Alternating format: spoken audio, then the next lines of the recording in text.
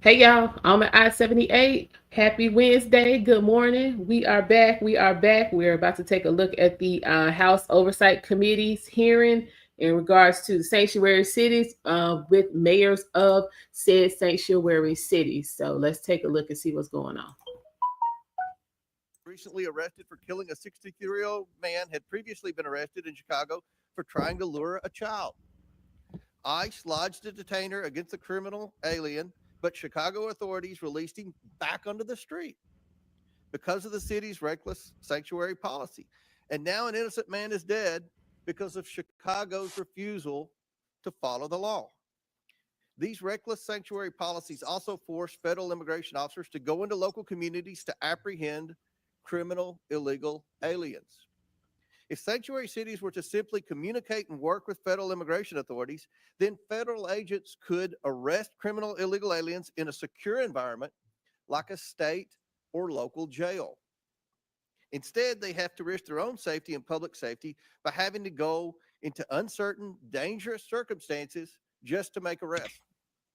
Sanctuary cities make us all less safe and are a public safety nightmare. That is why I launched an investigation into sanctuary cities and why these mayors are here today.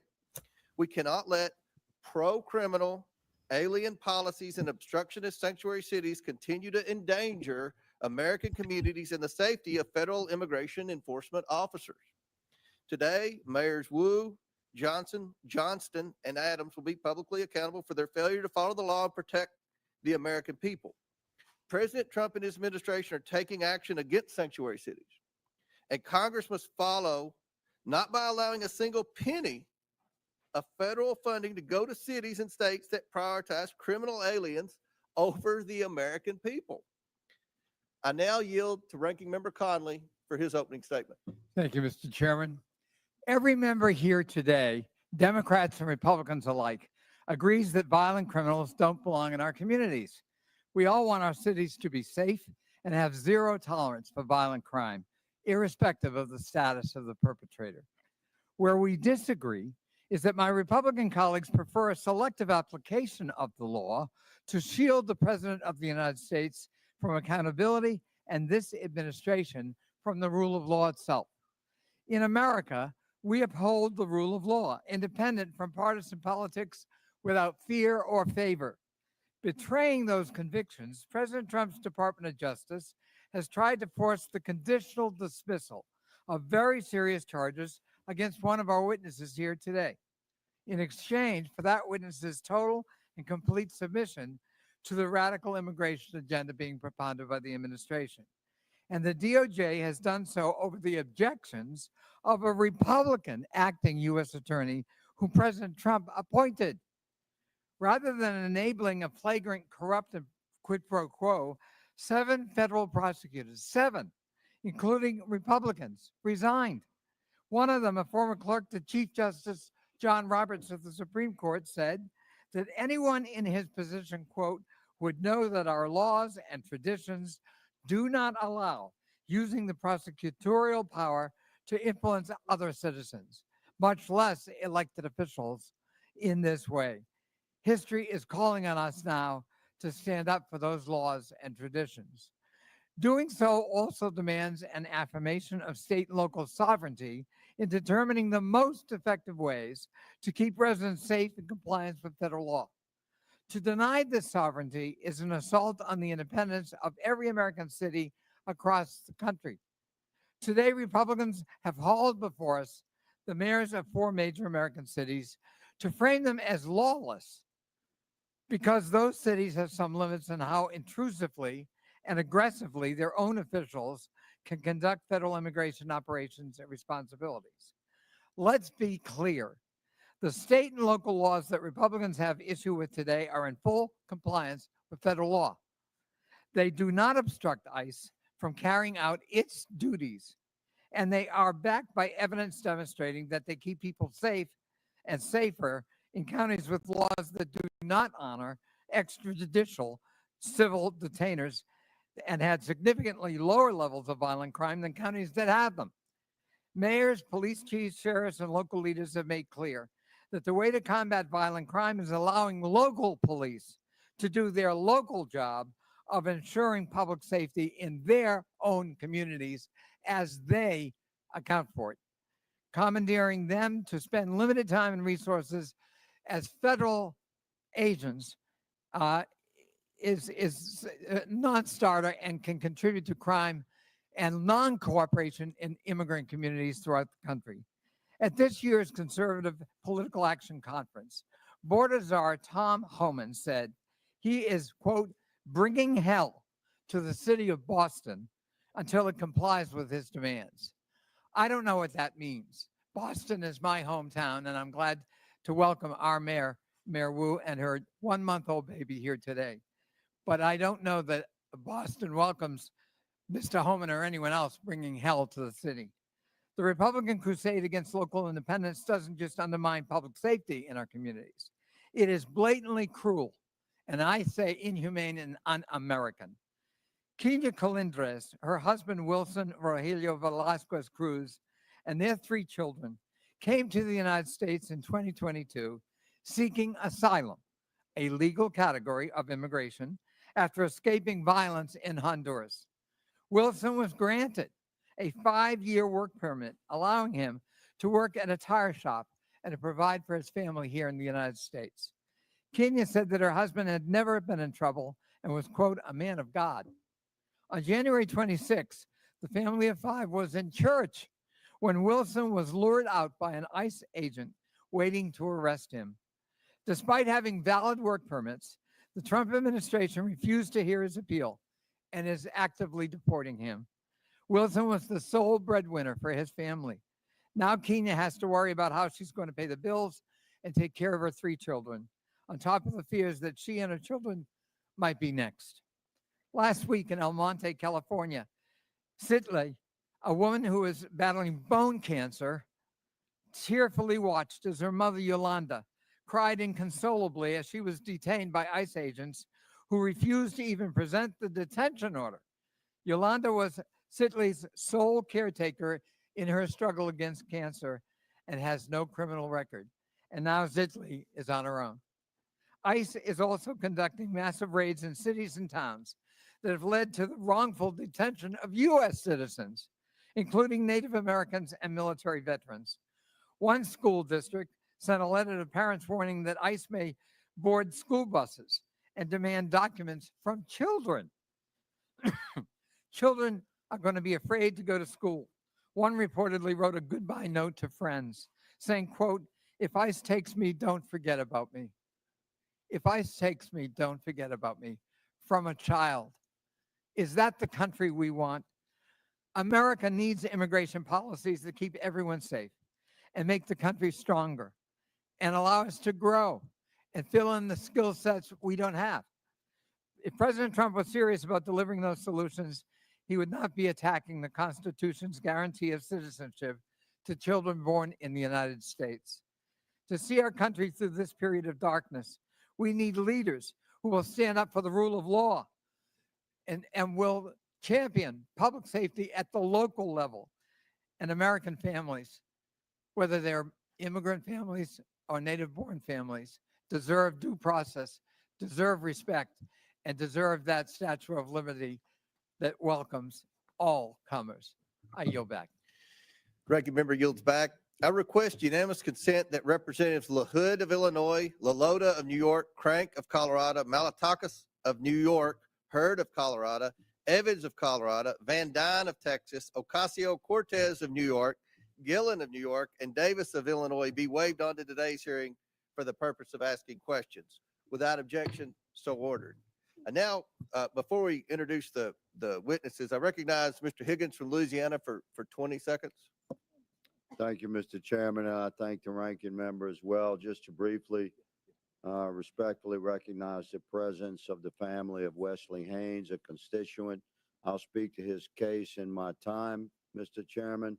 But his parents, Patrick and Kathy, his wife, Olivia, his little brother, Brady, are present today, and they have a hard exit soon. Their 4-month-old daughter, Anne Marie, is waiting at home for Olivia to care for. And I just respectfully acknowledge their presence, Mr. Chairman and Mr. Ranking Member. We will discuss the details of their case They tragically lost Wesley Haynes last year. Thank you, Mr. Chairman, for allowing me to recognize this beautiful American family. Thank you, Mr. Tiggin. I'm very pleased today to welcome our outstanding witness panel, the mayors of 4 major American cities. First, we have Mayor Eric Adams, who's an outstanding mayor of New York City. He was sworn into office on January 1st, 2022. We have Mayor Mike Johnston, who's the mayor of the city and county of Denver. He was sworn into office on July 17th, 2023. I now recognize Representative Krista Morte from Illinois for 1 minute to introduce our next witness. Mr. Chair, I'm pleased to introduce Brandon Johnson, mayor of the greatest city in the world, namely Chicago, a city that was built by generations of immigrants, Lord, here we people go. like my parents and myself. Mayor Johnson was raised in Elgin, Illinois, which I'm proud to represent in Congress. The mayor was one of 10 children born to Andrew and Wilma Jean Johnson. His parents inspired him to become a teacher in the Chicago public schools and then later to run for office. Mayor Johnson won his first race for Cook County Commissioner in 2018 and later became mayor of Chicago in 2023. Mayor Johnson has dedicated his life to public service, and I'm pleased to welcome my fellow Illinoisan to the United States House of Representatives and to the Oversight Committee. Welcome, Mayor. I now recognize Representative Presley from Massachusetts for 1 minute to introduce our next witness. Thank you, Mr. Chair. I'm proud to introduce Mayor Michelle Wu, a dedicated leader committed to making Boston a welcoming home for everyone, and the first woman and person of color to be elected mayor of the city of Boston. For over a decade, I've had the privilege of working alongside Mayor Wu and witnessing her dedication to public Wait a minute. service. So now we counting Asian people as people of color. And Okay, you inclusive. Negroes, y'all Under her doing too leadership, much. Boston You're doing has too become the much. safest major city in America, a city that is welcoming to families from all walks of life.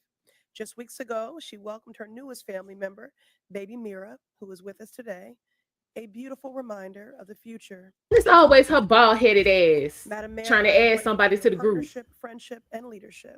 Thank you for being here. Gentlelady yields back. And finally, we're also joined by Mr. David Beer, who is the Director of Immigration Studies at the Cato Institute. Mr. Beer is the minority witness here today. I want to thank you all again for joining us, and I look forward to our discussion this afternoon. Pursuant to Committee Rule 9G, the witnesses will please stand and raise their right hand. Do you solemnly swear or affirm that the testimony you are about to give is the truth, the whole truth, and nothing but the truth, so help you God? Let the record show that the witnesses answered in the affirmative. Thank you all. You may take a seat. We again appreciate you being here today and look forward to your testimony. Now, let me remind the witnesses that we have read your written statement and they will appear in full in the hearing record. Please limit your oral statement to 5 minutes, and we're going to limit our questions to 5 minutes, and that's going to be enforced today, and that's for both sides. As a reminder, please press the button on the microphone in front of you so that it is on and the members can hear you. When you begin to speak, the light in front of you will turn green. After 4 minutes, the light will turn yellow. When the red light comes on, your 5 minutes have expired, and we would ask that you please wrap up. I now recognize Mayor Adams for his opening statement. Good morning, Chairman Comer, Ranking Member Connolly, and members of the committee.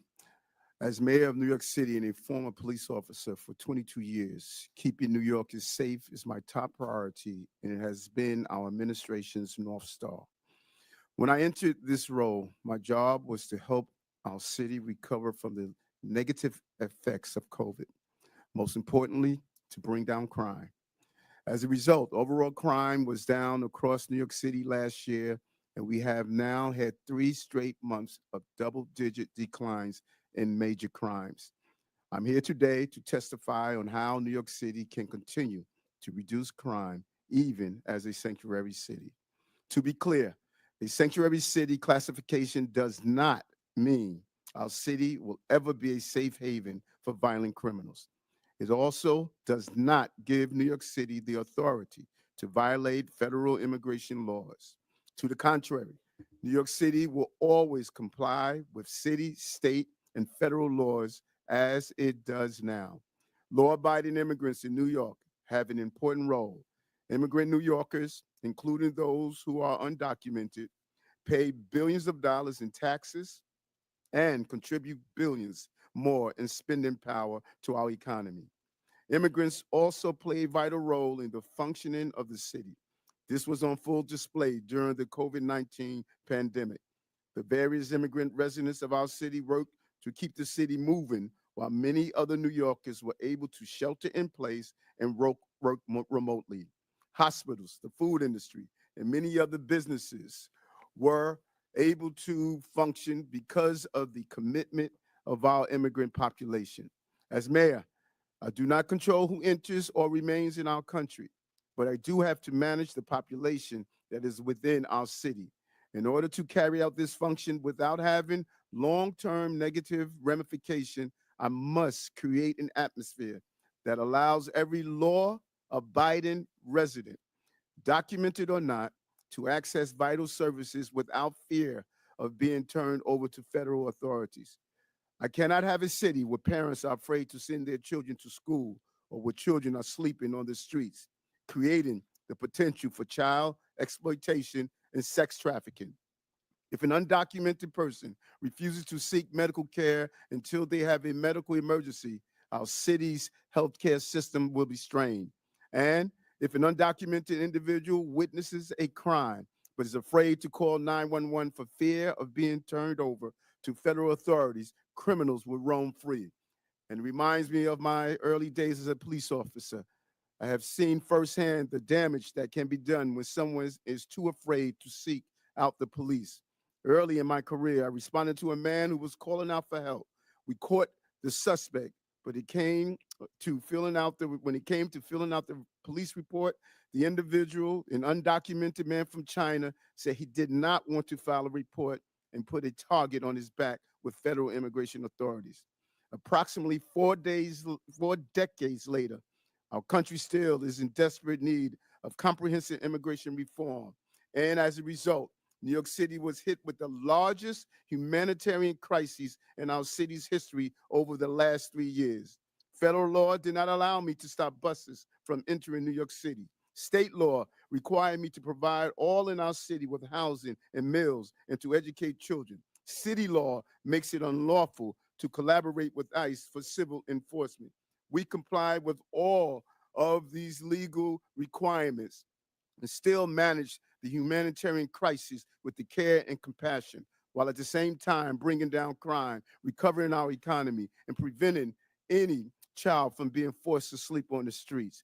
Comprehensive Is it me immigration or we reform saw is something long different on the overdue. news? While the solution is not within my control as a mayor, I am committed to working That's with what federal we were seeing on the officials news was vastly to different go from what we after talking about. violent gangs and those who harm residents of our city. This is why we have over 330 NYPD officers assigned to different federal joint task forces, over 70 of which are assigned to task forces with Homeland Security investigation, the criminal investigation arm of ICE. Those task forces focus on many different important priorities, including going after violent gangs and child exploitation. I look forward to sharing New York City collaborations that we do daily with our city, state, and federal partners to keep New York City to continue to be the safest big city in America. Thank you. Thank you. I now recognize Denver Mayor Johnston for his opening statement. Good morning, Mr. Chairman, and thank you for inviting me to testify Because today. is it me or he This was committee trying to convened read? this He hearing on the don't believe critical none of topic what of he just immigration. read. I want to tell you Denver's story. When I became mayor 20 months ago, Denver was already receiving buses of immigrants with little to no notice or coordination. At one point, we were receiving 10 to 11 buses a day, dropping off as many as 300 people, mostly women and children, in 10-degree weather with only sandals and a t-shirt, leaving them in danger of freezing to death on our streets. All told, 42,000 people arrived in Denver over 18 months, the largest per capita influx of any city in America. We are each entitled to our own opinion about what should happen at the border, but that was not the question facing Denver. The question Denver faced was, what will you do with a mom and 2 kids dropped on the streets of our city with no warm clothes, no food, and no place to stay? Hell, As didn't mayor, they I get have here to like protect the that? health and safety of everyone in our city. As a man of faith, I have a moral obligation to care for those in need. As scripture says, for I was hungry and you gave me something to eat. I was thirsty. You gave me something to drink. I was a stranger and you invited me in. So that's what we did. In Denver, we believe our problems are solvable and we are the ones to solve them. So we went to work. When we started, we had the largest encampment in Denver history with more than 200 migrant families living in freezing temperatures. So we opened 8 different city shelters housing 5,000 people. City employees volunteered to take extra shifts and Denver residents stepped up, making meals, donating clothes, furniture, school supplies. Some even welcomed families into their own homes. We helped 8,700 eligible individuals apply for work authorization so they could put food on their own table, pay their own rent, and reduce the strain on public resources. As a result, a year later, there is not a single migrant encampment left in the city. We have closed all of our shelters. We have connected people to jobs and housing, and the city's immigrant support budget has dropped by nearly 90%. And in the midst of this, migrants did not bring a wave of crime to Denver. In fact, crime went down. Homicides dropped 17%, shooting victims dropped 24%, auto theft down 29%. America is not just a place, it's a belief. Some people are born into it. Some fight their whole life to get to it. It's a belief that all are created equal. It's a belief that it doesn't matter where you came from if you're willing to fight hard enough. Julian Becerra's parents believed that. So they brought him to this country from Mexico when he was 10. They taught him respect and they taught him to love and serve his community. As an adult, he decided the most honorable way to serve his community was in uniform. So he enlisted in the Air Force. Then he served as a sheriff, then finally as a police officer, where he served with distinction until one day he was pursuing a criminal on a dangerous bridge and fell to his death. In the midst of the immigration crisis, I attended the Fallen Officers Memorial as I watched officers hand Officer Becerra's 10-year-old daughter a folded American flag. I watched her cry as she wrapped her little arms around that flag and holded it tight the way she wished she could hold her dad, but never will again. For the rest of her life, she will cherish that flag, that American flag, because it is the country that her dad loved. It is the country he chose. It is the country he served. It is the country he gave his life for. So if we want to tell the story of what impact immigrants have in America, we must tell the full story. That story must acknowledge that this country is lucky to have people like Julian Becerra, who love this country enough to risk their lives to keep us safe, to keep all of us safe. When buses started showing up filled with migrants, some in my city were afraid, just like I'm sure some of your constituents are afraid. They were afraid about crime and homelessness and worried about what these new people might take away from them. I understand that fear. And the truth is, people who are new to this country do good and bad just like all of us. But there's another truth. When those buses kept on coming, Denver made a choice as a city, not to hate each other, but to help each other. Not to turn on each other, but to turn to each other. And see if together we could solve a problem that felt bigger than any one of us. And that's what we did.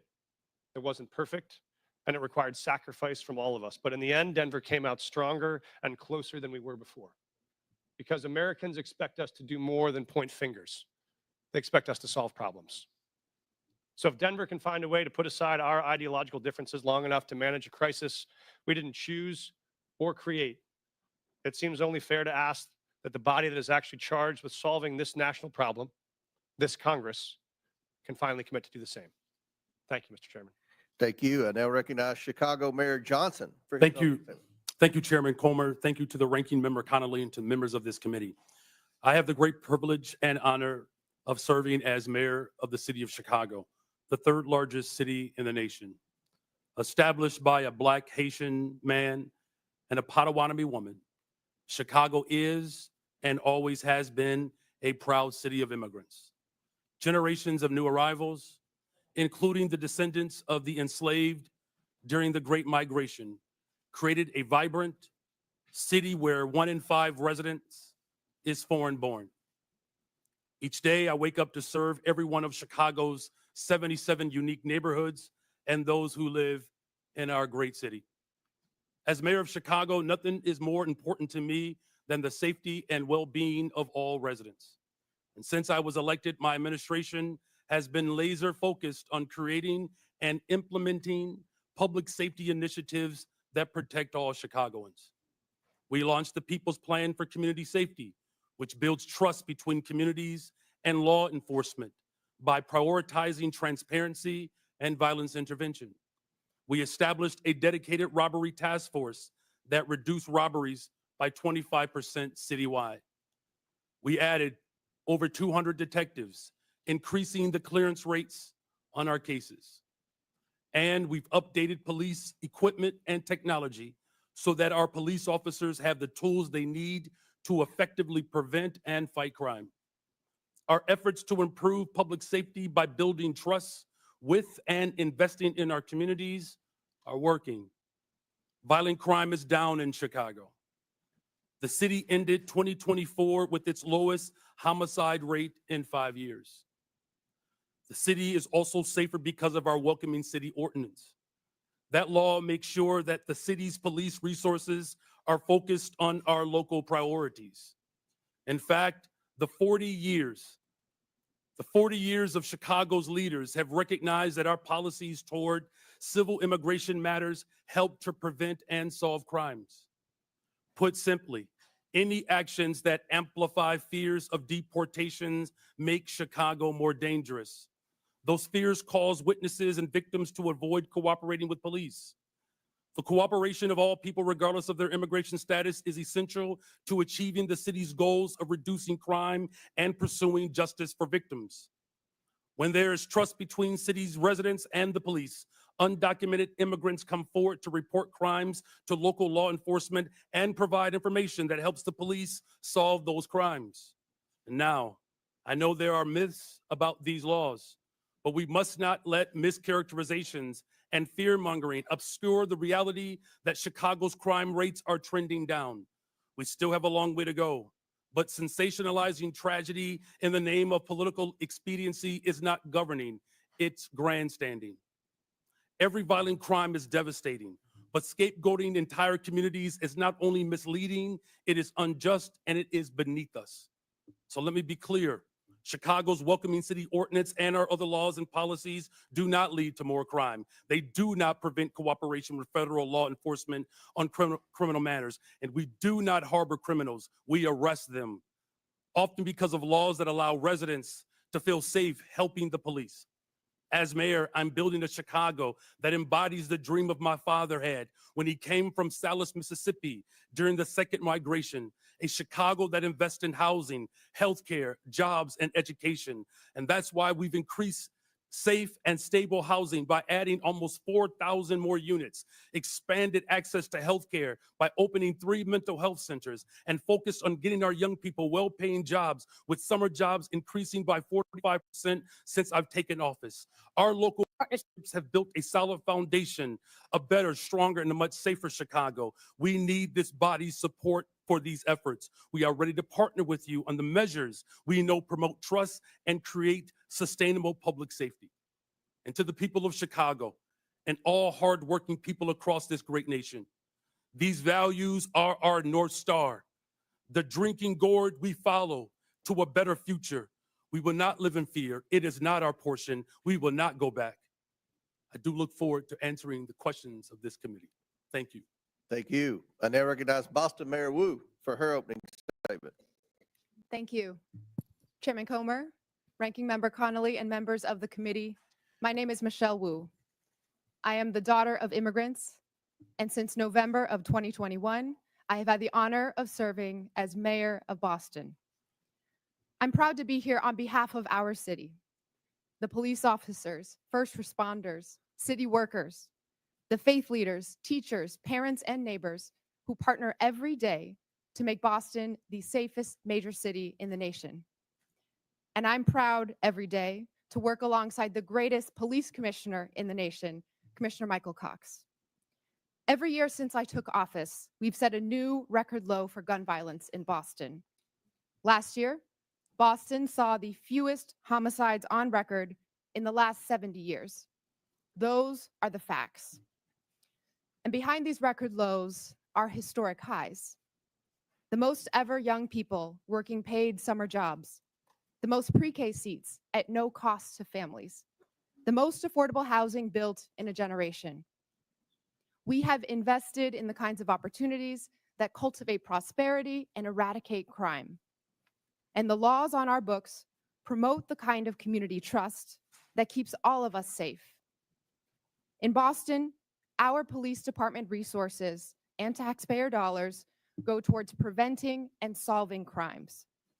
And when it comes to criminal matters, the Boston Police partner every day with state and federal law enforcement. But Massachusetts state law and the Boston Trust Act make clear that immigration is federal law enforcement's responsibility. We are the safest major city in the country because our gun laws are the strongest in the nation, because our officers have built relationships And over y'all one of the decades, most classy and cities because in the all damn of our country. residents can Y'all trust ain't got no that when they bunch of call black 911 people in the hanging event of an around in emergency Boston. or So to let's report a stop telling crime, this lie, help will girl. come. This federal administration's approach is And it's undermining cold that up there. trust. Them In the illegals ain't past month, staying there. I've met with residents and faith leaders in community centers and places of worship, asking my constituents what they want Congress to know. And what I heard over and over again was fear and frustration. I spoke with pastors whose pews are half empty on Sundays, doctors whose patients are missing appointments, teachers whose students aren't coming to class, neighbors afraid to report crimes in their communities, and victims of violence who won't call the police. This federal administration is making hardworking, tax-paying, God-fearing residents afraid to live their lives. A city that's scared is not a city that's safe. A land ruled by fear is not the land of the free. Okay, Michelle, Next you just month, contradicted Boston will yourself because celebrate if it's all this 250 safety going on, years then of our what are people nation's afraid to call the freedom. police for? And in every one of those years, Boston has welcomed the world to our shores. From the English immigrants fleeing religious persecution, to the Irish forced out by famine, to the families from Haiti, the Dominican Republic, Cabo Verde, Vietnam, and so many more who call Boston home today. We are the safest major city in the nation. We are home to the greatest healthcare, the greatest colleges and universities, the most advanced innovators, and the 2024 world champion Boston Celtics. We are the cradle of democracy and the city of champions. We are all of these things not in spite of our immigrants, but because of them. 1 in 7 signers of the Declaration of Independence were immigrants. On the last 4 Red Sox rosters to win a World Series, 1 in 5 were immigrants. Of all the faculty at Boston University to have earned a Nobel Prize, all but 1 were immigrants. Today, 1 in 4 Boston residents were born somewhere else. Most have jobs, many have kids. All of them chose this country as their home because, like my mom and dad, they believe that here, where you've been doesn't limit where you're going. The strength of your character has nothing to do with the color of your passport. And how hard you work matters more than where you were born. That wherever you're from, if you pitch in, look out for your neighbors, and cheer for the home team, you can build a better Ma'am, please future get off of here. here The Red with the Sox people you ain't won love. nothing since 2018. So to every one of my neighbors back in Boston, know this. You Was it really belong 28? here. This is your home. Yeah, girl, get off of here with that. Boston es tu Goodbye. hogar. Boston, c'est la caillou. 这是你的家. This is our city. We are the safest major city in the nation because we are safe for everyone. Thank you. Thank you. I now recognize Mr. Beer for his opening statement. Chairman Comer, Ranking Member Connolly, and distinguished members of the committee, thank you for the opportunity to testify. The Cato Institute's half-century of independent research demonstrates that people of all races, religions, and birthplaces can thrive in a free society. Liberty must be protected, both from over-intrusive government and from private violence. Unfortunately, the president's chaotic, indiscriminate deportation plan does the opposite. It harms public safety, threatens Americans' rights, and undermines the successful integration of America's immigrants into its society and economy. The president's first action was to rescind the requirement that ICE target public safety threats first. He has ordered that millions of vetted immigrants be stripped of lawful status and deported. He is even attempting to deport the US-born children of people without permanent status. This flagrantly unconstitutional act effectively orders a series of crimes, wrongful arrest and imprisonment, civil rights violations, and unlawful deprivation of voting rights. Never before in American history has a president sought the power to strip potentially tens of millions of Americans of their constitutional rights. The president is also explicitly asserting the authority to ignore any law passed by you, Congress, that provides due process for people accused of being in the country illegally. The administration has repeatedly misled you and the public about who it is targeting, stating it would focus on public safety threats, that only the worst of the worst would be sent to Guantanamo Bay, and that every person it had arrested had a criminal record. We now know that most ICE arrests since the inauguration have been of people without a criminal record. Indeed, he is arresting people who entered legally, never violated any law, and sending them to Guantanamo Bay prison. It is no surprise in this lawless environment that many people and many cities simply do not trust the federal government on immigration. That is a problem. But under our Constitution, states determine their policies. Congress cannot force them. It must reestablish trust. Unfortunately, some members of Congress want to force an indiscriminate policy of mass deportation on the entire country with no public safety focus. If Congress wants more cooperation, it should address the concerns of these cities. What Congress should do is reestablish trust. Indiscriminate mass deportation agenda is a far greater threat to public safety than any city policy. A mountain of empirical research shows that reasonable restrictions on ICE cooperation do not increase crime rates, and that immigrants lower crime rates. Immigrants, including illegal immigrants, commit crimes serious enough for them to be incarcerated at half the rate of US-born Americans. Data from Texas shows that illegal immigrants are 36% less likely to commit and be convicted of murder.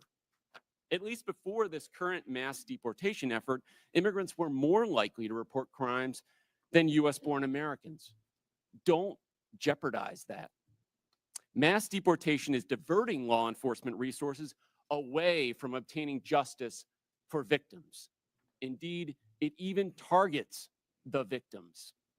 Sabotaging local economies and obliterating communities will not restore public safety. It will make us poor while increasing the crime rate and victimization rate for Americans. There is a better approach. We don't need chaos and disorder of illegal immigration or of mass deportation. Why don't people come legally? Because Congress has provided so few options for them to do so, not updating its laws in the last 3.5 decades. Just 3% of those applying for permanent legal status in 2024 received it. That's the failed policy. Let peaceful immigrants pay to get vetted, work, and contribute legally, and let law enforcement at all levels focus on keeping Americans safe. Thank you.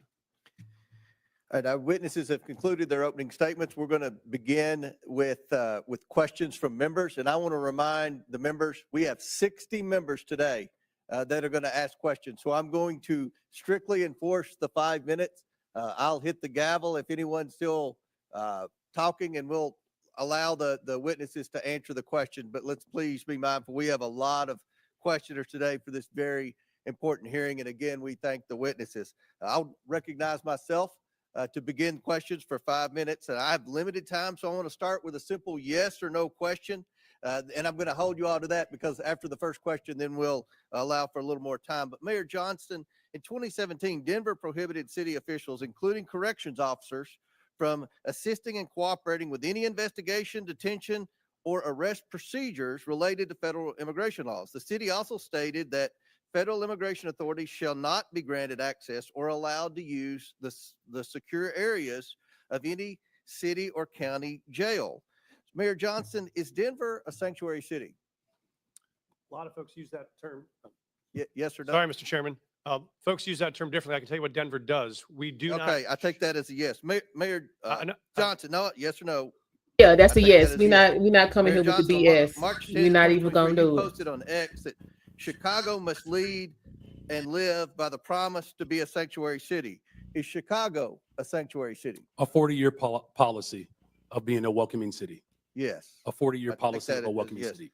Mayor Wu, in November 2024, you gave an interview noting that you served on the city council a decade ago when the Boston Trust Act was first passed. You said in that interview that in terms of Boston's policy, there is a prohibition on resources and personnel going to enforce civil immigration detainers, meaning Boston police and other departments cannot cooperate with ICE when it comes to detaining on civil warrants. Mayor, is Boston a sanctuary city? Boston is a safe city. I take that as a yes.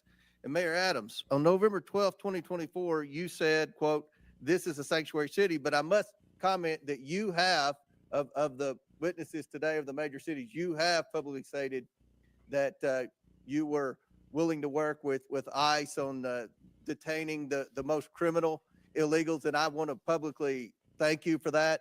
But my question to you, sir, is New York City a sanctuary city? Based on our classification, yes. Okay. Last year in a Boston suburb, an illegal alien raped and impregnated his 14-year-old daughter while living in a shelter for illegal aliens. Mayor Wu, under Boston law, would you turn this criminal over to ICE on a detainer? Whenever there's a criminal warrant, Boston police enforce that and hold people accountable. So would you That's not what he asked. turn that criminal over to ICE? Right, that's not what This he asked happened you. outside the city of Boston, but I can tell you in the city, whenever someone commits a crime, whenever there's a criminal warrant, we hold them accountable. If ICE deems that they are dangerous enough to That's not hold, what he obtain a asked criminal you. warrant, and the Boston police will enforce it.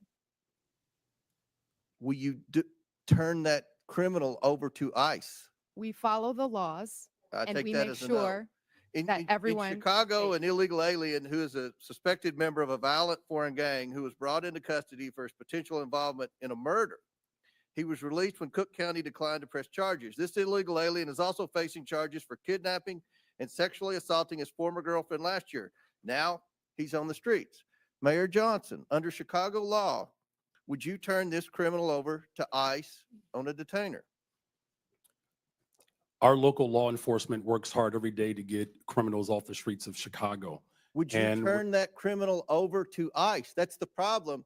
That's one of the topics of this conversation. That's one of the problems we've heard from Tom Hammond and from the Homeland Security is that in your cities, when someone's apprehended for a crime and ICE is now with this new federal policy wanting to come in and deport the criminal alien, that you will not cooperate with ICE. Will you turn that criminal over to ICE? And we do not harbor criminals. Our local police department works hard every single day to ensure that the city of Chicago is Yes safe. or no? Will you turn the criminal over to ICE? With a criminal warrant from the federal government. That's not what, that Our was local not law what enforcement he asked repeatedly y'all. This collaborates is with trifling. federal agents. So you're saying publicly today, you will turn that alien over to ICE in a safe place like a jail and not turn him out on the street and say, here you go, ICE, good luck. You will turn that criminal over to ICE. With a criminal warrant, as we have done for 40 Should years. that criminal How is there going be to be turned over to criminal ICE? With a warrant for criminal something that warrant, just happened They are in your subject city? to the federal laws, and that includes deportation. My time has expired, but again, the point that we've got to iron out today is that we have to have cooperation. It is federal law to turn over those illegal criminals to ICE. And we have heard reports, and many of you have said publicly that you are going to obstruct that. That is against the law. And we're going to hear more about that today. Now I recognize the ranking member, Conley, for his 5 minutes. Thank you. Mayor Wu, I quoted Tom Homan, the so-called border czar, saying that he wanted to bring hell. He was bringing hell to the city of Boston. What did you understand him to mean by that? Let's talk about Tom Homan. Shame on him for lying about my city, for having the nerve to insult our police commissioner who has overseen the safest Boston's been in anyone's lifetime. Bring him here under oath and let's ask him some questions. I am here to make sure that the city of Boston is safe. Others may want to bring hell. We are here to bring peace to cities everywhere. Mayor Johnston of Denver, what would your reaction be if Tom Homan wants to bring hell to your city, Denver? We think that we have folks in Denver who are working hard, playing by the rules, paying taxes. There is no one that is seeking hell to come to Denver. What people are looking for is opportunity and hope. And for the That's not record, available. he can do whatever he wants to do, I guess. But the fact of the matter is you absorbed on a per capita basis the largest immigration a year or two ago, and you indicated that your crime rate actually fell. It didn't increase. Is that correct? That is correct. Crime is down in Denver. We have homicides down 17%. Violent shootings are down 24%. And in Auto thefts Boston, down. I'm sorry, I've got limited time. Mayor Wu, same thing in Boston. The Boston crime rate has been falling, correct? We had 24 homicides last year, 24 too many, but that represented a tremendous reduction, one of the biggest drops anywhere in the country. Thank you. So the correlation between immigration and crime is false, as you point out, Mr. Beer. Perhaps you can elaborate that. I find it ironic that you characterized correctly, in my view, President Trump and Tom Homan's approach to immigration as lawless when they're invoking law and order and crime as the rationale for their lawlessness. Could you expand on the lawlessness and the irony of the fact that, as you point out in your testimony, the crime rate among immigrants is half that of the native population? That's right. I have a table in my written testimony that you can look at. Top 20 cities for immigration court filings over the last 4 years. 19 of those cities saw a decline in their homicide rate. If you look at all of the major cities, there is a negative correlation between increasing numbers of immigrants and the homicide rate. So that means more immigrants, lower homicide rates. That holds true across the United States. So I think the correlation that's trying to be made is more immigrants, more illegal immigrants, more chaos, more crime. That does not hold. What we do see under this administration is an increasing willingness to ignore the laws.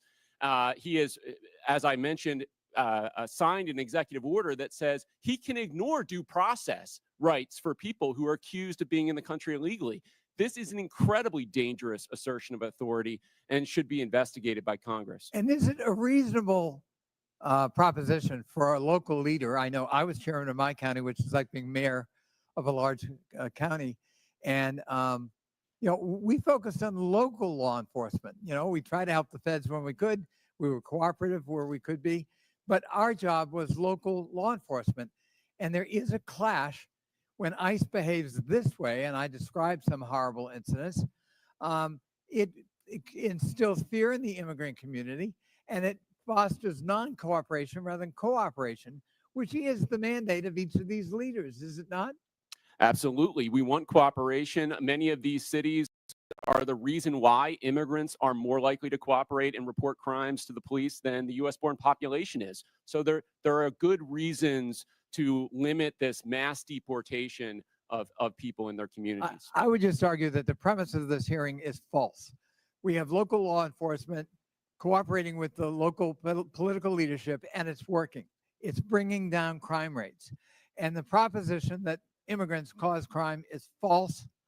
In fact, patently false, as your testimony, I think, would demonstrate, Mr. Beer. And the idea that these are sanctuary cities that need to be punished is simply a war on urban America. And I'm proud of the mayors who are in front of us here today, and I thank them for their testimony, and I thank them for their service to their local communities. I relate to it, and I think it's a noble calling. I yield back. Gentleman yields back. Chair recognizes Ms. Boebert from Colorado. Thank you, Mr. Chairman. Mayor Mike Johnston, I hope we could start off on a level field of agreement here. So in your testimony, you said that locals were asking Denver, what will you do?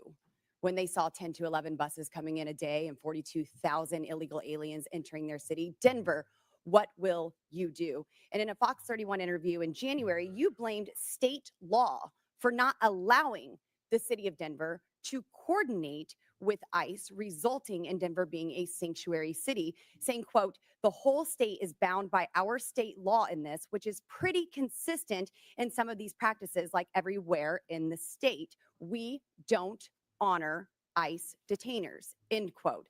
I've demanded Governor Jared Polis and the Colorado State Legislature to repeal them.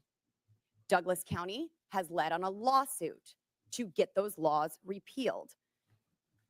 So, Mr. Mayor, would you join me today in calling and demanding that these sanctuary policies, these Colorado state laws, be repealed? Thank you, Congresswoman. Yes or no, Mr. Mayor? Pardon? Yes or no?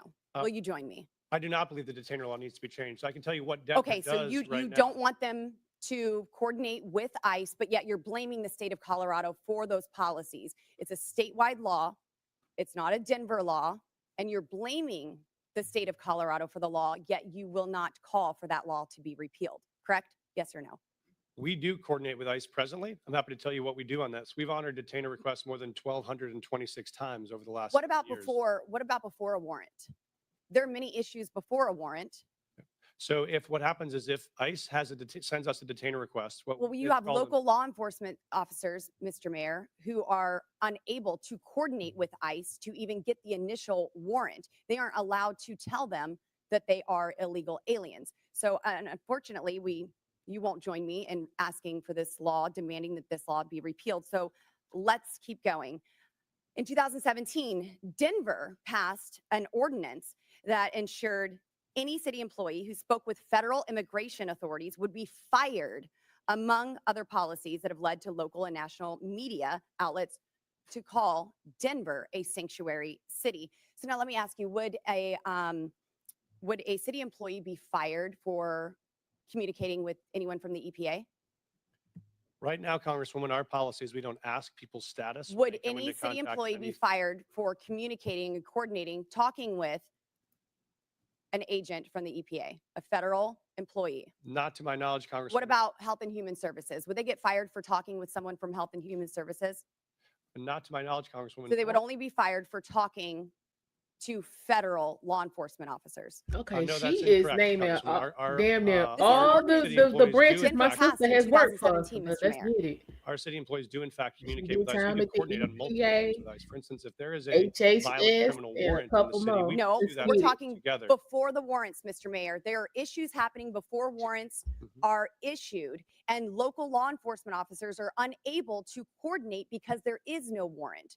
And your ordinance says that a city employee would be fired for communicating with federal law enforcement. So you've been mayor for 600 days. Have you ever called for that ordinance to be repealed?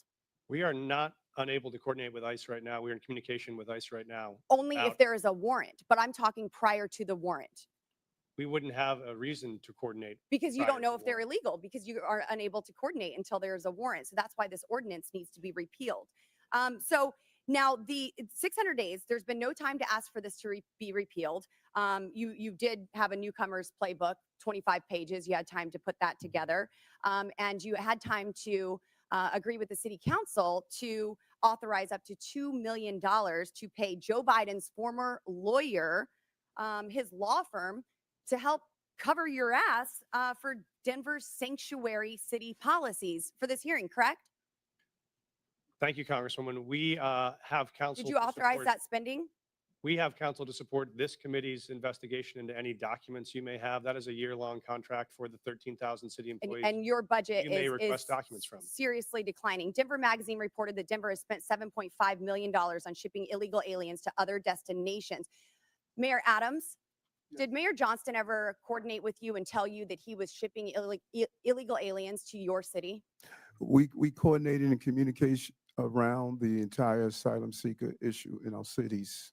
So I've heard that Denver crime went down. Well, Aurora's crime went up because you were also shipping them to Aurora. And we have documentation that I don't have time to discuss here in this hearing that proves you were shipping illegal aliens to Aurora. Their crime was increasing while you were hiding under laws that you will not demand be repealed, ordinance from your city.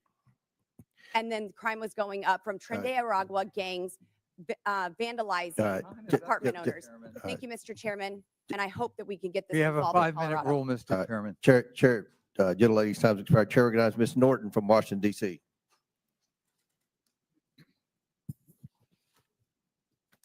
There have been a lot of talk today about these cities and their, in my view, principal decision not to respond to extrajudicial ICE detainers.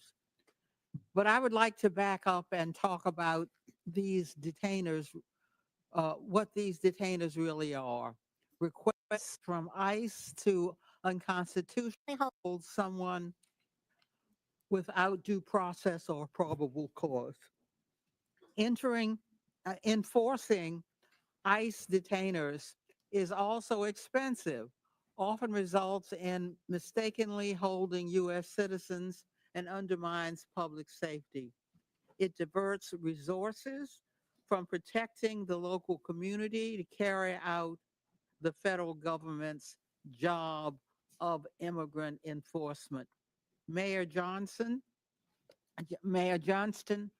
what challenges do ICE detainers represent to your law Girl, them enforcement bags and is city something resources? serious, child. I'm gonna need you to go get some Thank you, preparation Congresswoman. aids I or think that something, was to babe. me. You can't Correct? be up on here like That's that. correct. For real, Okay. for real. Thank you, Congresswoman.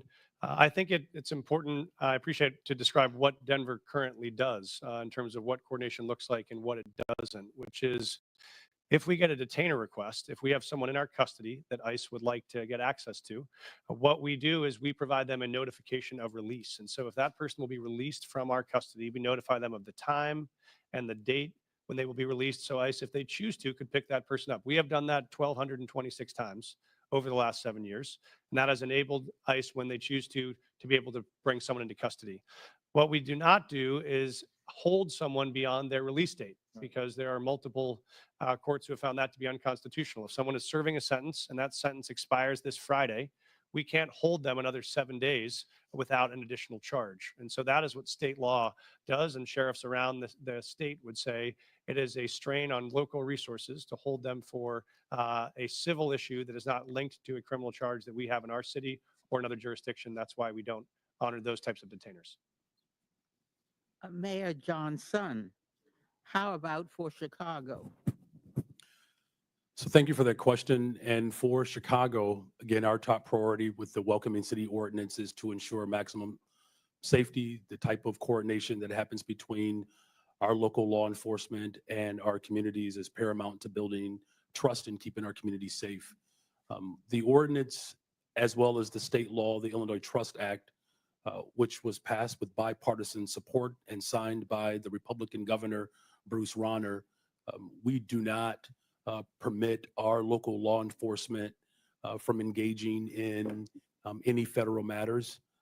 With a criminal warrant, our city and our state will cooperate with the federal government, but without a criminal warrant, our local law enforcement focuses in on local issues to keep the people of Chicago safe. Mayor Wu, how would fulfilling ICE detainers detract from public safety in your city? Thank you, Congresswoman, for hosting us, first of all, in your district. We hear every day from Boston residents, a city that is 28% people who were born in another country, that the trust and feeling that they know they can call 911 when they need help, or if they have information to solve a crime and police need that help, that they feel comfortable in doing so. And so our policy in Boston is that regardless of your background or immigration status, you have access to our libraries. We want you to take your kids to school. We want you to be part of our community. And also, regardless of immigration status, if you commit a crime If you do harm in the community, you will be held accountable. It is critical to the safety of Americans that cities have the ability to decide what is in the best interests of their people. Mayors and local enforcement know their cities best. Um, I would yield any time remaining to the ranking member. I just want to underscore what the gentlelady has said. Local government knows best how local law enforcement works. And cooperating with ICE is part of that, but they can't be a substitute for ICE doing its own job, which is a federal responsibility. Thank you for yielding. Before I recognize Mr. Jordan, I believe Ms. Boebert has a unanimous consent. Yes, Mr. Chairman, I'd like to ask unanimous consent to submit to the record multiple local news articles referencing Denver's sanctuary policies, including the newcomers playbook written by Mayor Adams and the budget, which shows millions and millions of dollars of the Denver city budget cut. Without objection, so ordered. Chair now recognizes Mr. Jordan from Ohio. Thank you, Mr. Chairman. Mayor Johnston, who's Abraham Gonzalez? Thank you, Congressman. He is a individual that was released from the county jail on Friday in the city and county of Denver. That's all you know about him? I do know that he was facing charges that the Venezuelan gang member arrested by Border Patrol on September 20th, 2023, released into the country by the Biden administration. A few months later, he's arrested in your city, charged with aggravated assault. On March 11th, 2024, he's charged with motor vehicle theft, stole a car. And then on March 20th, 2024, Mr. Gonzalez is charged with felony menacing. 6 days after that last charge, I send you a detainer, which includes an administrative warrant. Basically, it says if you're going to release this bad guy, this gang member who allegedly stole a car, menaced people, and assaulted people, give us a 48-hour heads up. Is that right? That refresh your memory? I do know about the detainer request. I do know that we provided a notification of release. What kind of notice did you give ICE when you released him? We gave him notification. I'm not sure how long in 1 advance hour. it was. I do know 1 that. hour. I do know that there was were 1 hour notice, and you released him 5 days ago, right? Why not give him more heads up? Actually, let's put the slide up. Let's see what it says here. But let's put the slide up. This is what the Denver Sheriff's Department, it's kind of hard to see, so I'll read it. It says Denver Sheriff Department ICE notification being released to the streets. I simply said, we want just release him to us. You release him to the streets. Why not release him to ICE? Thank you. What we've done, and we do this regularly, we've done 1,226 of these, is we notify I'm ICE. asking about one. I'm not asking about the 1,200. I'm asking about Mr. Abraham Gonzalez, who's a gang member from Venezuela, stole a car, assaulted someone. You had him in your custody for how long? I know that we released 345 days. Yo, Eric, dude ready today. He is ready. Hours heads up. I don't know. You gave him 1 hour notice. Mr. Congressman, we notified them released. There were 6 ICE agents present when he was released, so they had enough time to respond and to be present. Respond where? To the jail where we released him from. So we released him we notified them of the release time. When we notify them of release, they come to the jail facility to pick them up. Why didn't you say that's not what you said? You said you release him to the streets. Did you release him to the streets? You release him to ICE? What we do, sir, is we release him from our county jail and we coordinate with ICE on that release time and release date so that ICE can come and pick them up from that location. Pick them up where? In the parking lot? Yes, sir. They're on the facility Guess property. what happened in the parking lot? I know, sir. I've reviewed the video. So I looked at it. I've talked to the sheriff last night. One of the ICE officers got assaulted, didn't he? I've reviewed the video, They had sir. to tase the guy, didn't they? Would you like me to answer, sir? No, I'd like you to answer. Did they tase him? I know that there were 6 officers that had multiple tasers. I saw the So they detention had on 6 video. officers. If you keep him in the facility and they come in the facility and get him, does it take 6 officers? Probably takes 2, doesn't it? So we've been doing these, as I mentioned, 1,224 times, 1,226 times. This is the first time I've been made aware of there's been an incident like this. So I reached out to ICE after I saw the video. I've coordinated with their team and offered to sit down and see if there are procedures we can change. It's a simple make sure question. this works smoothly. It's a simple question. You can release him in the parking lot, give ICE 1 hour notice, and they got to send 6 officers to arrest this guy. Or you can say, hey, here's what we're going to do. We're going to hold him. You come in and bring 2 officers in and you turn him over there. Why not do it that way? We have a city ordinance. You know why you don't do it that way? We have a city ordinance that Because you're a sanctuary city. This is the whole point. No, sir, I disagree with you. Okay. Because I'll tell you why. What if you talk about sanctuary as a definition of shielding people from law enforcement, we do not do that. What we do is provide services. In this context, what we did is we coordinated the An release. officer got assaulted because of your policy, which says we're going to release him to, in your words, not mine, to the streets. They have to arrest him in the parking lot. They bring 6 officers when they could have had 1 or 2 just come in your facility into jail and take the guy there. But you won't do it that way. I've seen the video. I've reached out to I don't ICE. care if I've you've seen the offered to video. I sit know the down and facts coordinate too. on strategies. If we need to make adjustments to what we do on releases, we'll do that. This is the first time in the 1,226 releases You know, I've I heard of read an your incident, written so we'll take testimony action. last night. I read your written testimony last night. 4.5 pages. And you used the word safe, safer, or safety 13 times. Talking about my job is to protect the safety of the people in Denver. We prioritizing making sure everyone in our community is safe. That's a lie. Because it was not safer for the ICE agents who are part of your community. No way was it safer. The safest thing to do is to say, ICE, we got him in custody. Come here, we're releasing. We held him 345 days. We can't hold him a second longer. We can't wait for you to come inside the building. We got to let him go, so you have to arrest him in the parking lot. That is how stupid sanctuary policies are and what they mean to the community that you put at risk and to the ICE officers ICE officer who was assaulted, and they had to use a taser on. It's not good. Mr. Chairman, Time, Mr. five- Chairman. 5 I have a minutes is up. unanimous Consent request. Gentlemen's time's expired. Chair recognizes Mr. Lynch from Massachusetts. Thank you, Mr. Chairman and Ranking Member Connolly. I want to thank the panelists for your willingness to come before the committee and help us with our work.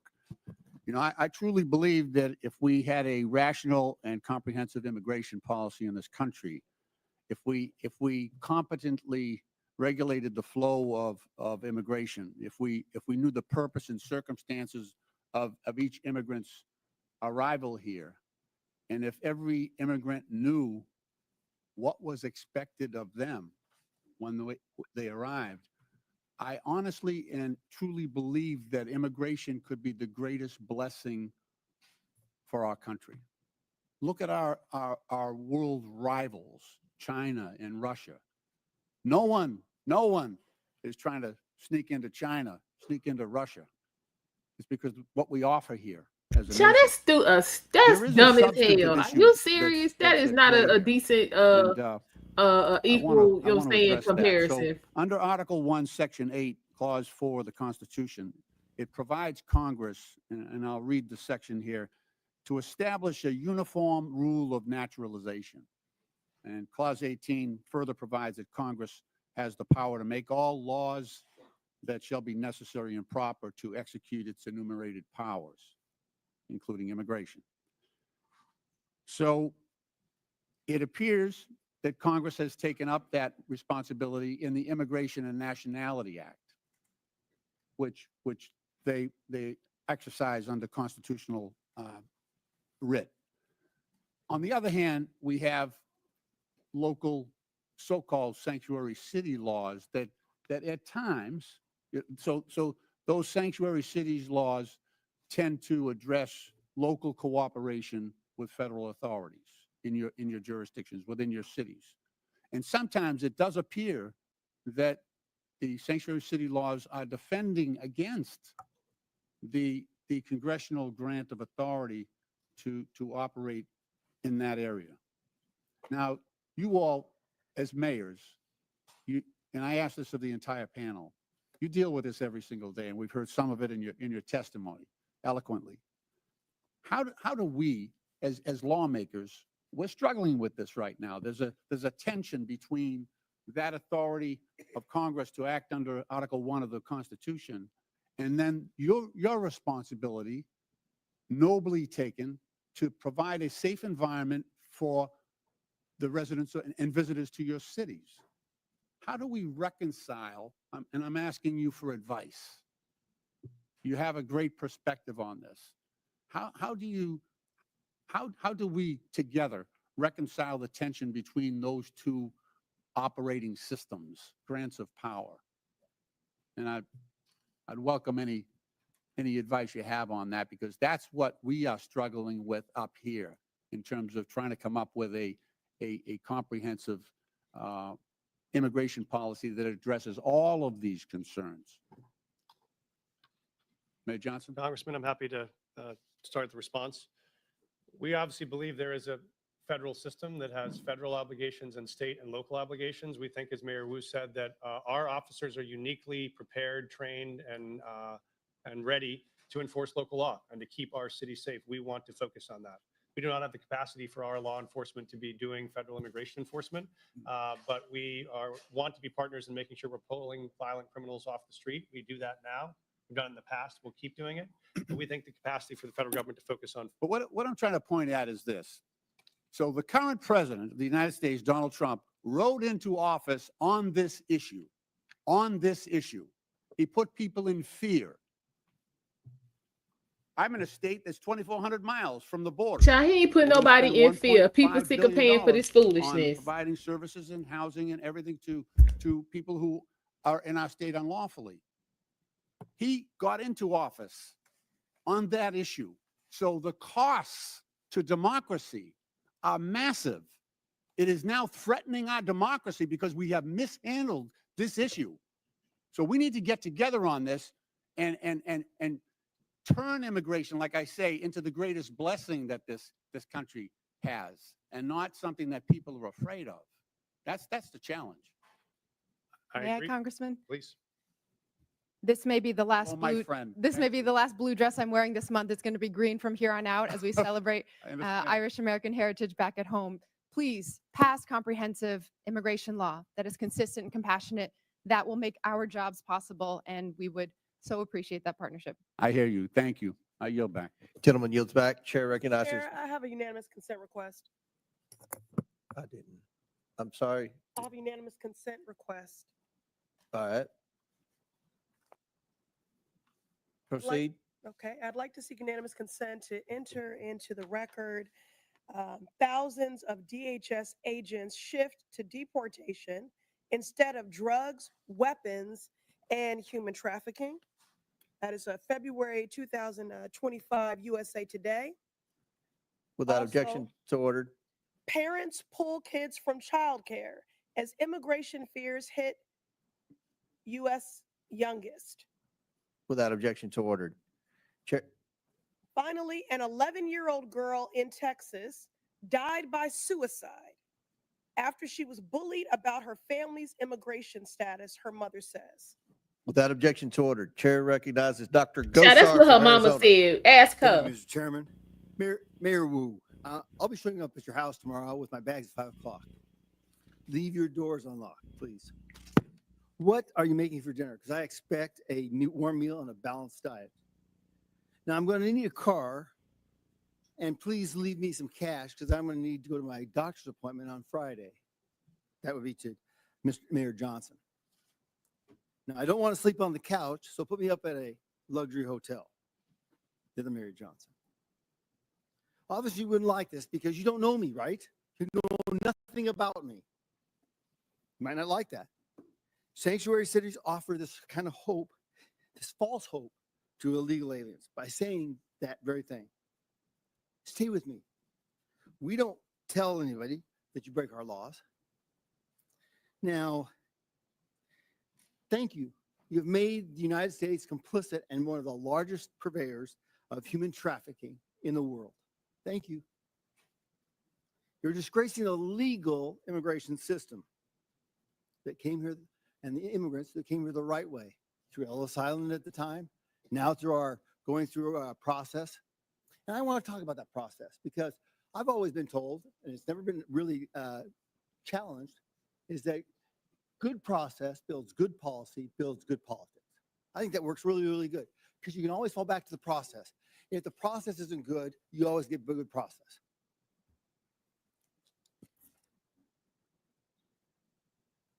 Now, you heard the word establishing trust, okay? How can you establish trust at the very beginning when you have a false narrative here? You're defending folks who have broken the law. The definition I've always looked at is trust is a series of promises kept. What kind of trust are you supporting here? What is the trust with an illegal alien? It's a false hope. It's a false trust. Welcome, we're bringing you in. It's disorganized process. Now, let me ask you a question. Mayor Adams, did you support SB 1070? I'm sorry, Did you support the Arizona law called SB 1070? I'm not familiar with it, sir. Well, let me explain, okay? Mm-hmm. SB 1070 challenged the federal government on its supremacy clause because we in Arizona wanted that the government wasn't doing anything, so we thought we'll do this. We can't allow them to break laws. The Supreme Court ruled that struck it down. Now, it seems contraindicating here that you would have supported SB 1070, right, Mary Adams? Based on the premise that you or would you violate the supremacy clause in regards to immigration? Would I Violate the supremacy clause? This is way over my head. Okay. I felt law. That's you know. Mayor Johnson, would you have supported SB 1070, allowing Arizona to follow their own laws? Because that's what you're doing right here. Thank you, Congressman. We currently follow all federal law, all state law, and all local law. So we do not have any supremacy clause challenges that we're pursuing or maintaining. Okay. Well, it seems like you are, but Mr. Johnson, do you agree? The city of Chicago complies with all laws. Okay. Mayor Wu. I'm not familiar with that law because I'm focused on the city of Boston, but we follow all state, city, and federal laws in Boston. What happens when you get in conflict with them? Who do you support? The Constitution, as I understand it, doesn't require cities or police officers or anyone to follow their laws in conflict, follow federal laws in conflict with local laws or state laws. Okay, in the Constitution, it says, and it's explicit that the federal government has jurisdiction and supremacy over all immigration laws, right? I mean, I've heard it a number of times from my colleagues over here. We're the ones who can define that. We're the ones that have it. We just heard we want a comprehensive immigration policy. How can you get a comprehensive immigration policy when you're defining it from the very get-go? You're building it on false premises and false tenets. Respectfully, Congressman, you could pass bipartisan legislation and that would be comprehensive immigration law. The false narrative is that immigrants in general are criminals or immigrants in general cause all sorts of danger and harm. That is actually what is undermining safety in our communities. If you wanted to make us safe, pass gun reforms, stop cutting Medicaid, stop cutting cancer research, stop cutting funds for veterans. That is what will make our city safe. Yes, thank you. I yield back. Chair recognizes Mr. Krishnamurti from Illinois. Thank you, Mr. Chair. Mayor Johnson, there's been much talk about Chicago and its enforcement of laws to rid our communities of criminals. So I want to give you a chance to address some of these questions. First, Mayor Johnson, the city of Chicago operates under 4 sets of laws: federal, state, county, and of course, Chicago's own laws, right? That is correct. And most of these laws are not within Chicago's sole power to change. For example, the Illinois Trust Act, a state law, was enacted in 2017 by then Republican Governor Bruce Rauner and dictates interactions between ICE and law enforcement, right? That is correct. And under Chicago's own law, I have a copy of it right here. Chicago is required to help ICE whenever ICE presents a judicial criminal warrant for an arrest, correct? Yes. In fact, Chicago has assisted ICE with criminal warrants in the past, right? Yes. So just to clear it up, anytime that ICE does the work and goes to a court to get a criminal warrant to arrest somebody, the city of Chicago not only is required to, but does cooperate to remove that criminal from our community, right? That is correct. Let me turn to another topic. President Trump has said many things about Chicago, including that it is, I have this NBC News report, worse than Afghanistan. Mayor, I'd suggest the facts suggest otherwise. For example, Condé Nast recently named Chicago the best big city in America 8 years in a row. A friendly amendment, best freaking city in the world, city of Chicago. Chicago's the largest rail hub in America. That is correct. Chicago's a quantum technology hub in this country. $20 billion new investment. Chicago area is the home to the second most number of Fortune 500 headquarters of any city in America, right? Just voted again the top relocator for corporate headquarters for 13 consecutive years. And it's home to O'Hare Airport, the most interconnected airport on the continent. Is that right? That is correct. That doesn't sound like Afghanistan to me, sir, does it? The city of Chicago is a beautiful place. We also have 20% of the world's fresh water right in our front yard. Our restaurants are amazing. In fact, everything that is dope about America comes from Chicago. A Republican named Lincoln was nominated for president in Chicago, and a Democrat named Obama called Chicago home too. It's the city of big shoulders, the heart of the heartland, the home to the world's best pizza. And we're not going to take any slander from Donald Trump or anyone else lying down. Is that right? That is correct. Sir, I want to turn your attention to another topic. Mayor Johnston, you'd agree with me that high grocery prices are among the top concerns for the people of Chicago, right? The economic conditions that are unfortunately that are not being addressed by Washington has caused a great deal I thought y'all had it going on in trepidation and Chicago, so anxiety. that means y'all ain't got Mayor no Wu, problems. according to USDA, Let's cut the damn the foolishness. wholesale cost of a dozen eggs has gone from $6.59 since January 19th when Donald Trump took office to $8.39, a 27% increase. And this has got to anger Bostonians, right? People are doing their very best, trying their hardest. Why are to we work talking about the multiple price of jobs, and they need eggs? support. Why don't we talk Mayor about Johnston, how all I the chickens suppose got that people in deleted? Denver are So if you don't have concerned any as well, chickens, right? eggs are going to Very be the premium. concerned. This is not the most hard to important issue understand. For us is how we make sure that it's affordable to live in the city. Mayor Adams, the same is true for New Yorkers. Affordability is an issue that's impacting our city, and that's why we're doing best we can to put $30 billion back in the pockets of working class people. President Trump, if you're watching this hearing, I respectfully ask, when will egg costs be high enough for you to issue one executive order on bird flu? $10 a carton, $15 a carton. I know you ain't trying to It'll talk. I soon mean, be cheaper to all buy the a magazine chickens who for an had the bird flu AK-47 gone. So what is than to he? buy What is breakfast. the executive order This for? is flat out wrong. We gonna deleted Turn to my chickens? last topic.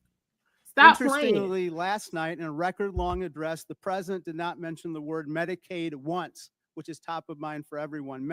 Mayor Johnston, you don't dispute that 1.6 million people in Cook County are enrolled in Medicaid, right? I do not dispute that. In fact, in most of our safety net hospitals, 70% of the individuals that are being serviced are being serviced through Medicaid.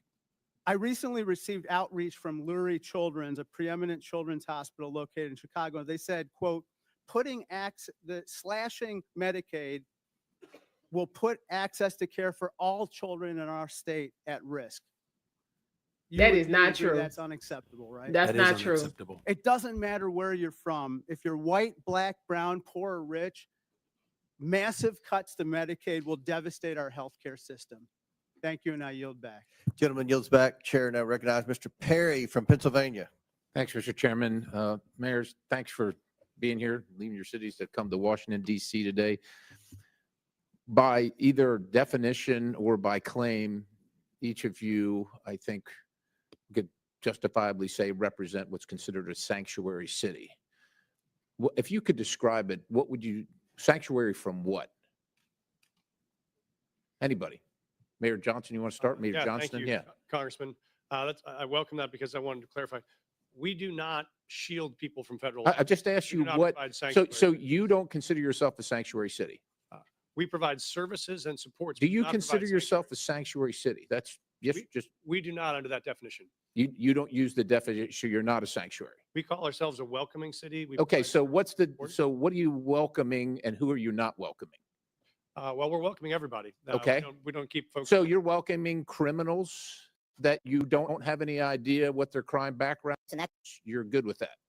No, we aggressively pursue. How do you violent do that? criminals No, anywhere. no, how do you vet the people that you welcome in your sanctuary city? Sir, we don't vet folks that arrive from Illinois or California with a background check when they come into the Denver airport any more than someone from another So location. you're welcoming any illegal immigrant or illegal alien to your city without question. Well, folks that make the decision to come to Denver, they arrive, and then we expect. But them to you get a call job, them, you pay welcome taxes. them. You welcome them. You call them to your city and say, if you come here, you will be safe from what? Thank you, sir. We don't call anyone to our city. Folks that arrive in our city, we offer same access to services they may need to be successful. And if they break the law, we hold them accountable. We charge them. We prosecute them. What about if they've already broken the law? Well, if they've already broken the law and there is another jurisdiction that has a warrant for that person, they let us know and we would cooperate to transfer them to that jurisdiction. I think we saw in Mr. Jordan's conversation with you that you really don't do that. Mayor Johnston, how about you? How many, according to my records, you have welcomed 51,648 illegal aliens to your sanctuary city. So I'd ask you, sanctuary from what? If you're referring to the number of individuals that were bused from Governor Abbott without any coordination, the 52,000 individuals that were seeking asylum, those individuals were bused to us. I passed a bus ordinance to work to coordinate with the governor of Texas. He refused to do that. But that transfer of individuals was the result of the governor of Texas, not the result of a welcoming city ordinance. Welcoming city ordinance. So you're not welcoming these people that came here illegally? The individuals that were bused to us from the border. From They were Governor not Abbott. welcome in Chicago? You didn't welcome them? You didn't provide them sanctuary? So the welcoming city ordinance is pretty straightforward. It allows for our local law enforcement to focus on local policies, and that's why we're seeing a decline in violence. So you in the don't city of care Chicago. about federal law enforcement policies, only local policies. We comply with all laws. What I do care about is this body, Washington, passing comprehensive immigration. So let me ask you this. Chicago residents reported 28,443 violent crimes during 2024 alone, cases of aggravated assault rising to the highest level in 2 decades. Now, also, state funds, $160 million were issued to illegal alien job assistance shelters in Chicago. You're the mayor of Chicago. Do you think that your residents or the residents of your state should be paying for that more than they should be paying for their own needs, their own roads, their own public safety? I mean, who elected you? The people that came illegally, whether they were sent to you or not, or the people that reside in Chicago? Who elected you? And who do you serve? The people of Chicago elected me as the 57th mayor of the city of Chicago, and we serve all the residents of the city of Chicago. Illegal or not, criminal or not. How many of the 662,566 illegal aliens with criminal histories that ICE has reported are now residing in Chicago? Someone will have to get back with you with that number. I don't keep account Do you of. take immigration information from criminals as they're arrested and processed? Do you take immigration information? Our local law enforcement focuses on getting all violent Do you individuals off the determine streets whether of they're here Chicago. legally, what their immigration status is as a function of your justice Gentlemen, system? time's expired, but please feel free to answer the question, Mayor.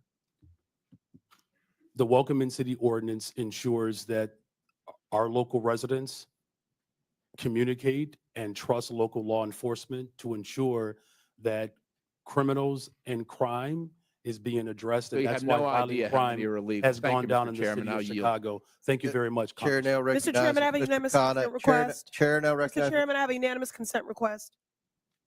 I'm sorry, Ms. Presley. I have unanimous consent request. Go ahead. Thank you. I'd like to seek unanimous consent to enter into the record. Mass deportations would deliver a catastrophic blow to the U.S. economy. This is from what the Joint publication Economic is Committee, that? December 2024. From where? What publication? The Joint Economic Committee, December 2024. Without objection, so ordered. I'd like to seek unanimous consent to enter into the record from the American Immigration Council, October 2024. Mass deportation, devastating cost to America, its budget and economy. Without objection, so ordered. Chair recognizes Mr. Khanna from California. Mr. Chair. Wait, I'm sorry.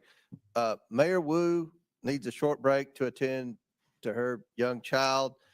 Mayor. Mr. you Chairman, may be- I got the note that the baby's okay for now, so I'll continue. But thank you. I will. Is it?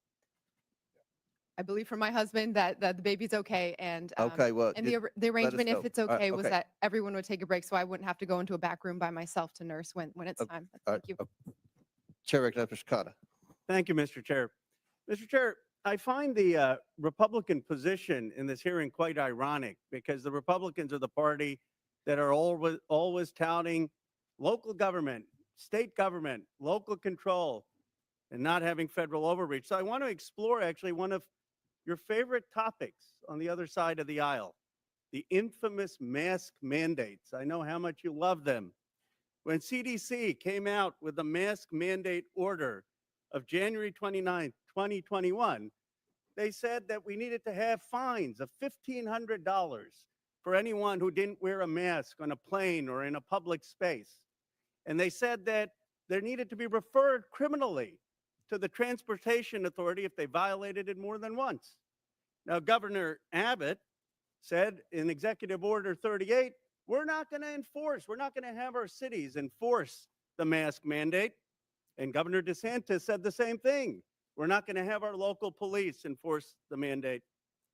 I want to ask Mayor Adams and Mayor Wu, because you had slightly different views on the mask mandate, but Mayor Adams, you were actually praised in New York for saying we are going to take away some of these mask mandates earlier so businesses can open and there can be a revival in New York. Did you ever, in law enforcement, to your knowledge, enforce the CDC mask mandate and ask your law enforcement to fine people who didn't wear a mask $1,500? What we did was look at the science and looked at how it will impact business. And after issuing warnings in education. But I think it's fair to say, Mayor, right? You never referred anyone to the Transportation Department for prosecution, and you never had local police out there saying we're going to fine people $1,500 with the CDC mandate. The goal was to always ensure that people will carry out the procedure, and we did several education and warning in the process.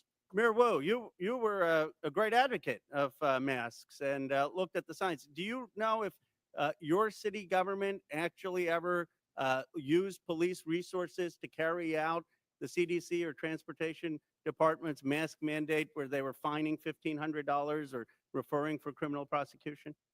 I am not aware of any incidents of someone in Boston having been fined or prosecuted for any mask-related issues. We certainly prioritize public health and saving lives, and so our role as a city was to provide positive communication, outreach, make sure there were signs and different community organizations that could go and remind people to stay safe and do their best to take care of each other and their And families. as much of an advocate as you were for masks, and I was an advocate for masks, would you have been hesitant to order your law enforcement, your local police, to say if someone was violating those mask mandates that we need to cooperate and turn them over to the Transportation Department for prosecution? Would that have given you some pause if the federal government were saying use your police departments to fine people $1,500 and give us their records for criminal prosecution? Yes, it would have. And so I guess I'm trying to understand, you know, if we set this precedent that we want cities to be enforcing every federal mandate, then what happens when there's a new Democratic president that comes and says, we want a mask mandate that the Republicans may not want? And when there are conservatives like Governor DeSantis or Governor Abbott saying we don't want our cities to enforce that.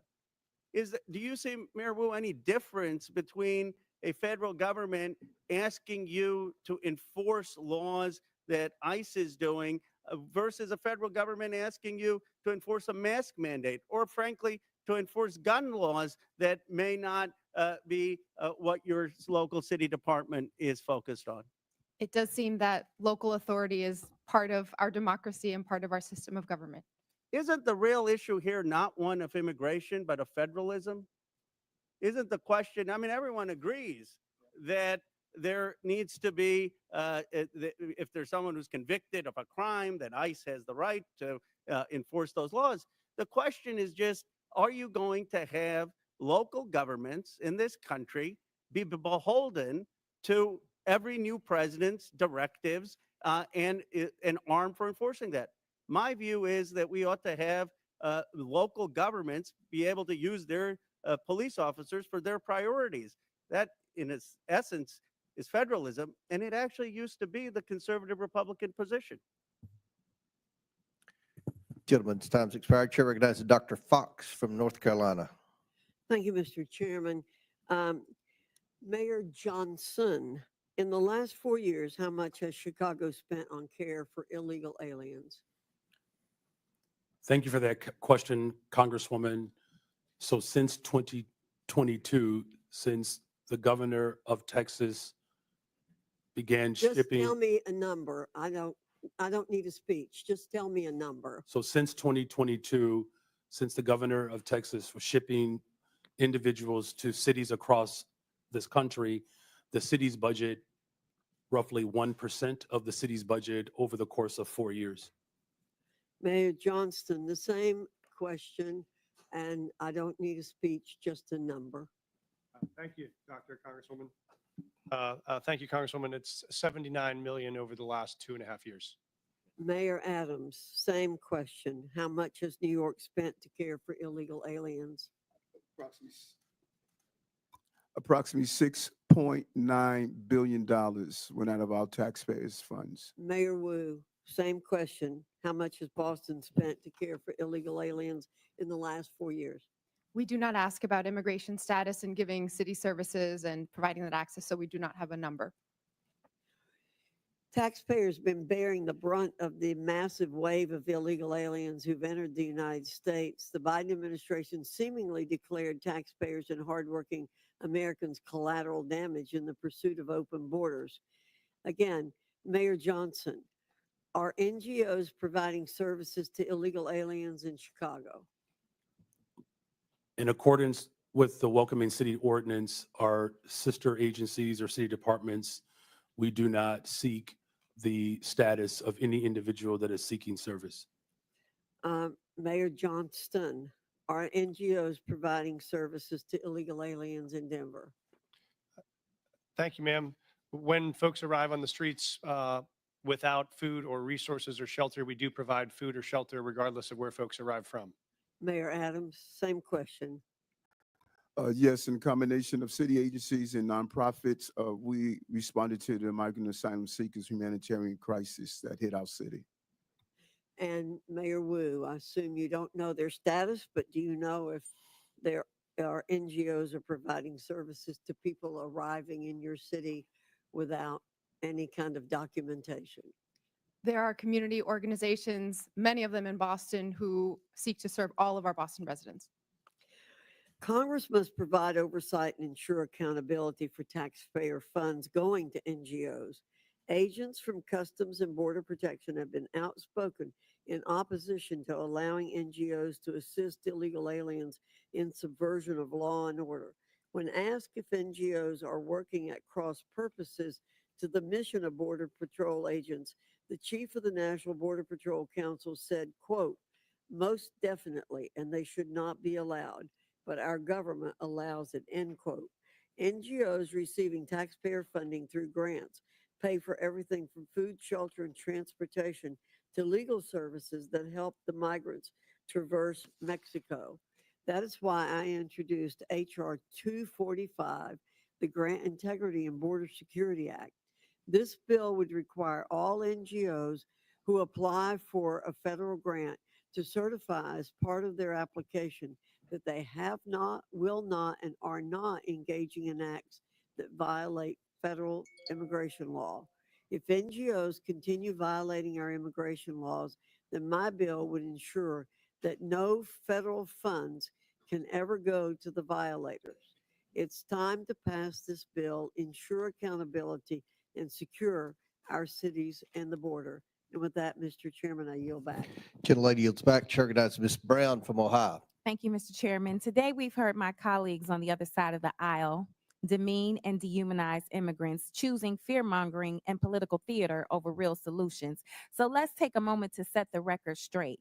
The best chance for comprehensive immigration reform came in 2013, when a bipartisan Senate majority passed a bill strengthening border security and providing a path to citizenship for longtime residents.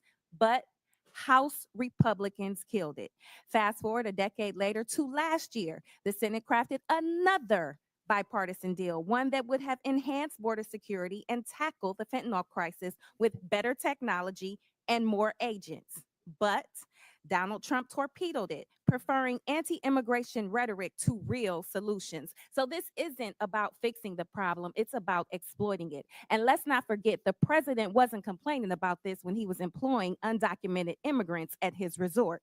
We all remember President Trump's tired old tactics from his first term, the harmful Muslim ban, referring to Black and brown countries as quote unquote shithole countries, and the cruel images of kids in cages. This time around is no different.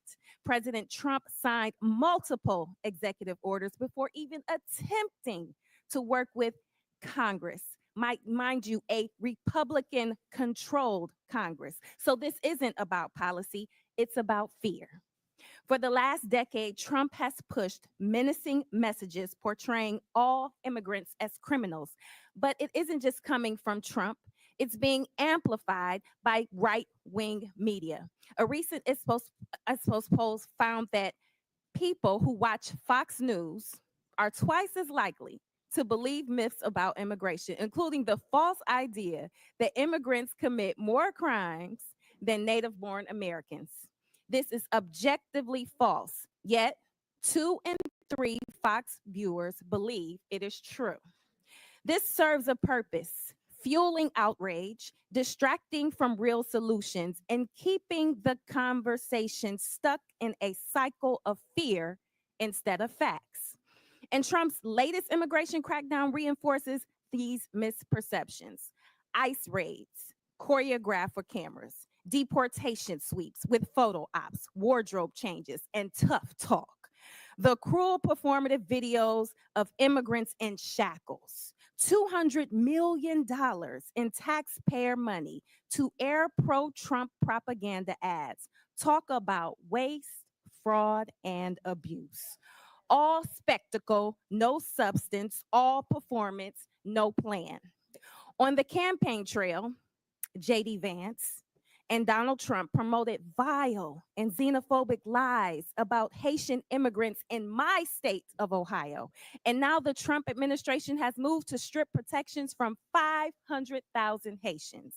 These are people who have lived, worked, and contributed to this country for years. And they came here the right way, the legal way. But instead of recognizing their contributions, we are forcing them back to a country plagued by violence, instability, and humanitarian crisis.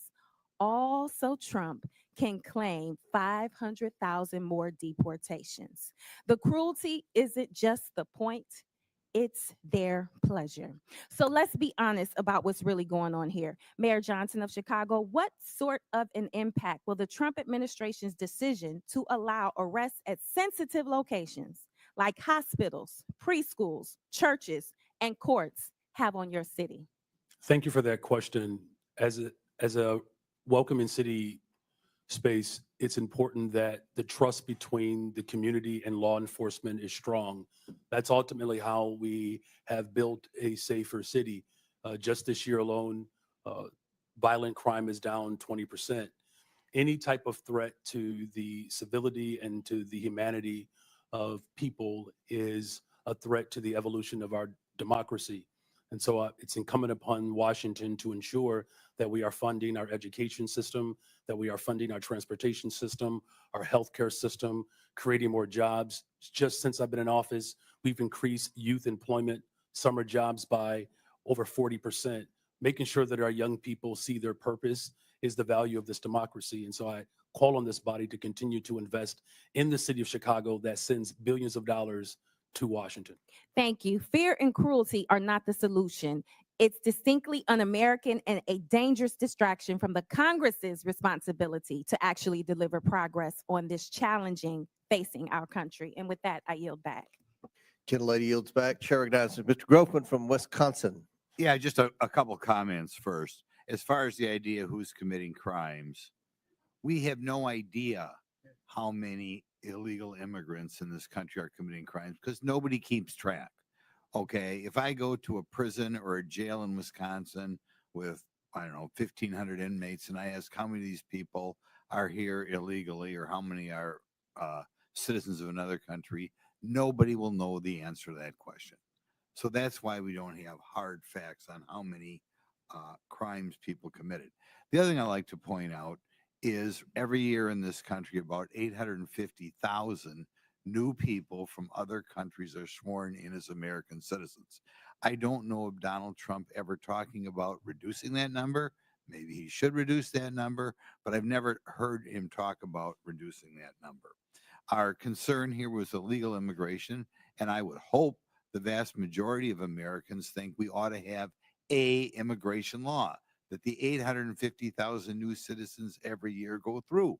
But if we're going to have an immigration law, it means we have to do something with the people who try to become permanent residents without going through the proper structure. Now, I think part of our problem here is we have a lot of people who don't understand why we have an immigration law at all. And I want to ask all four of you as I go down, we go down the row here. Do you believe the United States should have an immigration law, or do you believe that just anybody should be able to show up and come in? And we'll start with Mayor Adams there. I strongly believe we need to have an immigration law. I strongly believe we need to secure our borders. We witnessed a 90% decrease, and we're seeing that play out in our city. So we should have a strong immigration law. Good. And I'll ask this question then. If you believe we should have an immigration law, and then we'll get all four of you here. If you believe that, do you believe people who ignore the law, whatever that law is, should be allowed in the country? I think that all of us must be held accountable to the law, and if we secure our borders to make sure before they come in that is done correctly, it is not going to impact cities to carry that burden. Like I said, close to $7 billion in tax dollars. Mr. Johnson, do you believe we ought to have an immigration law in this country, or do you believe everybody should just be able to walk in here and set up shop? Thank you, sir. I do believe we should have an immigration law. I do believe we should have secure borders. I do believe we should fix our asylum process. I do believe we should let dreamers get access to permanent citizenship. Okay, then the lots question we could is, do. if somebody ignores that law and comes in this country, do you believe the whoever, ICE or Border Patrol or anybody, should spin them around and send them out? Or can they just ignore the law and because they, however, crossed the Rio Grande, overstating a visa, whatever, are here? Do you believe that we ought to do something to the people who are ignoring the law? Thank you, sir. In the case of the folks we're seeing, they are coming here because they are claiming asylum. When they claim asylum, they then have a right to a day in court to see if that asylum claim Right. is The valid. question is, though, if I come in this country and stay here and I have not gone through any formal process to become a citizen or to be a visa, legal visa or whatever, should we kick that person out? The folks that we're serving, sir, are trying very hard to navigate that legal process. It's often a 7-year wait for a court date when they arrive to this country. So part of it is the backlogged administrative tell needs you of the this. border. Every month under President Biden, at least the statistics I have, 30 to 40,000 people, what are called gotaways, came across the southern border, didn't ask for asylum, didn't ask for anything. Do you believe that people who just come across that way should be escorted out of the country? Or do you believe just because they ran between the designated checkpoints that they, as the result, get to stay here forever? They understand what he's saying. They're just not going to answer the question, Gloria. Well, of course, temporary you protected you status wouldn't even know or that. CBP 1. Okay, next mayor, Mayor Johnson, buddy from Chicago. What do you think? Should we have an immigration law in this country, or should anybody who comes here just be able to stay? I do support the bipartisan legislation that was passed out of the Senate for comprehensive immigration Well, no, reform. that's not answering the question. Right now, people are breaking the law. do you believe the United States should have an immigration law? As far as I know, every country in the world has an immigration law. Maybe there's one outlier or something. And we have laws in the United States. Do you believe if people come here and break the law that they should be escorted out, or do you believe they just get to stay here forever? Our immigration system is broken. We have not had comprehensive like to immigration reform since 1986. May I answer fully? Yeah, his time's expired, but Okay. feel free to answer. Do you want Mayor Wu to answer your question, or are you finished? Okay, yeah. Go ahead. Yes, thank you, Congressman. Yes, I do believe we need cities everywhere clearly need an immigration law that has secure borders, comprehensive and consistent, compassionate pathways to residency and citizenship, resources to adjudicate the complexities of the law. And at the same time, I do not support mass deportation. That would be devastating for our economy. And there are millions of people who are running our small businesses, going to our How we schools. having mass Thank you. deportation of Chair people who just got recognizes, here who and I ain't must supposed to add, I be don't here. think How in the hell is anyone's that devastating to calling your for mass economy? deportation, but Y'all Chair about to be on recognizes some Mr. BS. Garcia from California. Thank you. Well, thanks, Mr. Chairman. I want to thank all of our witnesses for being here today. Before I came to Congress, I was the mayor of Long Beach, California for 8 years. It's a diverse city of about 500,000 people. So I appreciate the work that mayors do. As mayor, I signed the Long Beach Values Act to protect all of our residents, including immigrants and undocumented residents. We set up justice funds to support people that were facing deportation, defending immigrants in court. These are policies that are strongly supported by my residents back home because they are good for all the community and make Long Beach safer. Now, we also know that immigrants make our communities vibrant and thriving places to live. The facts are that sanctuary jurisdictions or jurisdictions that welcome immigrants are overwhelmingly safer than non-sanctuary jurisdictions. That's actually a fact. Immigrants, both documented and undocumented, are also less likely to be incarcerated or to commit crimes than native-born people. We know this to be true. Again, these are facts, and mayors have every right to pursue the policies that you know are best for your residents. Now, the Trump administration has threatened to prosecute some of the mayors on the panel today and force them to comply with his extremist agenda. But however, Mayor Adams, you are in a different position. You, of course, are already facing serious criminal charges. And Mayor Adams, I assume that you are not going to commit perjury today. And I do believe, though, that you have an enormous amount of issues facing you ahead of you. And it means that your criminal charges are absolutely relevant to us today. Bribery, wire fraud, willfully and knowingly conspiring to commit offenses against the United States. Mayor Adams, you, of course, deny these corruption charges against you. Is that correct?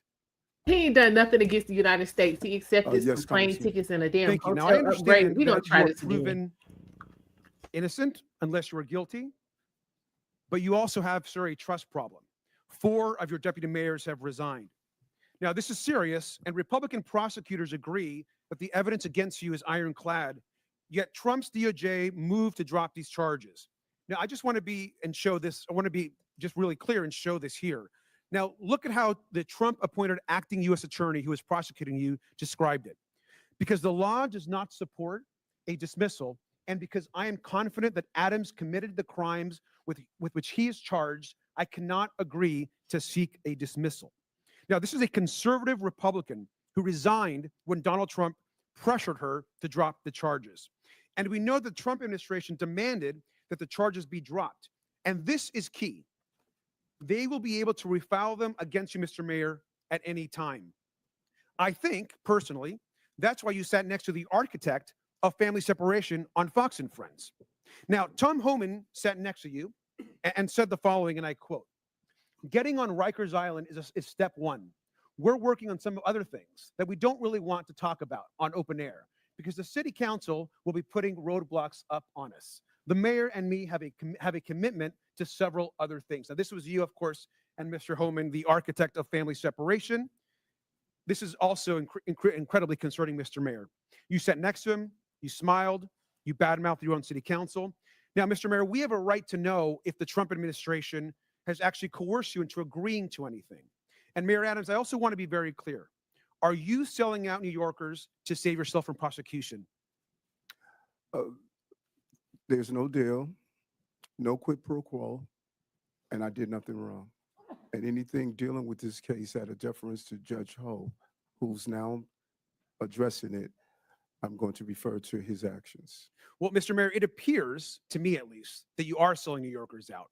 It appears that you are working with Tom Homan, who is clearly focused on family separation and deportations and harming New Yorkers and others across the country. Now, every other mayor on this panel is pursuing legal and effective policies that benefit our residents and their communities. Their policies actually uphold public safety. Now, I personally agree with the majority of New Yorkers and think, Mr. Mayor, that you should resign. You should do the right thing. You should step down and resign today. And with that, I yield back. Would my friend yield? Would my friend yield? I yield. Yeah. Mr. Mayor, I want to be really clear. Were you pressured in exchange for the dropping and dismissal of criminal charges in your indictment to cooperate with the Trump administration on all fronts with respect to immigration? Did any such conversation take place? I think I was extremely clear. I cannot hear you, sir. I think I was extremely clear. No quid pro quo, no agreement. I did nothing wrong but serve the people of New York City. Thank my friend for yielding. Chair, now recognize Mr. Cloud from Texas. Thank you, Chairman. Thank you, witnesses, for being here. You know, we are indeed a nation of immigrants. I have to look no further than my own children, who are the inheritance of both my ancestors who got here in the 1600s with William Penn, or my wife who got here when we got married. I think that's really what this nation is about. But you are not here today because of legal immigration. You are here because of illegal migrants who have been sent to our country. In your opening statements, there was a deft linguistic shell game that you played to try to conflate legal immigration with people who are coming here illegally. And we're savvy to that. You are here because each of you, with the exception of Mr. Adams, have said in some form or fashion that you will not honor ICE detainers. In other words, that when you have people in custody and ICE says, we need to come arrest that person because they're here illegally, that we will not honor that. That's why you're here. No one's asking you to go round up criminal aliens. We are asking you to take people who are already in your custody and hand them over to legal federal law enforcement. Now, what this does is it saves U.S. taxpayer money.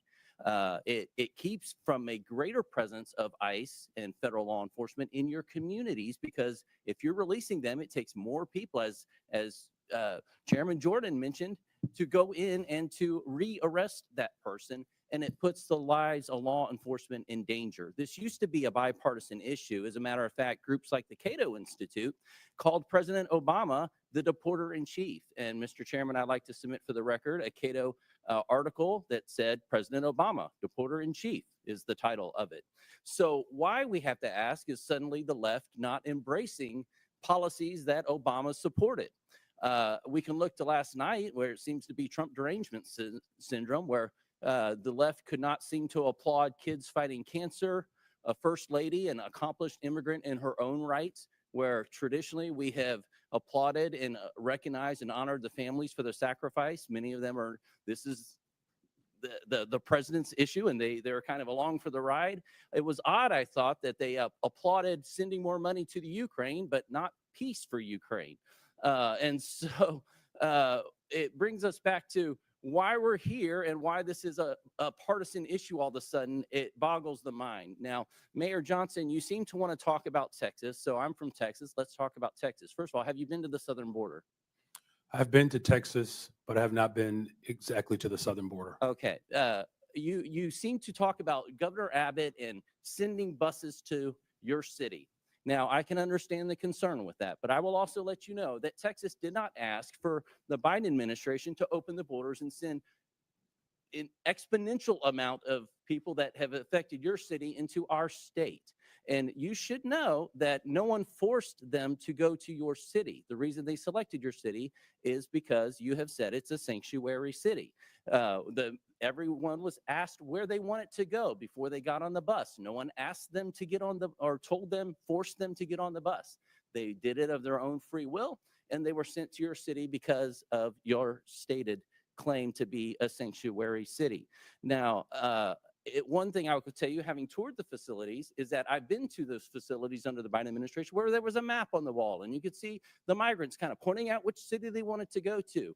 And I can also tell you from having been through the immigration process with my wife, there's a difference between people coming here legally and then people who are, when I've been at the ceremony where the people are crying with tears as they take the oath of citizenship to come to this country, is far different than people coming across our border, waving the flags, not trying to assimilate into the United States culture, and sometimes bringing crime into our communities. This is an issue. Now, each mayor, I want to ask you, one of the issues recently is how much FEMA dollars have gone to support migrants and hotel rooms in your communities. Mayor Adams, do you know how many FEMA dollars have spent in your city?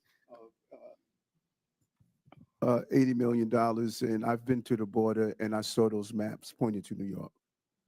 Thank you. Mayor Johnston? Thank you, Congressman. I know we do have some federal dollars. I have to get back to you on the exact amount. It's roughly 32 million, Mayor, 38 million, Mayor Johnson? I don't have the exact numbers. It's 32 million.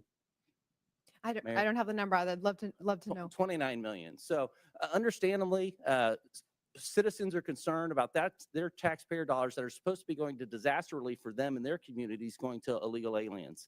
Do you agree, each of you, yes or no question, I have a couple seconds. Do you recognize that it is against the law to harbor criminal aliens? Gentlemen, time's expired, but please answer the question, Mayor Adams. Yes, reading federal law, correct. I do recognize that, and we do not do that. The city of Chicago does not harbor criminals. Yes, we follow the laws. Mr. Chairman, I have a unanimous consent request.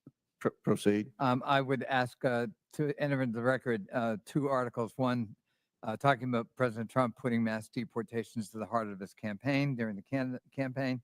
And just last night, Trump vows to use U.S. military for mass deportations. Without objection, so ordered. Thank the chair. Chair recognizes Mr. Frost from Florida. Thank you, Mr. Chair. So the year is 1969. My abuela, Zenaida, my grandma, Yaya, gets a call. And her, my mother, Maritza, my aunt, Sandra, and my grandpa, Pepe, have to go to a plane within 24 hours because they've been approved to come to the United States. They came here as refugees in 1969 during the freedom flights from Cuba for their new life in accordance with the promise of this nation. ICE arrested hundreds of U.S. citizens during Trump's first term. Again, in the last few weeks, ICE has detained Native Americans, a teenage girl from Nicaragua, Puerto Ricans, a Puerto Rican military veteran, all legal residents, but all who fit the description. I bet someone like my grandma would have fit the description too. Maybe even myself. Trump's border czar went on TV and raged about Americans studying up on their constitutional rights during interactions with ICE agents. It was one of the most despicable things I've seen. And the question is, why is he so upset that people know their constitutional rights?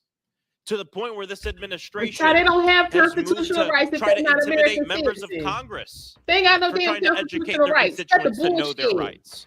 Why don't they want people to know their rights? Cut Well, the because if we know what bullshit. our rights are, we'll also know when Trump tries to take them away. Mr. Beer, why are such outbursts from this administration alarming as threats to our rights and liberties? Well, you think about what we've heard about detainer requests. I have documented over 155 U.S. citizens who've been targeted by detainer requests, and they want to say we're going to just take the discretion away from state and local governments over detainer requests, even in the case where someone is clearly a U.S. citizen. Here's my birth certificate. Doesn't matter. They're going to disregard it. And so, yes, I am well aware of the threat this administration poses to So from what we constitutional see the rights. last few weeks, should American citizens, should people with legal permanent residence in this country be also scared of this mass deportation campaign for themselves and their own children? Oh, absolutely. The birthright citizenship order is the most egregious, but that doesn't stop there. They want to take away people's citizenship and people's rights regardless whether they're citizens or Thank not. you. Mayor Wu, Boston has been named the 9th best city for quality of life in the entire country. I Congratulations. would argue with that. Okay. if Trump succeeds in forcing you to redirect your city's budget and personnel to help with ICE raids and this mass deportation campaign, how would that affect quality of life for your people? First, that is against the laws in Boston and in Massachusetts. But I've heard from so many community members, including residents who are immigrants who are citizens, that they are terrified. And that means when people don't feel comfortable reaching out to call 911 when they need help, when survivors of domestic violence don't feel comfortable reporting or giving information, it makes all of us less safe, even those who aren't immigrants. This culture of fear is bad for the safety of our people. Donald Trump's immigration raids are also traumatizing and destabilizing, of course, all Americans, but especially children and kids. Being a kid in America is hard enough. Making good grades, going through more school shooter drills and fire drills. And now Trump wants to send armed ICE agents into their classrooms to rip children from the school desk as they're trying to learn. Mayor Johnston, my colleagues are laughing about that. I don't find that funny. What would a school day be like for a kid in your city when ICE suddenly bangs down on the door and abruptly grabs their teacher or one of their friends? Thank you, sir. I was a teacher and I was a school principal before I did this job. So I knew that our school was often the safest place that kids came. And they knew there they could learn, they could get support, they get access to services. And many of our kids come from mixed status families. They don't know their status. They don't know their mom's status or their dad's status. So I've had families before who have pulled their kids out of school, kids who were citizens, because they were worried that somehow their kids were in danger because they didn't know who was being taken. And so for us, the fastest way to make a city unsafe is to have kids not feel safe in their own schools. See, they want everybody to live in fear of undocumented people. That is what they want to do. But I'll tell you, when I'm in my district and I do roundtables, I've done them with kids in elementary school, and I ask them what they want us to do. They want us to ban assault weapons. They say what they're actually scared of is being shot to death and dying in their schools. And because of actions that the Democratic administration took, the Biden administration with Congress, gun violence has gone down in Denver, 24%, 25% Chicago, 40% down homicides in Boston. This works. Gun violence went up 45% under Trump. So when they're in charge, more people die. When they're in charge, we are actually less safe. And I think that's an important thing. Sir, that we you all know can keep in damn mind well as they that's try not to true. Scare us, Like, let's stop playing. You know that ain't in terms true. of immigrants who are living in this country. Thank you, and I yield back. Chair recognizes Mr. Palmer from Alabama. Thank you, Mr. Chairman. I thank the witnesses for being here. I just want to respond about crimes committed by people here illegally. Every crime committed by someone in the United States illegally is a crime that would not have been committed. Lincoln Riley, Ruby Garcia, Rachel Morin, Joycelyn Nungaray, the woman set on fire in the New York subway. These are all assaults, rapes, murders, and other crimes that would not have taken the lives of these people if those people were not here illegally. They were given safe harbor. Now, I want to ask you something. You all took an oath of office.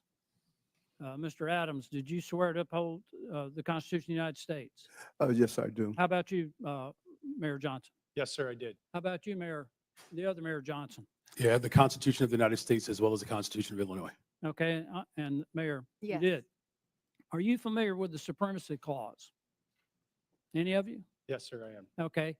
Then under the Supremacy Clause, you understand that the laws of the United States take precedent over the laws of Colorado, over the laws of Illinois, over the laws of Massachusetts, and your cities. Do you understand that? Yes, sir, I do. But when you declared your cities sanctuary cities, you did so illegally. Do you understand that? Respectfully, sir, I would disagree with that. We follow You're every disagreeing federal with the law. law. It's against the law to give sanctuary to people who have committed felonies, and it's a felony to cross the border illegally. There You is no- gave sanctuary to people who are here illegally. You violated your oath to uphold the Constitution because of the Supremacy Clause. The laws of the United States take preference. But you didn't do that. There is, thank you, sir. There's no part of our city law that violates federal law, no part of the practices or services we provided that Did violate you federal law. personally did you personally violate the law then by giving sanctuary? Somebody gave these people sanctuary. You declared your city, city of Boston was declared a sanctuary city by you, Mayor. Being a sanctuary city as you describe it, or being a city as we describe it, that's home for everyone, does not, it means that if When you you commit a give crime, safe you are harbor held to accountable people who are regardless of here immigration illegally, status. and when you interfere with the officers of the law who are there to even remove people that you know have committed crimes, you have violated your oath of office. You've committed a crime. Mr. Chairman, I don't understand why we haven't been discussing obstruction of justice. I mean, Exactly, sir. I get don't even know real why with we having this. these discussions. We have a problem in the country with the people who have come here illegally. And I just gave you a few names of people who have been raped and murdered. There are numerous others. There's a whole organization established called Remembrance to remember the people who have been assaulted, raped, murdered in this country, because certain cities, certain officials decided to give sanctuary to people who came here illegally and committed these crimes. It goes all the way back to Kate Steinle, San Francisco, shot by someone who was here illegally. She would still be alive today. She died in the arms of her father. So again, I want to know if you understand the Supremacy Clause, that the laws of the United States are supreme over whatever your opinions might be of what the laws are. Sir, I do recognize that.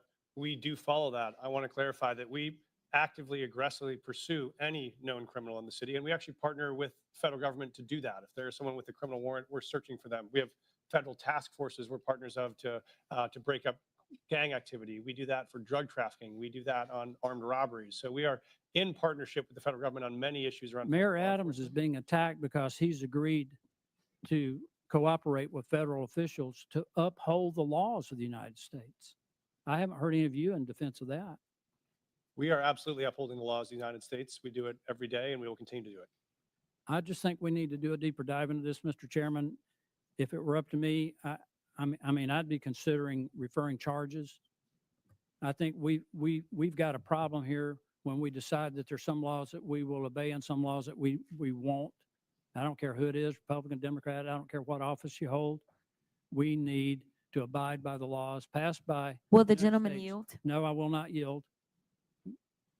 Mr. Chairman, I thank you for the time. I yield back. Gentleman yields back. Well, We're gonna have two more. We're gonna have two more questioners. Then we're gonna have to take a break at the request of the witnesses, a 15-minute break, maybe 20 if we need that. But Chair recognizes Mr. Kassar, and after him, then Mr. Higgins, and we'll proceed with the break. But Chair recognizes Mr. Kassar.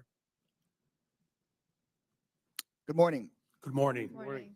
Mayor Wu, can you tell us a little bit, just maybe 20 seconds, about how your administration has helped address unemployment, especially amongst youth in your city, which we know is a risk when we have high levels of young people unemployed?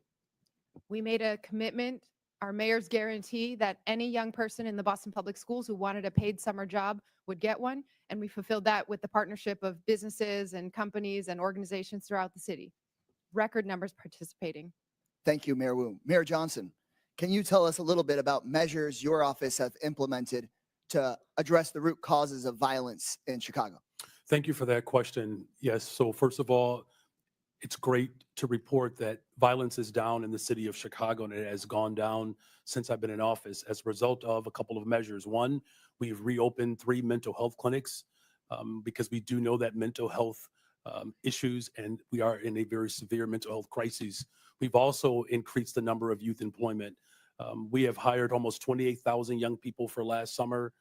This year, we have an opportunity to hire up to 29,000 young people. We've also built more homes. Just last year, we've appropriated $11 billion, 37,000 construction jobs. Sir, aren't you in a $1 billion deficit? What the hell are you talking about? Promoted and hired. You're in a $1 billion deficit. To increase trust between community and law enforcement to solve the crimes that do occur in our city. Thank you so much. Mayors, I want to thank you for the hard work you're doing every single day. Just in 40 seconds, you have described building tens of thousands of homes for people that need them, hiring detectives to solve cold cases, building community trust to reduce violence, hiring people to do incredible mental health work and reducing the youth unemployment rate. That is so much more than what the Republican majority can ever describe having ideas about. And that's why they've dragged you before us today. They want to point the finger at you because they have no plan on how to address housing, no plan on how to reduce costs, no plan on how to actually reduce violence in our community. And you are, sir, In fact, you know maybe that some is of the not only true. plans they have would be to make those issues that ain't true. worse. And I know that you all as mayors are doing one of the hardest jobs in this country every single day. You're serving your communities honorably. And they don't want the American people By running up $1 to billion. hear about how Boston has drastically That's dropped honorable. your Okay. unemployment rate. They don't want the American people to hear about how Chicago is dropping the rate of violence in the city. But our job is to make sure the American people actually hear the truth. And the truth is that you So are if you say it carrying a enough law times, enforcement response it's automatically gonna be along true. with a mental health response and a Okay. housing response and a jobs response to what's going on in your cities. And that is so critical. Republicans, on the other hand, here are going back to the same old tactic, which is to say, find a vulnerable group of people and let's blame them for everything that we can. Anything bad that happens, let's go try to point the finger at our political opponents or at a vulnerable person or at a person of color from a faraway place. And that doesn't actually solve real issues for the American people. Republicans and their big boss donors blame immigrants for low wages because they don't want the American people to see the Republican plan to dismantle the NLRB, to dismantle unions, and to never pass a bill raising wages for American workers. They blame immigrants for housing costs because the Republicans are dismantling the Department of Housing and Urban Development and stripping affordable housing funding from this country. They want to distract from the $8 million a day that people like Elon Musk get in federal contracts while they attack hardworking immigrants and while they attack officials that are actually just trying to do their jobs. Mayor Johnston, you have a limited number, I suppose, of jail cells in Cook County and a limited number of law enforcement resources. Is that correct? That is correct, and I do not have jurisdiction over Cook County jails. And you want to make sure that when somebody in the city of Chicago calls 911, that they get an appropriate response. Is that correct? That is correct. And so what I have been hearing all morning from my Republican colleagues is they want the federal government to go tell the city of Denver or the city of Boston or the city of Chicago. No, they want the federal government to be able to call you and take over your police resources or take over your county's jail resources, and you don't even represent the county, for whatever case they might come up with, whether the person's dangerous or not. Instead of having cities determine if somebody is dangerous and needs to be held, instead of having cities say, we want to make sure if you have an emergency that we get somebody to you and don't just send out our police to a call that may not be a priority just because somebody in the federal government wants to go after somebody with no criminal background and that isn't a threat. And so with that, Mr. Chairman, right before I yield back, I just want to thank people that are involved in local government, city council members, neighborhood associations, mayors, the people who keep our cities running. You deserve our support in making your cities more safe. You deserve our support. Gentlemen, in time's addressing expired. housing Chair recognizes instead of Mr. hearing like Higgins this. from I yield Louisiana. back. Thank you, Mr. Chairman. Let's clarify for America. Mayor Adams, Mayor Johnson, Mayor Johnson, and Mayor Wu, are you here today under the advice of council, and do you have council present? Yes or no? I want to understand the question. Are you here today under the advice of council, and do you have council present? do have council present. I'm here because we were requested to appear. Did you consult with, did you have council prior to your appearance? Yes, we did. Thank you. This is not a trap question. We just want to clarify. Okay. Here under the advice of council, do you have council present? Yes, sir. Mayor Johnson, Council present here because I was invited. did you counsel before your trip here? We do have council, Get but I was advice here. from your council? Yes. Okay, then you're under the advice of council. Yes. Mayor Wu, thank you. To just clarify for America, these mayors are all sanctuary city mayors. But the narrative is no longer comfortable because 3 months ago, we were at the tail end of 4 years of millions and millions of illegals coming into our country. It was out of control. The only thing that has happened since then is we had an election in November. And now we're not pulling the curtain back. We have ripped the curtain from the rods. We have revealed to America just how fast we could have secured our border if you had an executive that was willing to enforce the law. So now we're paying attention to our municipalities. And every one of them is lawyered up. They've changed their narrative. We got example after example. The mayor of Chicago. We must lead with and live by the promise of Sanctuary City.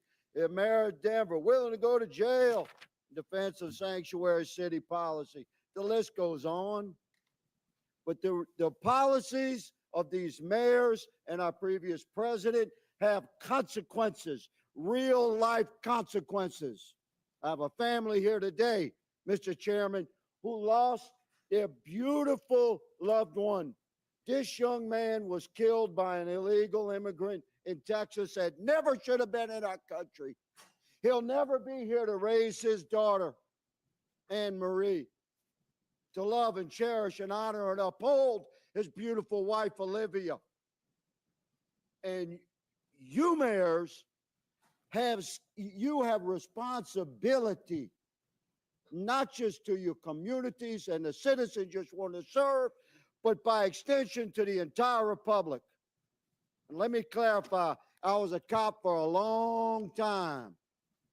To honor the jurisdictional authority of another law enforcement agency, you do it every day in your city.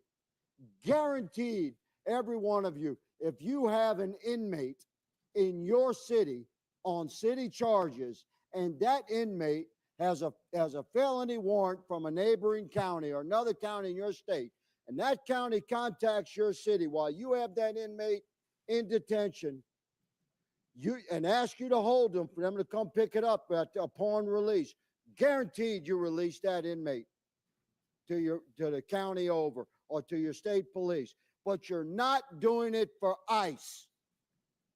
And ICE is responsible to remove millions of criminal, hard-edged, criminal illegals from our country. And we've had enough. America's fed up with this betrayal of oath, and you'll be held accountable. One of you said you're willing to go to jail. We might give you that opportunity, good mayor. One of my colleagues mentioned the children. I always want to talk to the children, separation of children. At any given time in America, there's 750 to 850,000 American citizen parents of minor children incarcerated in our country. If you commit a felony in America, you get arrested and prosecuted and convicted and incarcerated, you can expect to be separated from your children. But let me say, there's a sunset to that separation, because when you do your time, you'll be released. You can return to your family. This young man will never return to his family, and he should have never been removed from his family. If we had a president and heads of our municipalities that were willing to uphold the federal law that exists. America is moving into a new era of enforcement of our own laws. Welcome to it. Mr. Chairman, I yield. Very good. Mr. Chair, I have unanimous consent.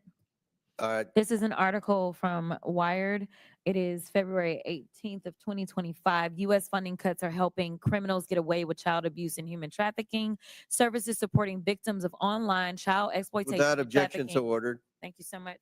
At the request of the witnesses, the committee will take a 20-minute break pursuant to the previous order. The chair declares the committee in recess for 20 minutes.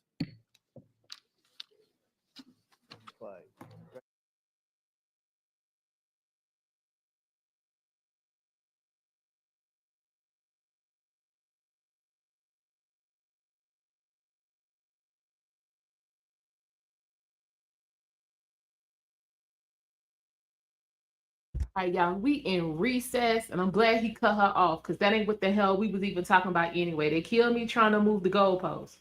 Stick to what's going on.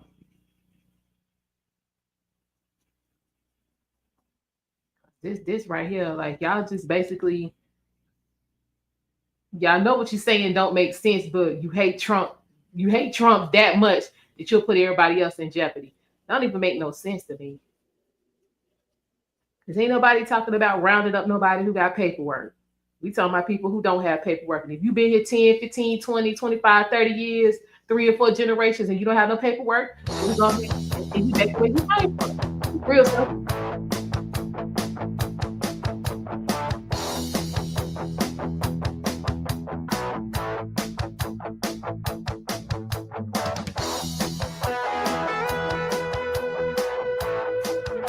Yeah, they getting cooked. They getting cooked, Eric, because it's stupid from the beginning. You know, they have a leg to stand on. They got, and I don't know why they brought Adams up in there. He said he was the whole sanctuary thing way before he got indicted. And that might be why he got indicted, because he had been over it. And they came in toward New York. And I don't know why y'all ain't talking about Brandon Johnston, anybody who ran up $1 billion by themselves. I don't even talk to him about nothing either. Old girl in Boston, she's been a good representation either, because Boston is fast as hell. They ain't letting broke ass do nothing anyway. And Mr. Colorado, somebody that's so much going to move our line ads and do some videos, they'll come and take over them apartment buildings like they was started.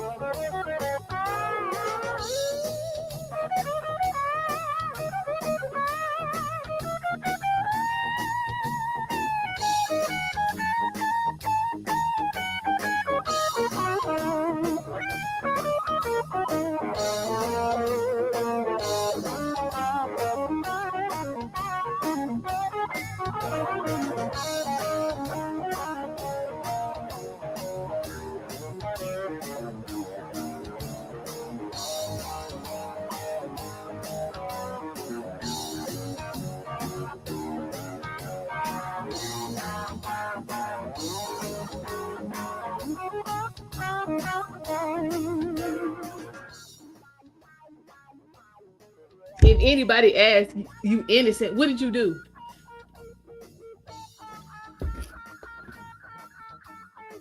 Or what are they going to try to accuse you for?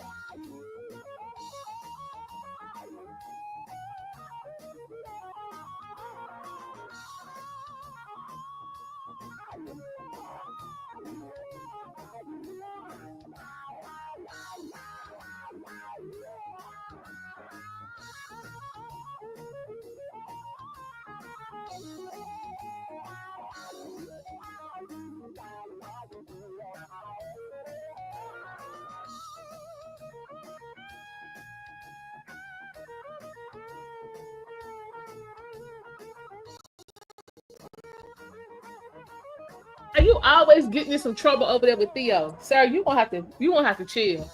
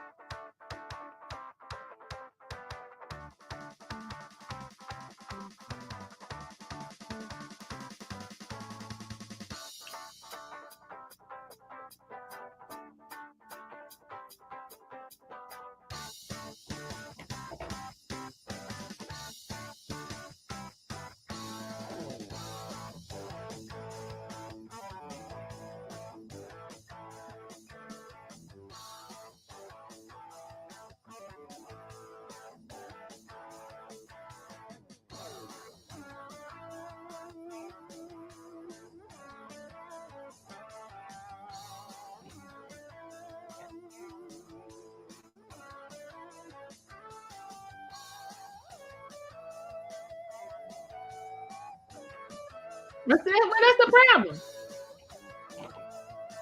That's the problem, sir. Why we acting like we don't know what's going on?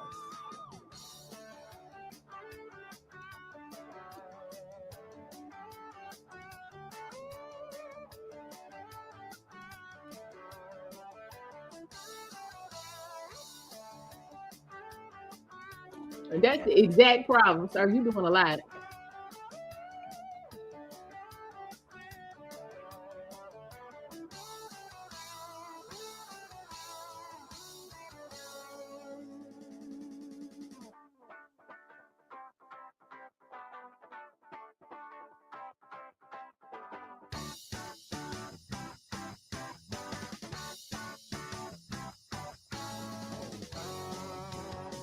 You have to pull that together. Seriously, sir.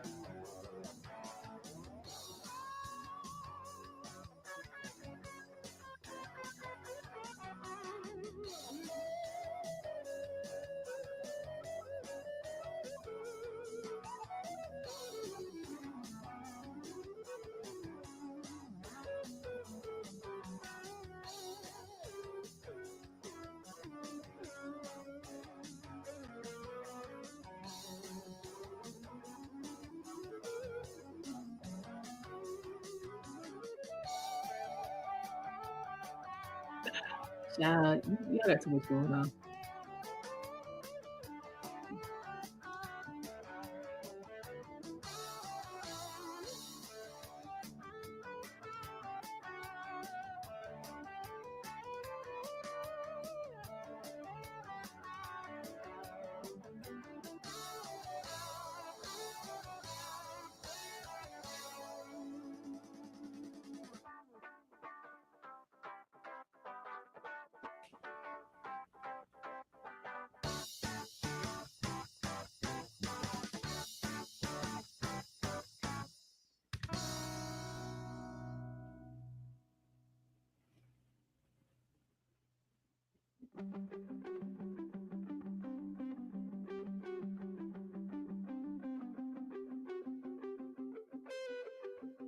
We know you do. You have fun over there causing problems.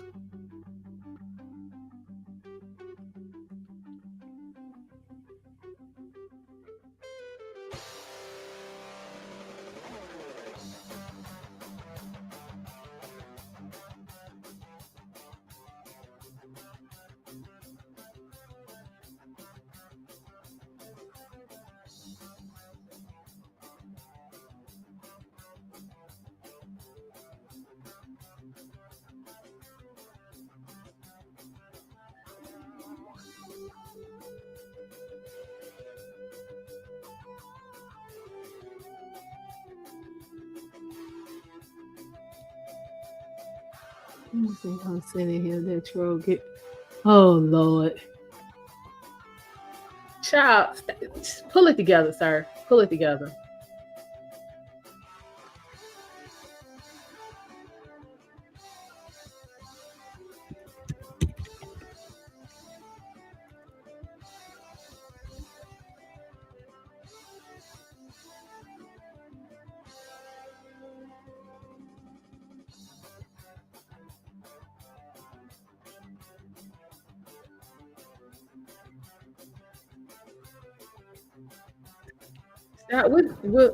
What's this appointment for?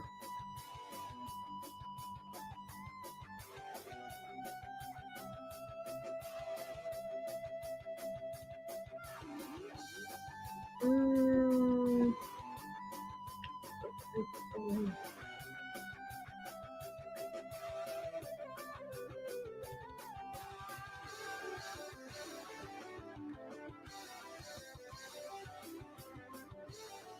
Oh, okay.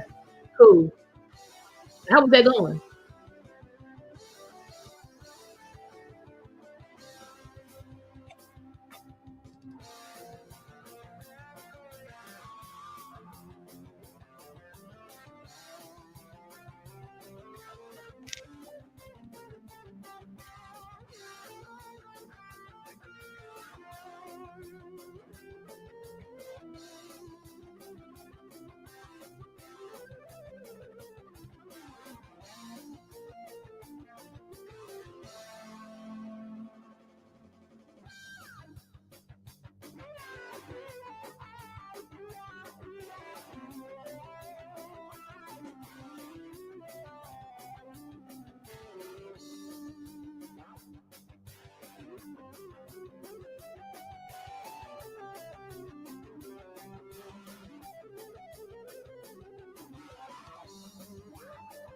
Oh, I'm sorry it's hurting. Hopefully you can get some relief when you get to the doctor.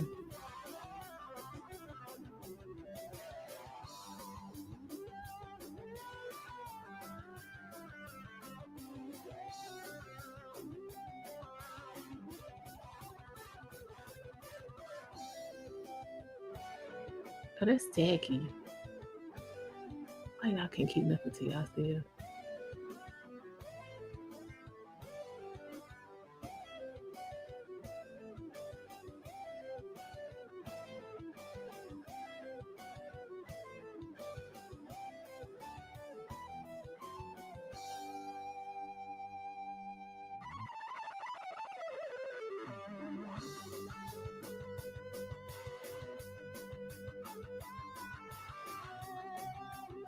All right, we shouldn't have too much more to go with this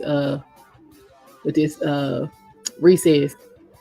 But y'all, why they ain't here acting like they can't answer these simple questions? These are simple questions.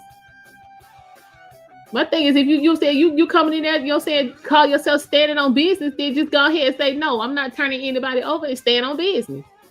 I don't understand. Say what you got to say.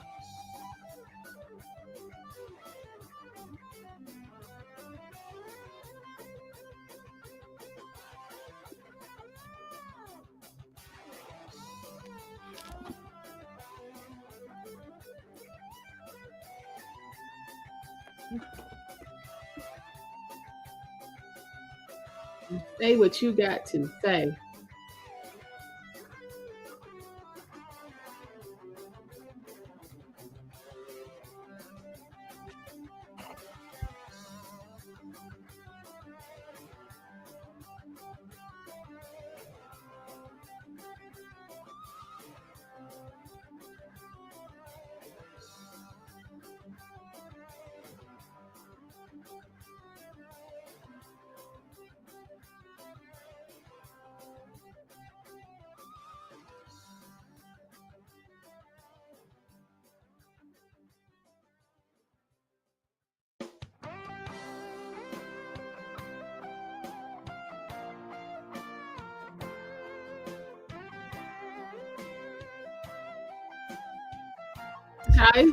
Eric, it's crazy. You know what I'm saying? Y'all came up there and wanted to do all this talking and not saying anything.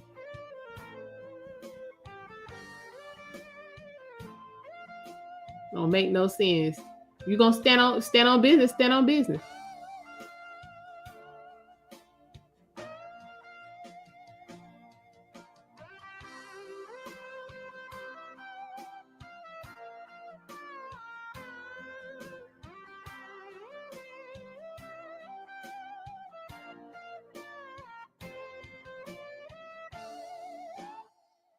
Cool.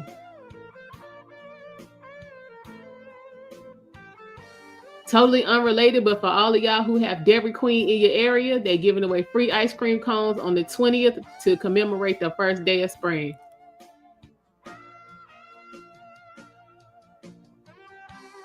Go ahead and put that on the calendar.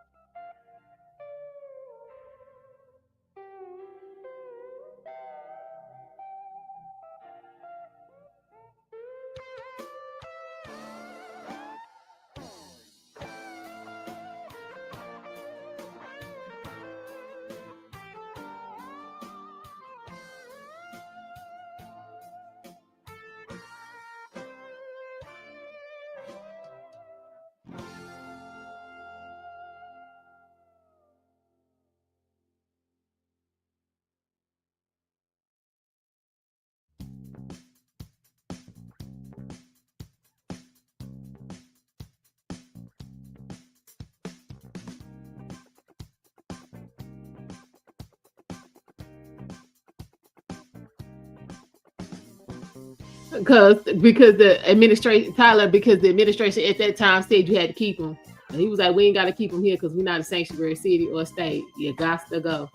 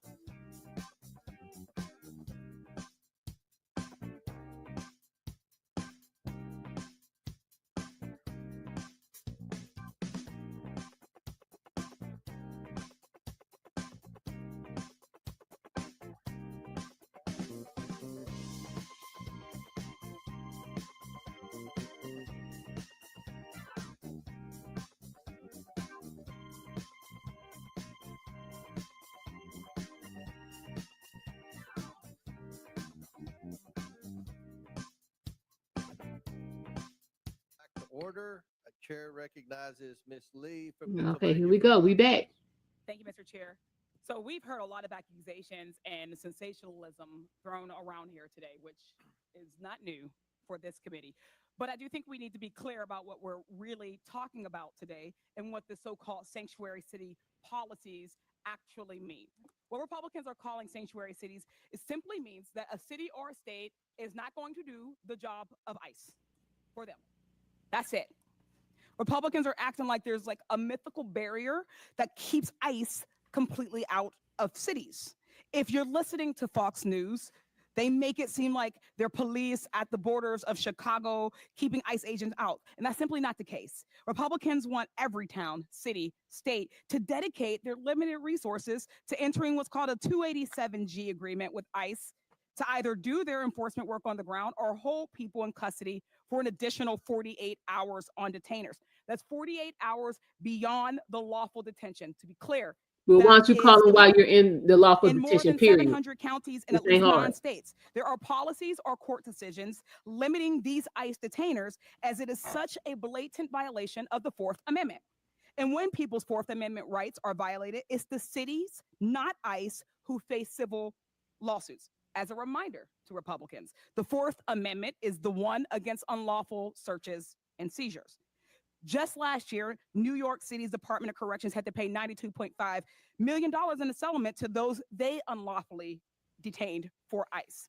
Republicans are putting these mayors between a rock and a hard place. And the reason that they're No, doing they this is not. because Trump is trying to get them to do illegal things. If they work for ICE, they risk violating their own residents' constitutional rights and opening themselves up to costly litigation. But if they don't do Trump's bidding, they're being threatened with losing federal funding. Today's hearing is nothing more than He's a gonna cut the shakedown money against the anyway. mayors So of what some you of our saying? nation's biggest cities and a part of Trump's ongoing anti-city crusade. In Trump's America, if you disagree with his priorities, then you lose federal dollars. Just last week, Donald Trump actually called city leaders who oppose his cruel policies sick politicians. Just a few days before that, his border czar, Tom Homan, threatened that he would be bringing hell on the city of Boston. Mayor Wu, what do you think about these threats against Boston and their attempts to force you to enact policies that are against the very things your constituents voted for? The laws are most important and the safety of our residents are most important. And what I hear from all of our residents across every one of our neighborhoods is that, in fact, undermining the trust is what would make our city less safe. And so we need everyone to feel secure in their communities, like they can reach out, they can call 911 when they need help. And in our city, those laws actually help Boston police solve crimes. Thank you. Mr. Beer, question for you. I'd always thought that my Republican colleagues were strong supporters of state and local sovereignty and were against Where did you get that intrusion from? the federal government. Do you think this lawsuit seems consistent with that position? Oh, absolutely not. If you look at the Supreme Court precedent on this, it came from a gun control law that said that state and local governments had to cooperate with the federal government on gun control. The Supreme Court said that's unconstitutional. Not a single member on this side, I believe, would be against that Supreme Court decision. Mm-hmm. There's nothing illegal about protecting people's constitutional rights and due process, education, and equal treatment under the law.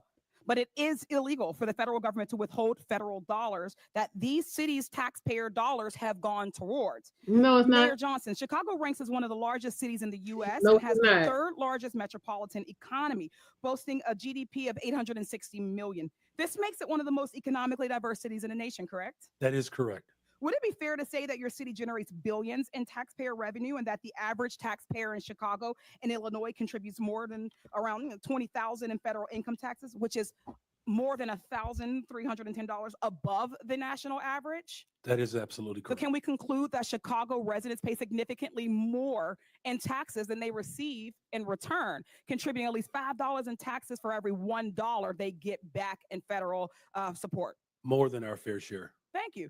Only 9 states have taxpayers that contribute more to the federal government than they receive. All 4 of our mayors are from states on that list. Yet Republicans are saying that they should lose that money because they don't agree with their dear leader. Trump and Republicans are attempting to take money from blue cities and blue states and give them to their red states. Republicans too often demonize blue areas and cities that are the very areas that are keeping the economy going. The attacks we've heard on mayors today are not only shameful, they're dangerous capitulations to the impulses of this president who is trying to expand executive power in nearly every direction. I'd like to thank our mayors, Wu, Johnson, and Johnston for coming in today, having the strength of courage to stand up to this administration. Thank you. I yield back. Chair recognizes the gentleman from Arizona, Mr. Biggs. Thank you, Mr. Chairman. So, Mayor Adams, you've agreed today. Sorry, over here. You've agreed today that New York City is a sanctuary city. Is that right?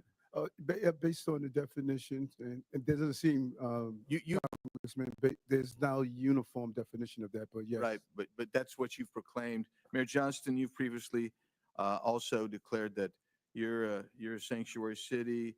Mayor Johnson, you said that Chicago must lead with and live by the promise to be a sanctuary city. Mayor Wu, you said Boston police and other departments cannot cooperate with ICE when it comes to detaining on civil warrants. Of course, I don't know what Mayor Johnston would define it, but I do know that the Honorable Mayor Johnson from Chicago, they call theirs a welcoming city ordinance, and we've got Ms. Wu, Mayor Wu, who's referred to hers as a safe city. That's really interesting to me. So when you are a sanctuary city, you put limits on how much you're willing to cooperate with federal agencies' efforts to remove illegal aliens.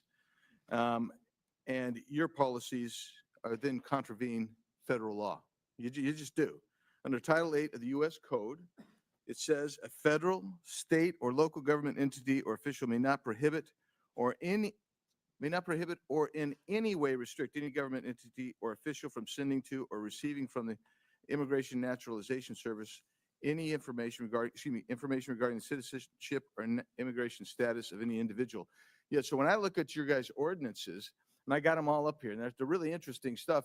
And Denver, I think you testified previously that you rely on the statutory section, am I right, of the state statute. So let's just review this. There is a distinction, and some of you have made that. Mayor Johnson of Chicago made this repeatedly, and Mayor Wu of Boston did. There's a distinction between criminal warrant, and you say we cooperate on criminal warrant, but there's 2 levels of cooperation at least. There's a communication level, and there's a passing the person off. That's one level with the criminal. But the civil level, this is what I want to talk about for a second, because all of these ordinances proscribe communication and transfer of someone where there's a civil warrant. Now, I know that all of you understand that a removal order is a civil order. And that means none of you and none of your agencies within your municipalities are communicating or passing over someone where there's a ICE removal detainer. So I don't care how many times, 1,226 or whatever it was in 7 years, I don't care how many times you do it, but if you're not doing it for civil orders, then you're allowing people who have a removal order, who've had due process, because that's how you get a removal order. You're allowing them to stay in the country. You're in violation of this law right here. You are You're in violation of that law right there. And you've got to start realizing what your criminal culpability is on that. And that's really what we're talking about here. So you don't think that's harboring perhaps, but let's take a look at that next statute, please. That next federal statute. In conducting investigations and hearings, immigration officers and administrative law judges shall have reasonable access to examine evidence of any person or entity being investigated. If you're holding someone back under, even if it's under a civil warrant, because that's what you said you're not going to participate in, and you are preventing access to that person or evidence, you're in violation of this. You have criminal culpability under this. And you'll notice there's no mens rea requirement here. This is it. Every one of you is exposed to criminal culpability here. Child, they start getting prosecuted, it'd be a the whole reality. different situation.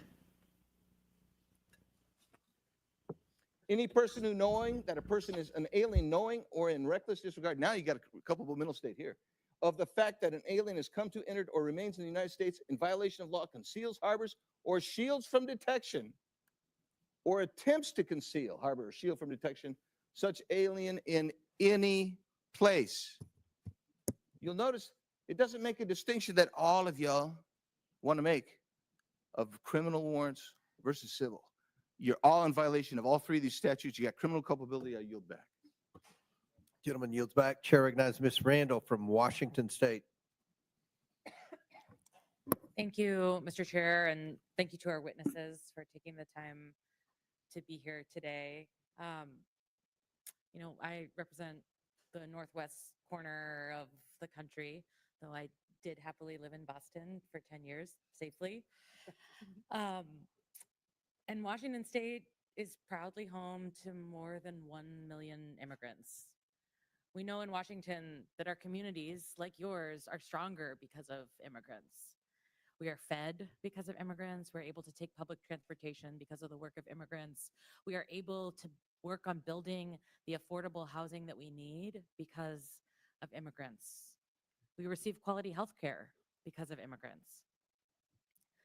But this administration, as we see over and over and over, is more concerned with deporting families than supporting families. Their actions are rooted in hatred and fear and deliberate misunderstanding. They say they want to lower costs, but what their actions show us is the opposite. Immigrants drive our economy.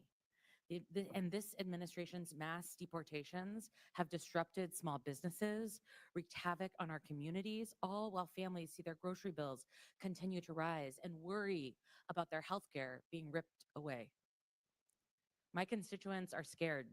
They're writing to us that they're afraid to go out in public, send their kids to school, go to the grocery store without 2 other members of their family or their neighbors with them. There are dozens of families making emergency plans to make sure someone is legally designated to take care of their children if they're detained or deported. And in fact, our governor had to create additional policy to ensure that kids are not left alone when their parents disappear. We've heard from beet farmers and wheat growers and florists, Christmas tree farms, grocers, and salal harvesters that their businesses cannot continue without the support of immigrants. We know that there is a huge economic impact to our families and our communities.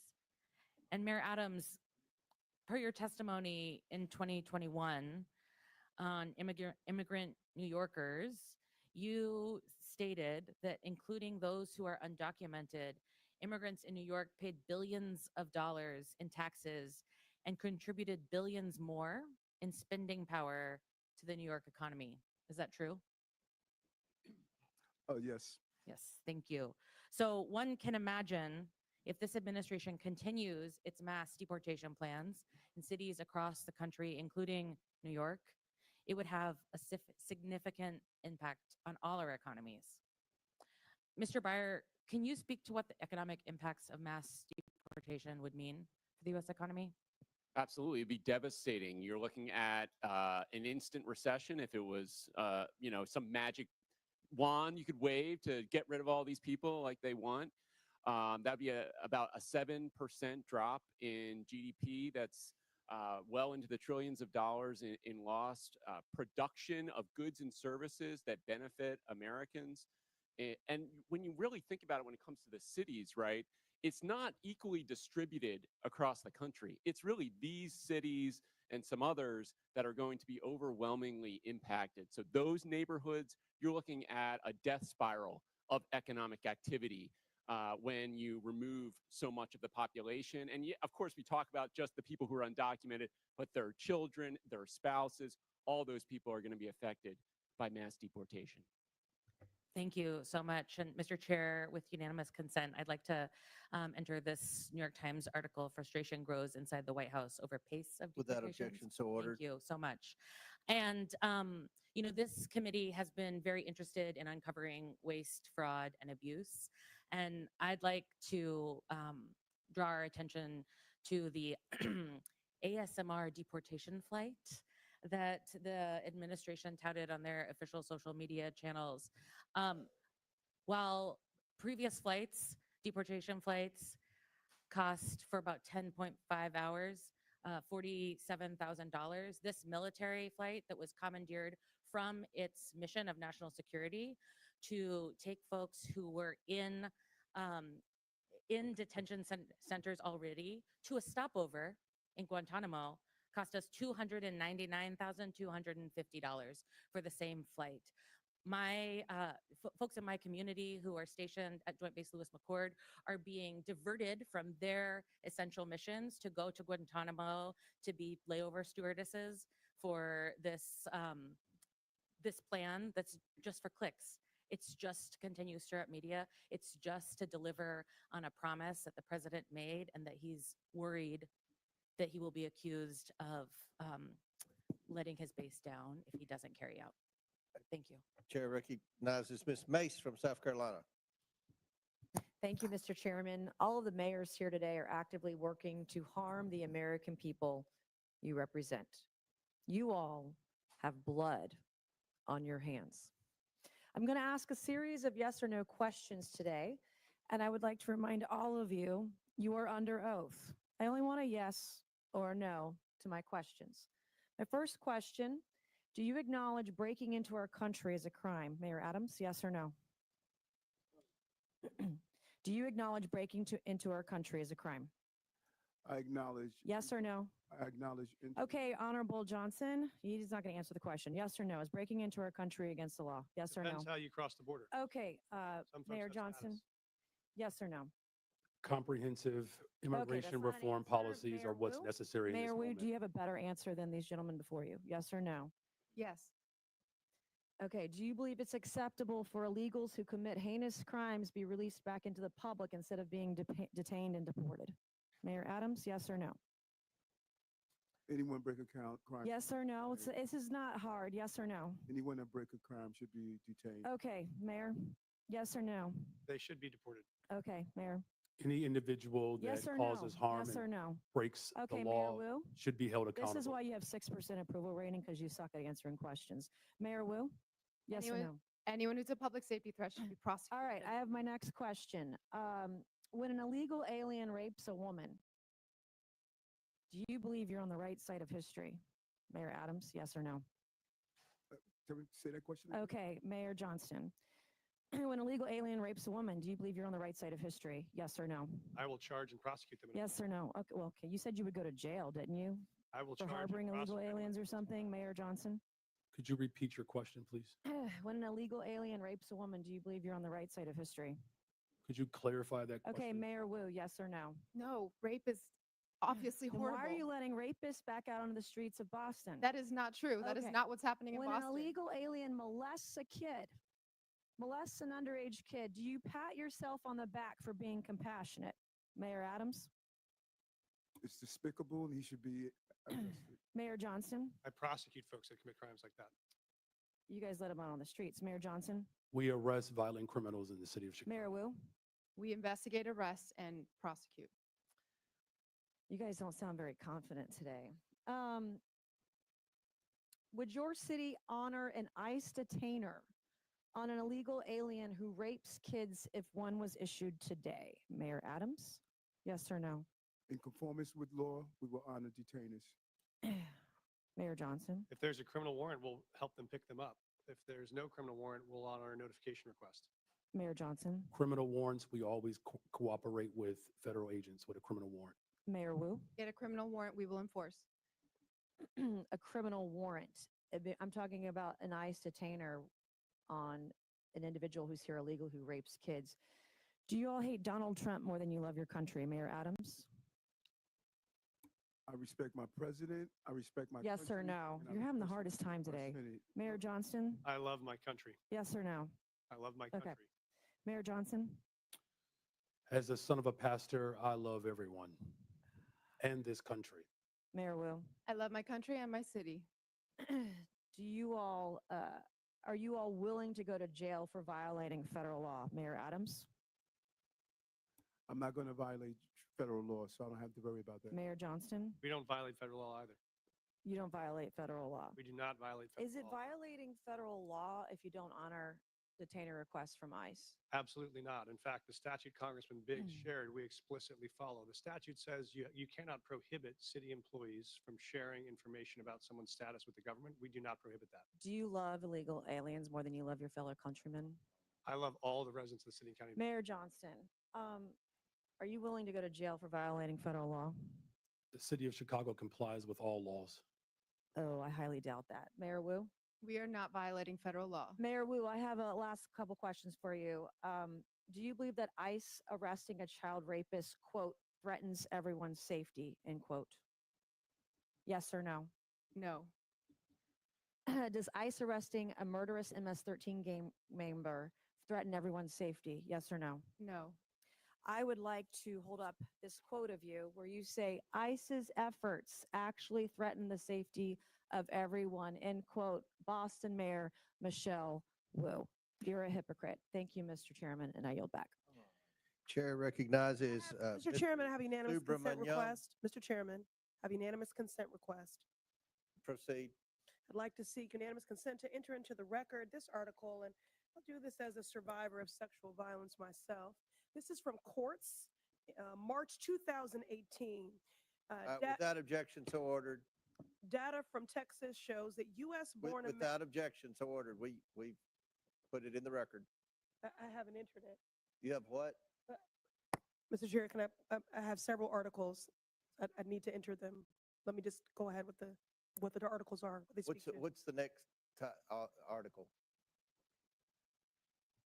Let me proceed.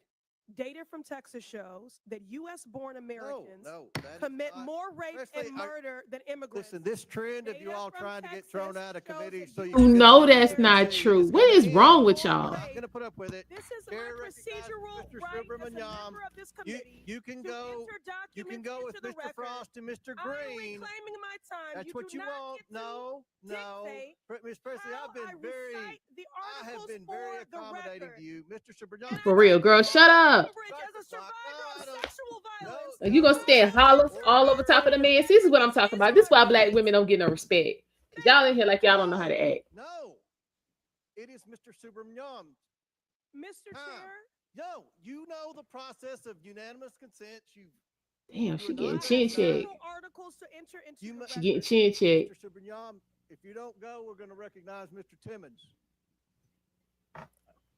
Thank you, Mr. Chair. I just wanted to bring up a bill that's going to be before the floor, HR 32, a bill that would basically take away federal grants if the administration thinks you are a, quote, sanctuary city, which, by the way, isn't even very well defined. I'm not even sure from reading the bill whether your cities are even sanctuary cities to begin with. I think that's why that question may have been difficult for you to answer. But I think what's been very interesting to hear is how well you've been able to integrate and welcome immigrants into your communities, into your city's economies, and making the best out of a difficult situation. I find that very impressive. And but I wonder to the mayors here, Mr. Johnston, if you took away federal grants, how would that affect public safety of your city? Would that improve? Would that make your city more safe or less safe if we took away federal grants from your city? It would dramatically weaken public safety. I mean, we wouldn't be able to repair bridges that are falling apart. It means we wouldn't be able to put kids in preschool or give veterans medical care. It would be catastrophic. Thank you. Mr. Johnston, the same question. Mayor Johnston, the same question. It would certainly undermine all of the investments that we've made thus far. Since I've been mayor, we've, provided $20 billion of new investments that contribute to the overall safety of the city of Chicago. Mayor Wu, same question. Would this make your city of Boston more safe or less safe? Withdrawing federal funds would make us less safe. Education makes us more safe. Housing makes us more safe, and we rely on those funds. And how did, let's take Mayor Johnston, how did many of the immigrants come to your city? You mentioned they came from Texas, is that right? That's correct, Congressman. They came on buses sent from Texas, mostly from El Paso. I feel like we have the wrong people in the room today. We have mayors of cities that are trying to do their best with the situation that they have. And then we have governors in Texas and Florida who are busing folks up to your cities. And so you're trying to make the best out of this situation. But somehow they're trying to make our immigration system worse, in essence, because they're taking the folks that come over to their states and they're spreading them across the country. And you're just trying to deal with that situation. Would you characterize it as that, Mayor Johnston? Yes, sir. We're just trying to manage the crisis in front of us, which is families being dropped off on our city streets in the winter with no clothes. Our calling is to make sure they're safe.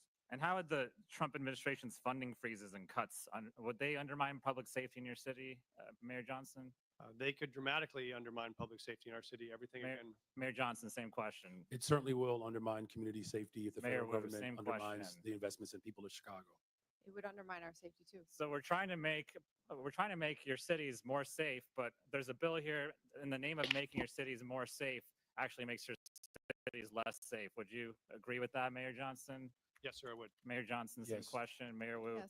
same question. And I think this bill is actually, in a way, extortion because you're basically trying to take away funding from a city if they don't do what the administration wants you to do.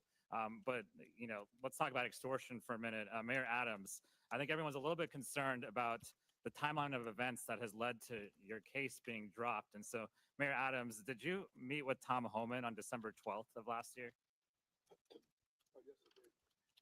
Did President Trump say publicly that he considered pardoning you 4 days after that meeting? Yes or no?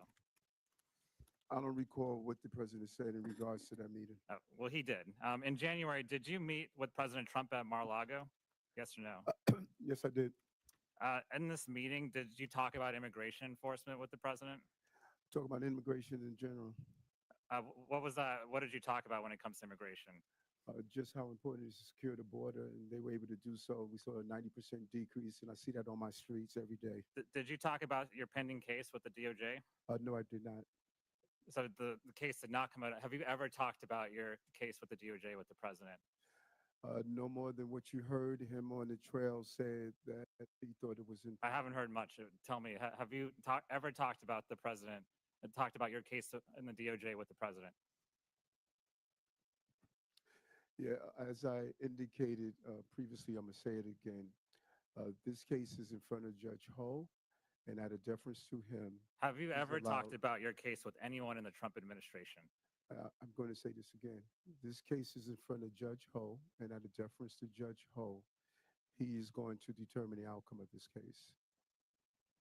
That's not answering the question. I'm going to ask you one more time. Have you ever talked about this case with anyone in the Trump administration? This case is in front of Judge Ho, and out of deference to Judge Ho is going to decide the outcome of this case. I think Mayor Adams is not answering the question because he probably has. And I think there's a pretty clear timeline here that indicates that a case is being dropped in the name of trying to appease the president, who seems to be okay with what's going on. And so look, we can talk about the policy, but I think there's a bigger problem here of public extortion and almost an endorsement of this extortion. And it's becoming the norm for this administration. I yield back. Chair recognizes Mr. Timmons from South Carolina. Mr. Chairman, before you do, I have a unanimous consent request, please. Ms. Spangler, you recognize. Thank you, Mr. Chairman. I have 4 articles I would like to enter into the record titled "The Mythical Tie Between Immigration and Crime. Undocumented immigrants half as likely to be arrested for violent crimes. Immigrants significantly less likely to commit crimes," and one titled "Showing Data About U.S.-Born Citizens More Likely to Commit Murder." And Mr. Chairman, I do ask that you do respect my colleagues on this side of the aisle, parliamentary Without objection, so ordered, to your unanimous enter, consents use these. are put into the You did record, cut and off Ms. only Presley titles are while required. She was And making once the you start request. filibustering, you become out of order. I am not filibustering. I'm just saying I the am last asking that you member on your that side was filibustering. She was not. She had Yes, she more was. articles And now you're than Chair Mr. recognizes Chairman. Mr. Mr. Timmons from Chairman. South Carolina. Thank you, Mr. Chairman. I just want to speak directly to all 4 of the mayors. Y'all did the best you could with bad situations. You did. The former president let in, I don't even know what number to use. Some places use 8 million, some people use 16, 20, whatever the number is. And so each of you had an influx of illegal immigrants into your cities, and you have federal, state, and local statutes that you have to deal with, and an untenable situation was created. I want to go one by one. Mayor Adams, how many illegal immigrants were present in New York City in the last 4 years? How many people did you have to deal with? 230,000. All right, so, and that's 230,000 people that were using your limited resources that American citizens are entitled to, but you were actually required under local ordinance or under state law to provide services to them. They're not supposed to be here. They're not supposed to be here because we have borders. Borders supposed to matter.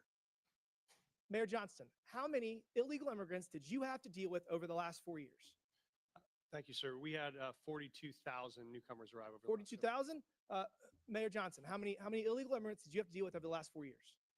Over the last 4 years, there were roughly 50,000 asylum seekers bused from the state of Texas to the city of Chicago. And you know why that Texas did that? Because 10, 12, 15 million people were in Texas, and they had to deal with the same problem you did, and they thought it was appropriate that everyone should have to share this burden. Mayor Wu, how many did Boston have over the last 4 years? We don't ask about immigration status and giving How safe many services, people so that- I don't have that number. Okay, well, we'll say at least tens of thousands. So all of you have limited resources, limited tax dollars to spend to serve your community. And there's people that have a disproportionate need, and you have obligations to serve them more if they are struggling, if they do not have income, if they are jobless. So you have limited resources, and all of you had this problem. And we've been saying for the last 4 years that this is all because Joe Biden and his policies were allowing lawlessness at our southern border, which allowed millions of people into this country. Mayor Johnston, did you say anything to the Biden administration? Did you say, we're struggling, we can't make ends meet, we can't serve our citizens because of your open southern border? Did you, Mayor Johnston? Yes, Congressman, I did reach out to the Biden administration about that. Did you publicly address this? Did you ever challenge them and say, this is ridiculous, secure the southern border? What we focused on, sir, was the biggest challenge we were facing was folks needed the right to work. They I came to our couldn't city. find anything where you told the Biden administration they are wrong for their border policy. Mayor Johnson, did you publicly attack the president, President Biden, in the last 4 years because he let millions of people into this country and it hurt your constituents? Did you publicly attack him for his policies? So I publicly called Did you say for, secure the damn border? No, you I didn't. publicly called for Congress to pass comprehensive immigration Okay, we'll get to reform, that in a second. and that Mayor did Wood, not happen. Did you ever publicly attack the open border policies of the previous administration? Congressman, in fact, we hosted the former Secretary of DHS in Boston so that he could see the impact. To talk of about how we our need residents. legislation, I'm sure. Mayor Adams, did you ever publicly attack President Biden for his open border policy? Yes, in addition to having $7 billion out of our tax base. Did you see what his administration did to political opponents? Did you see what they did to President Trump? I mean, I guess you're standing up for your people. I admire that. For the last 4 years, I heard how Congress needed to spend tens of billions of dollars to secure the southern border. We had to change policies. We had to do all this nonsense. We didn't need to do any of that. We just needed a new president. Last month, we had the lowest number of border crossings in decades. And I can promise you this, that's going to continue because our president has always had the ability to stop this. And the only one of you that stood up to the previous administration was under investigation shortly thereafter. Weird how that happens. We're turning the page here.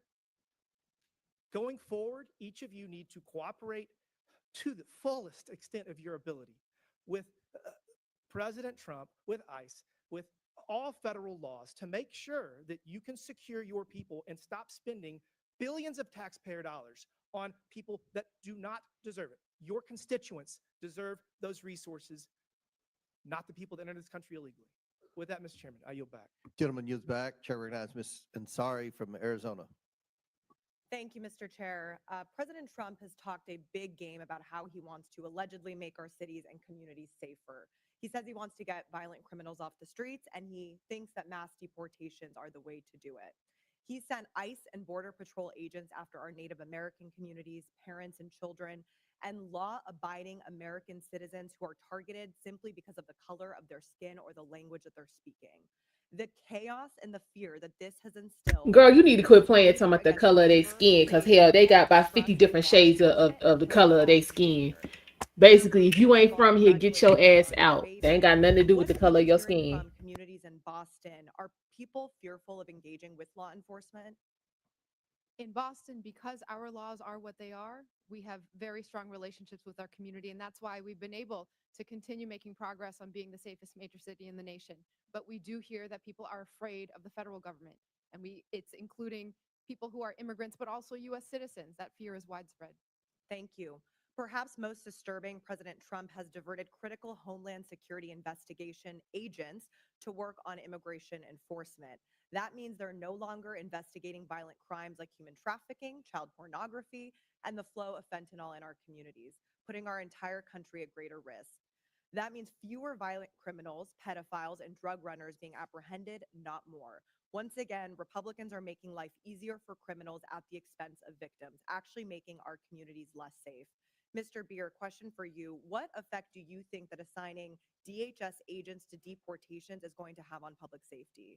Well, it's an extremely negative effect, and it's not just limited to DHS. He's pulling in FBI, ATF, DEA. They're all being diverted off their primary missions to crack down on criminal gangs and criminal organizations in the United States. So it's not just DHS, it's every criminal agency in the United States government is being diverted to mass deportation right now.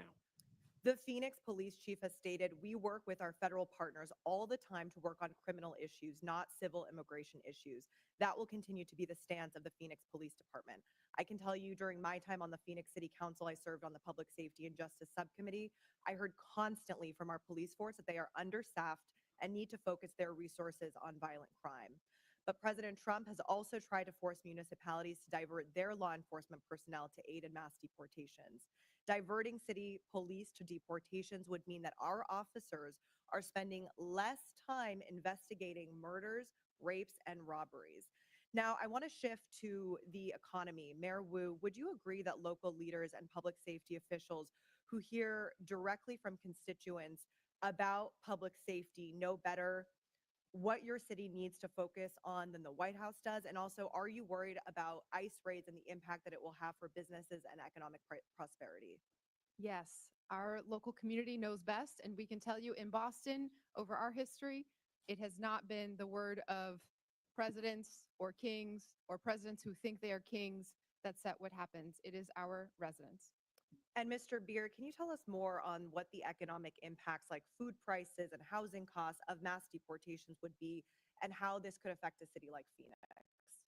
About half the cost of the fruits and vegetables on your in your grocery store is coming from the labor of immigrants and other workers at our farms. So it's an extremely important component of our agricultural production in the United States. If you look at where these people have gone, they have gone into the sectors where there is no work visa. There is no legal immigration option for employers to hire in these sectors.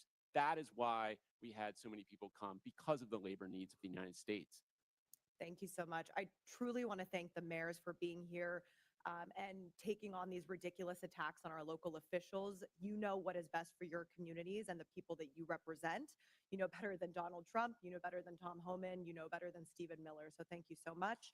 And finally, I'd like to request unanimous consent to enter into the record, first, a report published by the American Immigration Council titled Mass Deportation, Devastating Cost to America, Its Budget, and the Economy. And second, a Center for American Progress report titled Trump's Rash Immigration Actions, Place Cruelty and Spectacle Above Security. Without objection, so ordered. Thank you. I yield back to the ranking member. Chair recognizes Mr. Donalds from Florida. Thank you, Chairman. This is my third term on the Oversight Committee. Yes, honey. Yes. Come on. Oversight the entire time. I remember we had a group of this committee that went down to the El Paso section of the border. This was back in February, March of 2021. And during that time period, we were at one of the holding centers, and there were these buses that were coming to the detention facility, and they were picking up 30 kids, 50 kids at random, walking out of the facility. And when I went over to question the bus driver that was transporting these kids, border agents told me, as a member of Congress, that you're not allowed to question the bus driver. And of course, people knowing me, I didn't take no for an answer, and I repeated the question. And I was told that this bus of children was leaving El Paso and going to San Diego. And so what was occurring under the Biden administration is that they were busing unaccompanied minors all across the United States for one reason and one reason only. And that was because they did not want the press to see the pictures of kids in cages. They did not want to see our borders being overrun. They wanted to disperse that problem all through the United States. That is the reckless history of illegal immigration under Joe Biden and the Democrat Party. Mayor Johnston of Denver, you lamented earlier that there were 10 to 11 buses coming per day to your city. Did you ever talk to Joe Biden about why this was happening to your community? Thank you, Congressman. I both reached out to Governor Abbott from Texas. He didn't respond, and I did. Why would you reach out to Governor Abbott of Texas when it is Joe Biden, the former commander-in-chief, that opened up our borders? Why didn't you talk to him? Well, our buses directly were being sent from Governor Abbott in Texas. So that was why we reached out to say, we're happy to collaborate on a coordinated entry system. We understand no one state or no one city should bear the entire brunt of this, but let's collaborate. But I did.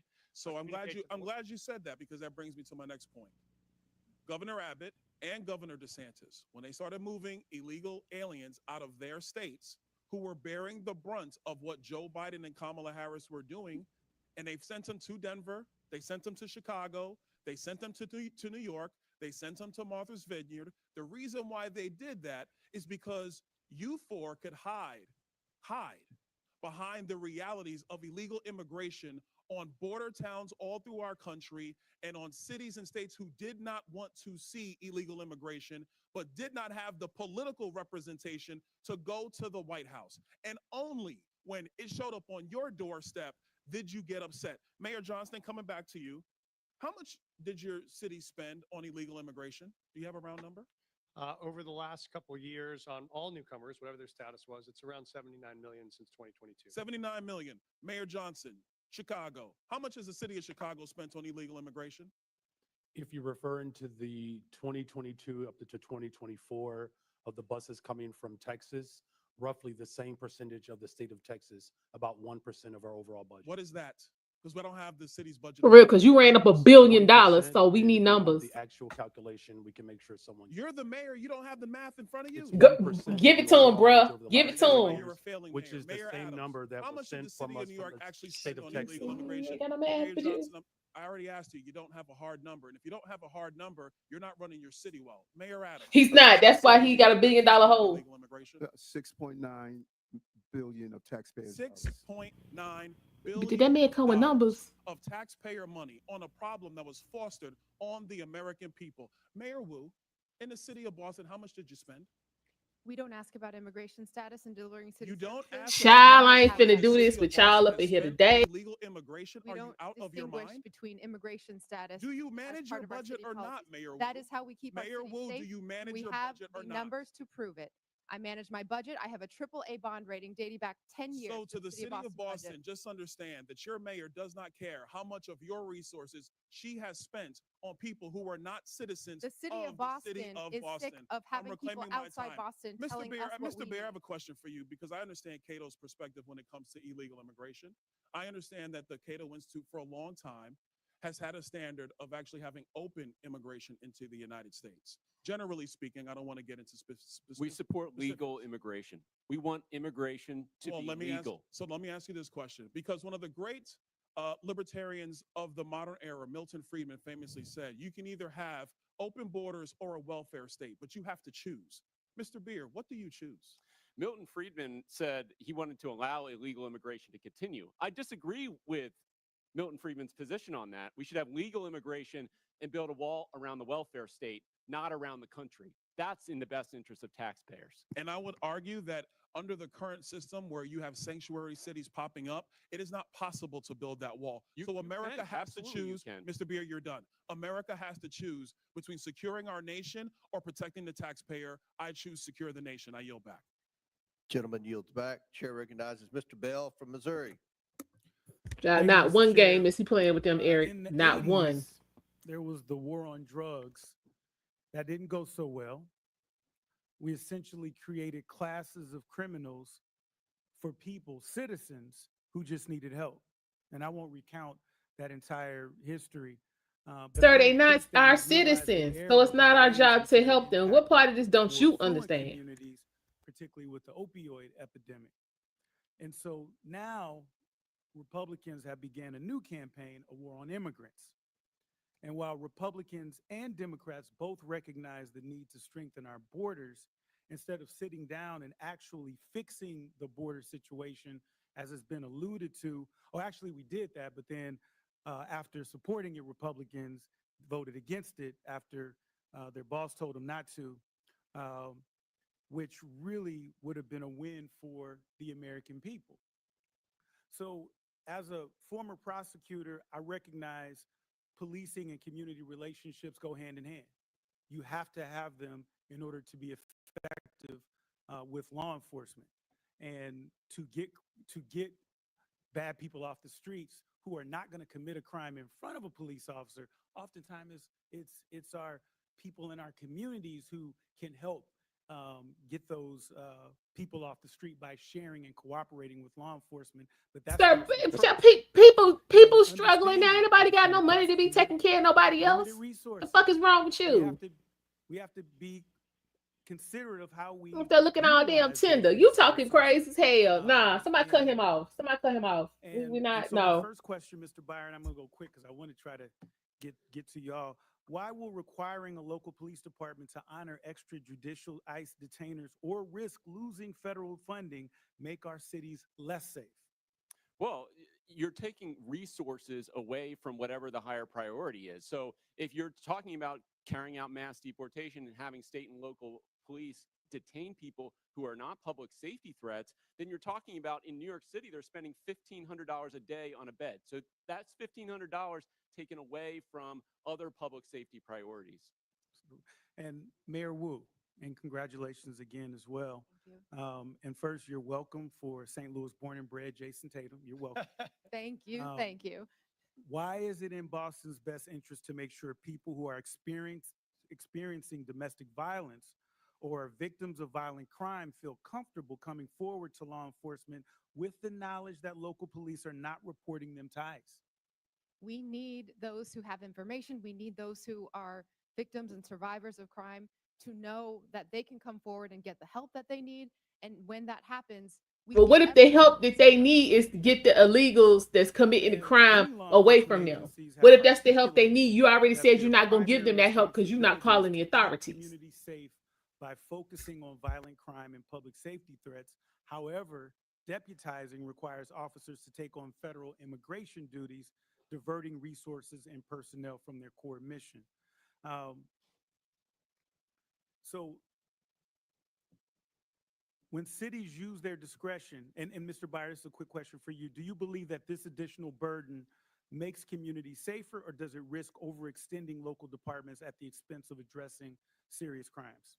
I think states are best positioned to answer that question. It certainly can if you're imposing a mandate that is distracting from their public safety mission. And it's interesting to note that the majority's bill on this, H.R. 32, has an exception written in there for witnesses and victims of crimes. If you don't report them, it's okay under that bill, except no one's walking around with a victim or witness badge on them.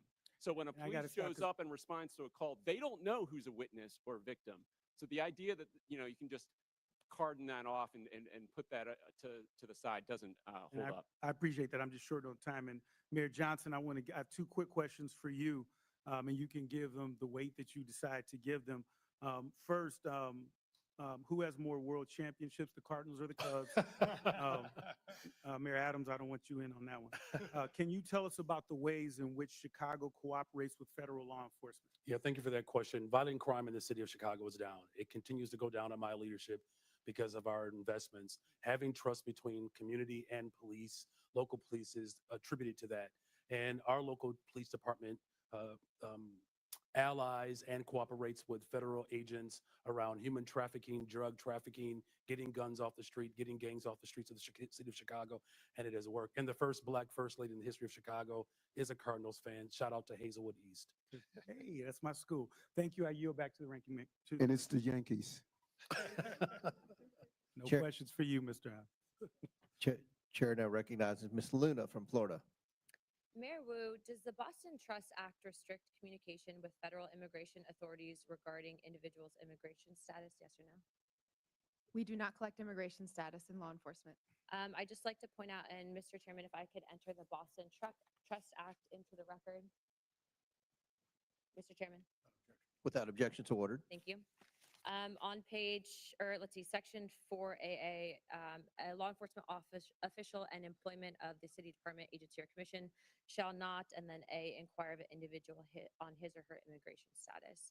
Under Title 8, U.S. Code subsection 1373 stipulates that local governments cannot prohibit or restrict communication with federal immigration authorities regarding individuals' immigration status, so your enforcement of this act is in direct violation of that statute. Can you please confirm?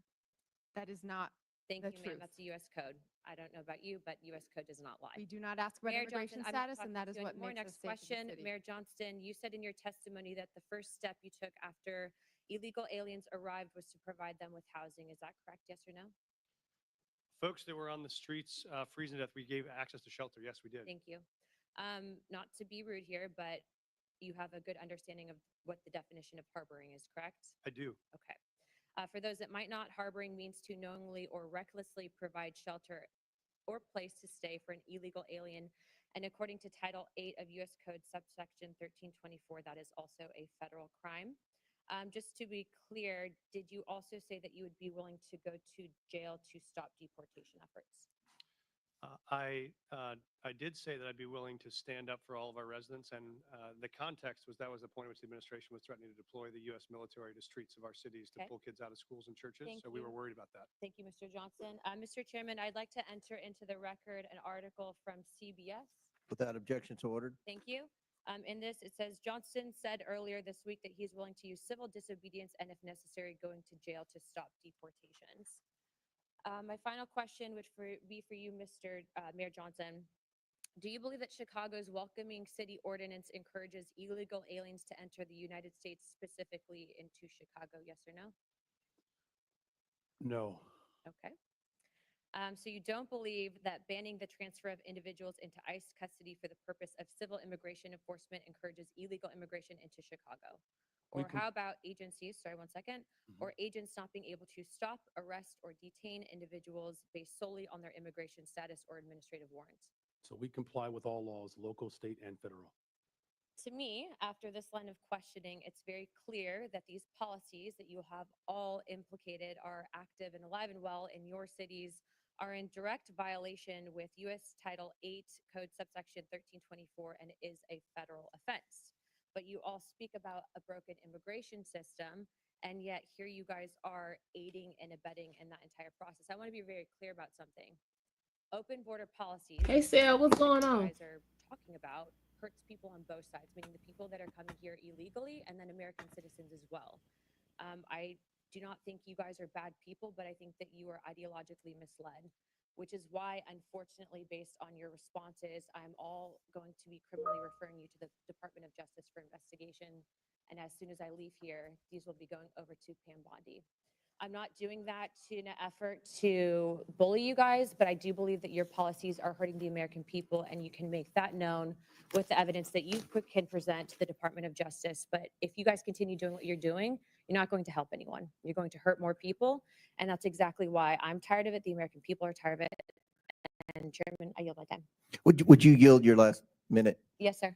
But Mayor Adams, you were one of the first mayors in what the media refers to as a blue city, typically, that came out and raised concerns about the influx of illegals pouring into the city of New York.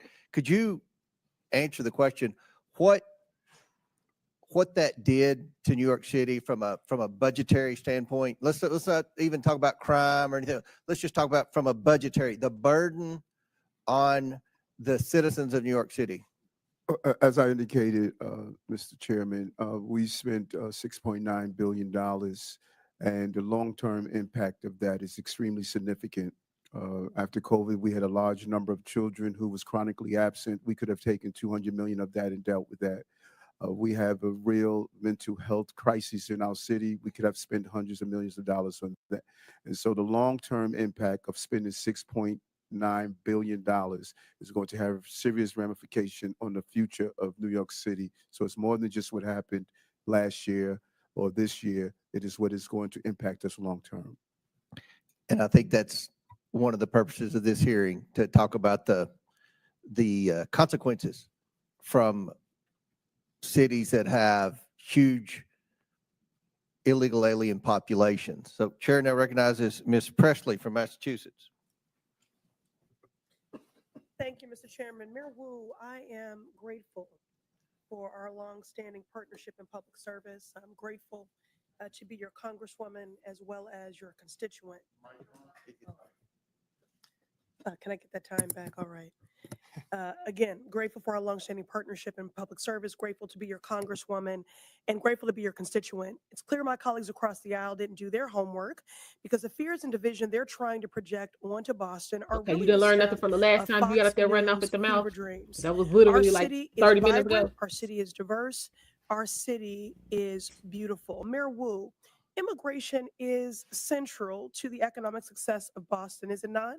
Absolutely. All of our key industries, whether it's healthcare, life sciences, higher education, financial services, everything that we do depends on immigrant residents and the No, contributions that they make. all of that depends on legal immigrant residents. Them illegals ain't doing them jobs. Our Stop city has been playing. shaped by people who have endured incredible hardships to arrive at our shores seeking a better life.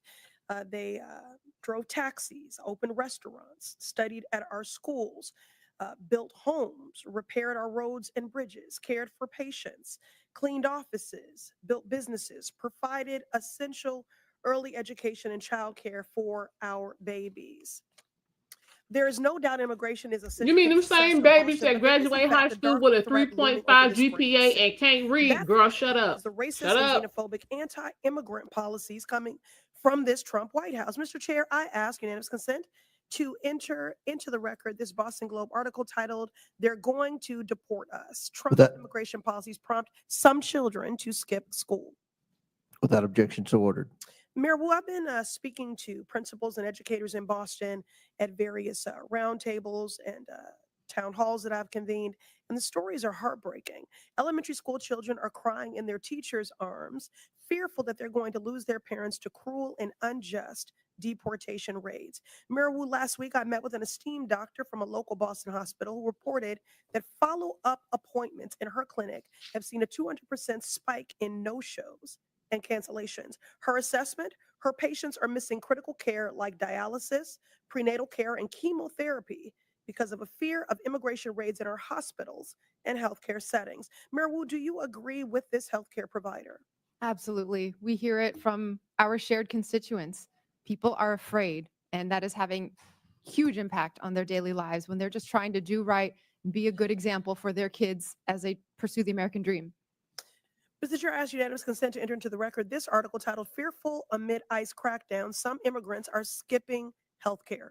Without objection, so ordered. So here we have a man who thinks he is king, screaming anti-immigrant slurs from the Oval Office and what it has done to make Boston safer. Nothing, not a thing.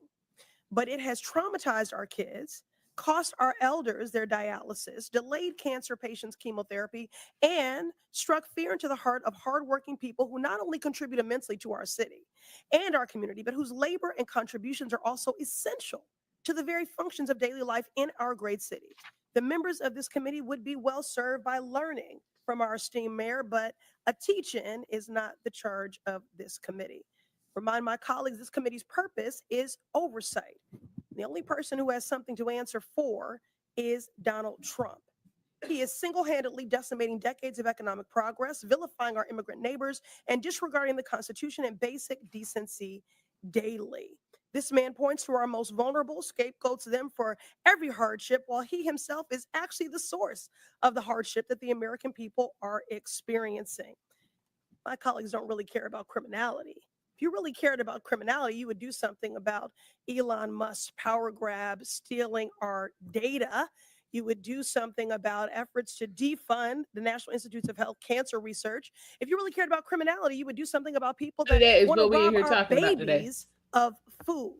Make it make sense. My Republican colleagues across the aisle believe a 6-year-old from El Salvador who wants to go to school and a mom who fled violence in Haiti are the reason that the cost of eggs are too damn high. And your housing and gas will follow suit shortly because of these Donald Trump tariffs. The shameful Republican ripoff slashing away at basic government services to line the pockets of Donald Trump's buddies so they can buy toy yachts and rocket ships. It is a shame and a sham. America has a problem, and it is Donald Trump. And if my colleagues really cared about criminality, they would do something about him. I'm grateful the people of Boston and my mayor stand with their neighbors from every walk of life. I yield back. Chair recognizes Mr. Gill from Texas. Thank you, Mr. Chairman, for holding this hearing on such an important topic. Mayor Johnston, I want to start with you. One of your first actions as mayor was establishing a deputy mayor for immigrant, migrant, and refugee rights. I want to ask you a series of questions. If you could answer with a yes or no answer, that'd be great. First of all, do you support allowing illegal aliens to obtain driver's licenses? Just yes or no? So the city of Chicago has been a welcoming city for over 40 years. I'll take that as a yes. Next question. And that's the policy that we will hold to. Do you support tax dollars subsidizing or paying for the health care of illegal aliens? I support investments in all residents of the people of Chicago, and that's what I do. That's a yes as well. Do you support free or reduced college for illegal aliens? Again, I support the investments of all residents of the people of Chicago. That is a yes. Next question. Do you support allowing non-citizens to vote in local elections? Again, I'm not over the jurisdiction of that type of law, but again, I'm committed to investing in all residents of the people I'll of Chicago. take that as a yes. I've got an article from the Chicago Sun-Times, and I'll quote here briefly. Johnson proposed, among other things, that all residents, regardless of citizenship status, be able to vote for Chicago Board of Education members. Next question. Your website states, and this is your campaign website, quote, "I will not stop fighting until abortion access is completely secure for people all over the country," end quote. Yes or no, do you support taxpayer-funded abortions for illegal aliens? I support the reproductive rights of all people, all women. That is a yes as well. Your mayoral transition website mentioned support for creating a Chicago Board of Education non-citizen advisory board. Again, yes or no, do you support appointing non-citizens to government advisory boards? I was invited here today to discuss welcoming yes or cities. no. I was invited here to discuss welcoming This cities. is a yes or no If you're question. interested in asking me You're not gonna questions about the filibuster. welcoming I'll city, take that as a I'm yes. happy to We're gonna answer move those on. questions. No, we're going to move on.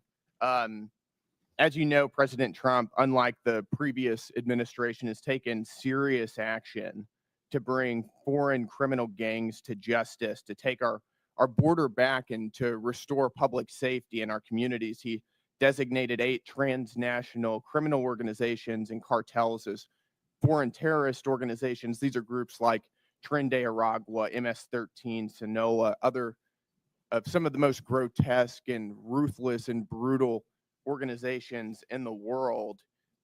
You, as mayor of a sanctuary city, have been virtually giving favors to illegal aliens. Apparently, you support an enormous amount of taxpayer resources going to them as well. But you yourself have also received a lot of gifts. And for those of you who don't know, Mayor Johnston has a secret gift room that is not given access to the public or for access to the Office of Inspector General. I'd like to ask you a couple questions about that. Do you know everyone who's given you a gift since you became mayor? The city of Chicago has had a policy for That's 40 a years yes or no where question. there are individuals that would like to take give no, gifts to I'm the city of reclaiming my time. I'm Chicago, going to take that as a and we do no. not accept When those did gifts. you We become receive mayor? them on No, I'm going to behalf reclaim my of time the city here. of Chicago. You're not going to filibuster here. When did you become mayor? I was elected mayor of the city of Chicago in April of 2023, and I was sworn in That's May good. 15th On June of 12th, 2023. On June 12th, 2023, you received Hugo Boss cufflinks and a personalized Mont Blanc pin. Do you know who gave you those? So I did not receive those personally. The city of Chicago You received those them, on behalf and of that's the city right, of on behalf of Chicago. the city of Chicago, as I every understand the mayor difference. in the Do you know history who- of Chicago who has Do you know who gave provided those gifts to the city of Chicago? Do you know who gave those to the city of Chicago? So again, on behalf of the city of Chicago, there It's are a yes gifts or that no are question. received, Do but I you? do not Do you- accept. Those are not So you my don't- personal so you gifts. don't know. Those are the gifts of the city of On March Chicago, 18th, and that's why you are aware 2024, that they exist, because they're reclaim within the my law. time here, sir. On March 18th, 2024, you received a Gucci tote bag. Do you know who gave you that? Gave the city of Chicago that? Again, I was here and I was invited I'll also to take that as respond no. to the On March questions 19th, around 2024, welcoming the city, and I'm city of happy to answer Chicago any of those received questions. A Givenchy bag, a Kate Spade purse, and Carucci shoes. Do you know who gave the city of Chicago those? Again, I was brought. I'll I take brought that as my a no. energy I'm here reclaiming Sir, my this not a time. good look. sir. And we I am found out you reclaiming spent my $30,000 time. on for hair what and a makeup. welcoming This is city Not a serious good is. ethical concerns. You're providing an enormous amount of aid to illegal aliens, aiding and abetting criminals who have come into our country illegally. And you yourself are receiving an enormous amount of gifts, and you won't even tell us who they're coming from. That Chairman, raises time is up. serious ethical We have a concerns. 5-minute rule. Gentlemen's Mr. time's Chairman, I'd like to ask for unanimous consent to enter into the record the City of Chicago Office of Inspector General advisory concerning gifts accepted on behalf of the city. without objection, so ordered. Thank you. Chair now recognizes Ms. Talib for 5 minutes. Thank you, Mr. Chair. Mayor Adams, since we're on the this conversation around oversight and some misclaims here about corruption, I mean, do you agree, Mr. Mayor Adams? Yes, I hear you. I hear you. Oh, okay. You weren't looking at me. That's why. Mhm. It's okay. I'll speak louder if you want. Do you agree to a quid pro quo deal to enforce the Trump administration's cruel immigration policy in exchange for protection from the federal corruption charges against you? And you are under oath, just as a reminder. Congresswoman, there was no agreement. There was no quid pro quo, and I've done nothing. Yeah. nothing with So help me out here, though. So the Trump official, Tom Homan, we all know who he is.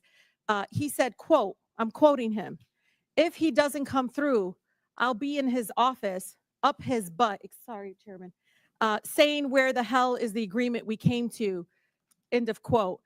You're accusing the Trump administration for lying? Or did they lie? What agreement they're lying then? Mr. Homeland and I both agree we will fight dangerous criminals, and we've never had any conversation about my case. Okay. So Mayor Johnson and Johnson and Wu, I'm sorry, I can't get the that. You can just call it Chicago and Denver. There you go. This is really important, as a child of immigrants, and I think many of my colleagues on that side of the aisle have beautiful, diverse communities as well. And one of the things that I know happens when we try to have local law enforcement and local city officials. I mean, they even want folks that work for our city treasury asking people for immigration status. That's what they would prefer. Is that racial profiling? What do you do? Like, you wait for somebody to come, they have an accent, maybe they wear hijab, maybe they look a certain way. That's what they want you to do. That's what they're asking you to do, by the way. They want you all to basically do the job of what the federal government should be doing in regards to passing really comprehensive immigration reform, so families are not separated. Because right now, all they want to do is continue to talk about enforcement. Guess what? The last 20 years, it didn't work, did it? It isn't working. So one by one, if you can talk about that, because I know my mother, who's been here for over 50 years, is carrying her passport, her U.S. passport, for the first time in her life. And she ain't traveling nowhere out of the country. But she's carrying it because she knows her beautiful accent. It's beautiful. I love it. And just so fearful of being stopped and being asked her immigration status. She knows she'll be racially profiled. And she already feels unsafe in a community she lived in for over 50 years. Thank you, Congresswoman. I would just agree. We don't think it's relevant to know someone's status when they come into a public library to check out a book, or if they come to the hospital for service, or if they come to register their child for school. The Constitution says you're entitled to an education. Our job is to provide it. So we think that's unnecessary, and it just scares people away. Yeah, Mayor. Yeah, allowing local law enforcement in the city of Chicago to focus on city priorities, as well as making sure that there's trust between our immigrant communities and all of our communities. I've worked on that- domestic violence cases as a former immigration attorney. Absolutely. I'm telling you, this is deadly for women being abused. It, Deadly. it certainly engenders trust, and that's how we have Absolutely. driven crime down in the city of Chicago, because of that trust. Mayor. Thank you, Congresswoman. Boston is proud to be the safest major city in the country, and we do not ask about immigration status when providing city services. We also are clear to all our residents that we do not care about immigration status when we hold people accountable for doing harm in the community as well. Yeah, because when I hear sanctuary city, I hear anti-age racial profiling. I really do. I hear like, okay, we're not here in the business of trying to enforce broken immigration laws that are inhumane, completely immoral right now. That's what I hear. And I, as a former immigration attorney, when I hear the story in Denver, and trust me, ICE is there waiting to pick them up. They sent 6 of them and they couldn't handle 6 of them couldn't take this guy that they're supposed to pick up. Doesn't make any sense to me, because they're there. They're pretending they don't know that as a fact. But one of the things that bothers me about all of this is the executive order of rescinding the sensitive locations. Why this is important. They basically want to do immigration enforcement and racial profiling, and immigration enforcement that's race-based, because I'm at the Canadian border in Detroit. Do you know the majority of people coming down undocumented is Canadian? But guess what? It's still the brown folks that are overwhelming. ACLU did a study, is overwhelming the ones. You ain't brown. What the hell is you talking about? And so for me, the sensitive locations, this is hospitals, schools, this is like funerals. This was all a policy in place to protect us from having our communities over police and militarized. Can you talk about the impact of that? And I have 22 more seconds because No, he went 'cause over. this time He went was- over Bitch, 22 you're not worried about spoke over 22 him. seconds. No, No, I didn't. No, I ma'am. didn't. No, Chairman, I no. never spoke But- over him. No, not you. The mayor spoke over Brandon. Oh, well, I didn't. It doesn't matter. He went over 22 seconds. But go ahead I and just ask your want them to question. answer the question about the sensitive locations, because this is something we all should be scared of, because pastors are calling me because they're talking about churches possibly having ICE agents show up at churches. I can just say, Congresswoman, our fastest growing church in Denver went from 700 folks in the parishon to 5 after that announcement. All right. Very good. Thank you. Thank you. Yep. Chair recognizes Mr. Fallon from Texas. All right, 43 seconds. That's a deal. All right. Mr. Chairman, thank you. Coming into this very important hearing, I suspected that Democrats would claim illegal immigrants pose no danger and would frame them as a sympathetic victim class, completely glaze over the tremendous financial burden that mass unlawful migration places on the shoulders of the American taxpayers. And furthermore, they would completely ignore the grave dangers that violent criminal illegals pose to all Americans. It would be, Democrats would use spin and deflection and woke wonderment and delusion, and some would even blatantly lie. And as they so often do, the left did not disappoint. The first claim that we heard was there were ICE agents ripping adorable children off adorable school buses. It was a myth and it never happened. And what was the source of this Democratic claim? One letter written by one superintendent in a country of 13,000 school districts. And that letter said that this may happen. Well, I may start a business with flying monkeys delivering new fruit salads. I may. But it never happened. And the case in point, it was Alice ISD. And Mr. Chairman, there was another letter that Alice ISD sent, and I'm going to quote it. It said, "We have not had any Customs and Border Patrol enter or board buses, nor do we have any knowledge of it happening here or in any other school district." It was a spin, it was deflection, and it was a lie. Now, the most important thing that any elected official should focus on is to keep our citizens safe. There's no greater calling. Mayor Johnston, is Chicago a safe city? We are a safer city since I've been in office. Crime Safer is city. down. Okay, sir. Crime is down Sir, do you over know 20%. that, sir, no, you're not just going to this year overtalk. alone. Mr. Chairman, I reclaim my time. You're not going to overtalk me. Brandon's, he was very nice, and he's a freshman. Not going to do that. In 2022, I find it interesting that you say Chicago's safe. You have a higher murder rate than Haiti. And the Biden administration put up a travel advisory saying to Americans, don't go to Haiti. I hope that the Trump administration puts up a travel advisory saying, don't go to Chicago. In fact, the Haiti had a murder rate of 18.02%. Chicago has a murder rate of 18.26%.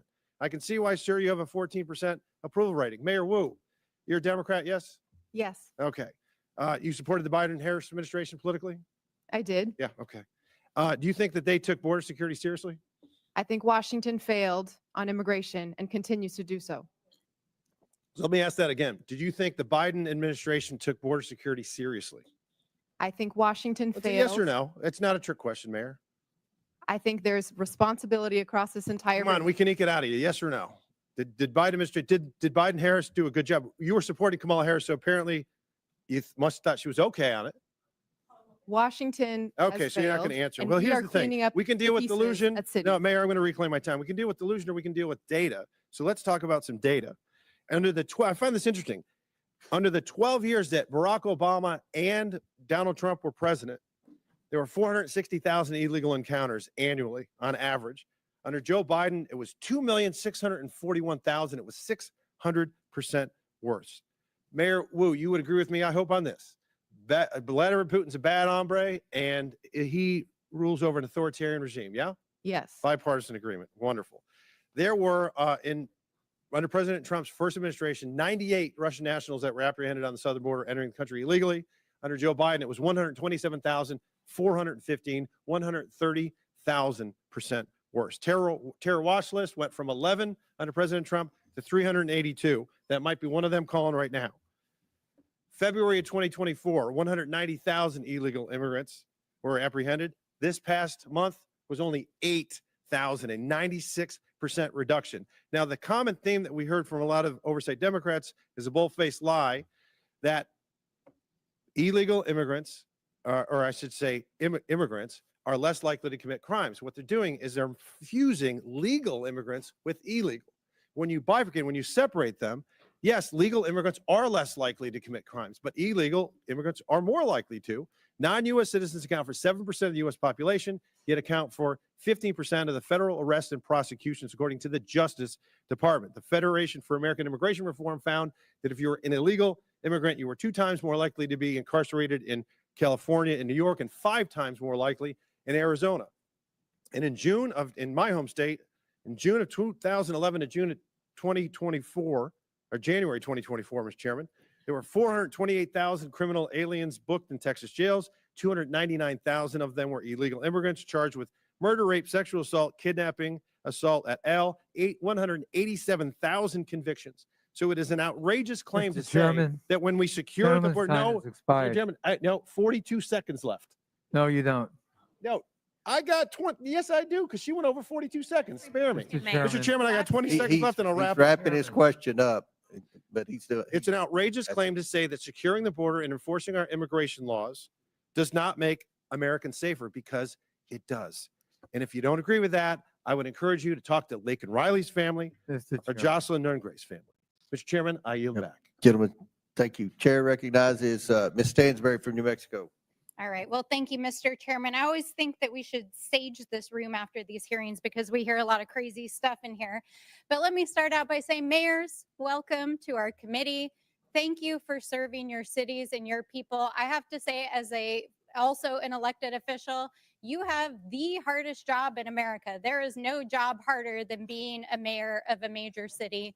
So thank you for serving your constituents. And I want to take this opportunity to especially acknowledge Mayor Wu, because not only are you the first woman to ever serve the city of Boston, if y'all haven't been watching, she is also the mother of a newborn who is here with her. She has a 7-week-old baby, and she showed up to testify and be yelled at by our colleagues for 4 hours. So I say to you, Mayor Wu, may your daughter grow up to be a fierce leader like you. Thank you. Now, I want to You reject wasted up your the time with the fundamental bullshit, premise lady. Come of this on. hearing, because what this entire effort is about is intimidating state and local officials, attacking law-abiding immigrant families, and spending millions of dollars of taxpayer dollars, both in the administration and in Congress, to make ads that are complete smoke and mirrors, trying to say that Donald Trump has somehow secured America's safety. What they are doing is not making America safer. In fact, it's a total and complete lie, because Donald Trump has failed to actually even secure the border. He's failed to stop illicit drugs like fentanyl from crossing the border. He's failed to secure sufficient staffing and technology to stop human trafficking and illicit drugs from crossing the border. He's failed to support local law enforcement and behavioral health programs to address the issues that are affecting our communities. And he's failed to even execute on the most basic thing that he said he would do, which was to pass immigration reform when he got into office. Here we are, Donald Trump. Where's your immigration bill? Oh, wait, you don't have one. That's right. Because none of this is actually about making America safer. In fact, all of this is making America weaker. He's dismantling our federal law enforcement that would actually go after cartels and drug traffickers. Over the last 6 weeks, Donald Trump has taken out the most senior FBI officials and the officials in our U.S. attorney's offices that were actually prosecuting the cases against the drug cartels. Donald Trump took out the law enforcement that were prosecuting those cases. So let's be real about that. He froze federal law enforcement funds all across the country. I have tribes in my district that still haven't had their DOJ grants reinstated. Let's be real about what's going on here. He's frozen funds to refugee resettlement and other immigrants groups permanently who have outstanding receipts. There are refugees and asylees that had waited decades to get to this country from war-torn parts of the world, and they literally had their flights canceled the last 2 weeks, while Donald Trump is sitting in the Oval Office and offering millionaire oligarchs a free ride into America with his gold visa program. Is this really about making America safe again?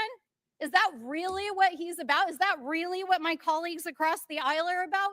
Because what I can tell you, as a representative from a great city, the city of Albuquerque, a border state, is that we know what makes our communities safer. It means we stop drugs from coming into our country and our communities. It means that we support and we fund our law enforcement. It means that we fund our behavioral health system. It means that we support our mayors, our tribal leaders, and our state officials. It means that we invest in them.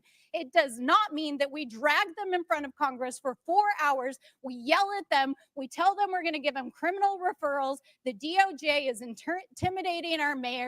And my colleagues across the aisle are producing TV ads to try to pretend that they're making this country safe again. It's total bullshit. Absolute bullshit. They are not making America safer again. And what they are doing is terrorizing immigrant families. And please stop That with is this what they are fake doing. Parents who are outrage. This afraid is to bad send their kids acting. to school. This is Parents who bad are afraid acting that at they its won't best. come home again.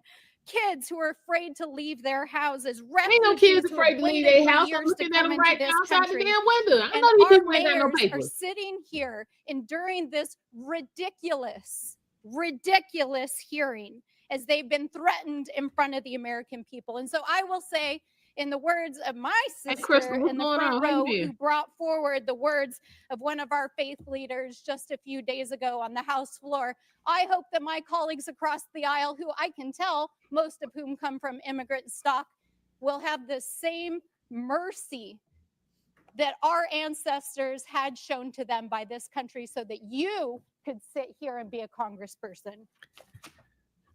Miss Gentle lady's You have time's to have some expired. paperwork to We're be gonna, able to as do that. unanimous Girl, stop consent. talking. Stop talking. Ms. Crockett. From The Economist, how Boston became the safest big city in America. Murder is declining across the country, but Boston has led the way. And then I have one more UC request. It is from insightcrime.org. Gang violence in Haiti continued to surge in 2024, following a trend that began after What they the got to do with assassination United of States? President Not in Haiti. in 2021. The country reported a record number of homicides in 2024 with over 7,000 murders for a rate of 62%, up from 40.9% in 2023. Without objections ordered, at the request of the witnesses, we're going to do one more questioner. It'll be Mr. Sessions from Texas. Then the committee will take a 15-minute break. Last questioner before the break at the request of the witnesses. Because you will talking about some be damn Mr. Haiti. Sessions We from in Texas. America. Mr. Chairman, thank you very much to the panelists. Thank you for taking time to be here. I hasten to say that I'm probably not going to yell at you. I will not live up to the things that we've been accused of today, but I will say that I want to defend some actions that are being taken. I remember a few years ago when Boston had 2 illegal aliens who were they were known as criminal aliens, but they were known as on the watch list. They created a bomb that went off at the Boston Marathon. Only killed a couple people, but caused huge disruption. And it brought to light that the administration at the time and prior administration had allowed people who were on watch lists that we understood terrorism, criminal, and we were allowing them in the country. We watched forward as we moved about the rule of law being ignored. United States of America allows 1 million people to go through our process, the largest amount of anywhere in the world, 1 million people, and they go through a process. And I spoke at one of these ceremonies, naturalization ceremonies last May. And I spoke to the people that were there, and they all unequivocally stated, thank you to the United States of America, but they learned what they were entering, what they were expected to do, that their customs from where they came from, some could be kept, but the things which did not correspond to American law now needed to be followed, that they were going to become American citizens, not where they came from, but they wanted to be Americans. And they had to follow those rules and regulations or laws. That we were very open to them being here and that they could legally perform the duties that they wanted. What has caused this mismatch is more than just the Boston bomber or people being killed, but rather the public interests in looking at what the charade that it caused all across this country, in particular in larger cities. Chicago, yes. New York City, yes. Other cities around the United States where people felt not only threatened, but it was activity that was seen as unbecoming to people who should be where they were and giving respect and thanks to a group of people who were allowing them to be here, i.e. a city that was not going to arrest them. But you see, what we really understood is if you were here illegally, they weren't going to arrest you even for a crime. They might have arrested someone who was a citizen and put them behind bars, but unless they really created a heinous circumstance, they were not going to be arrested. And so this created an aura around the United States that the American people understood.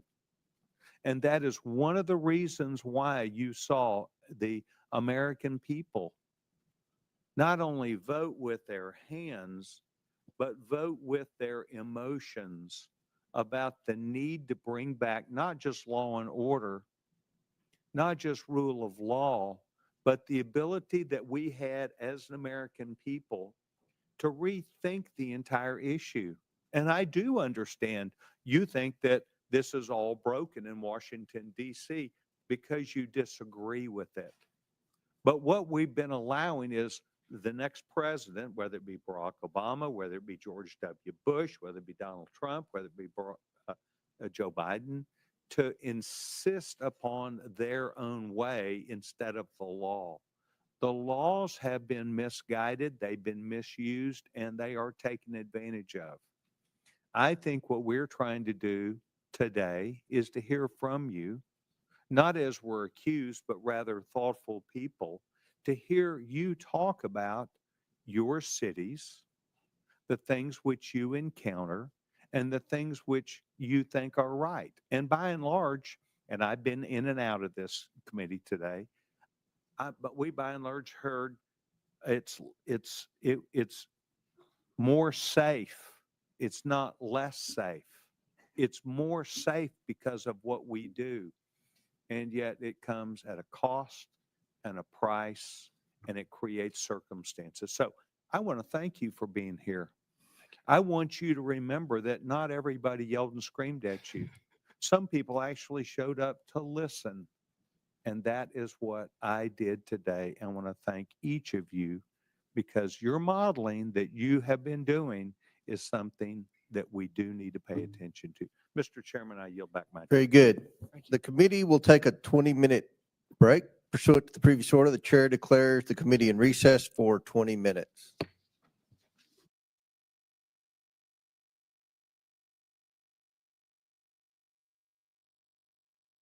All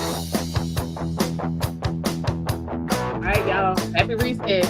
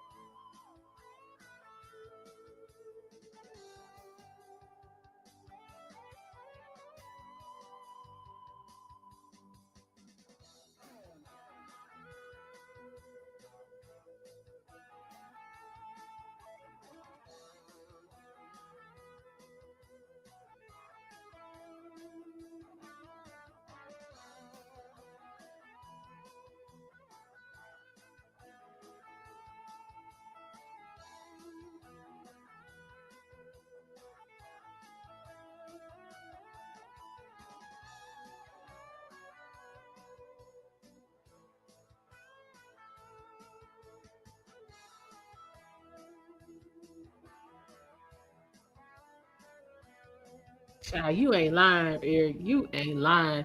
This a hot mess. Some hot mess express action. Like these folks is really in here wasting up time. Y'all know damn well ain't nobody rounding up, you know what I'm saying, people who got paperwork. It is y'all who do not have paperwork, who are not out here being productive citizens, that are the problem. So I don't understand why this is even going on.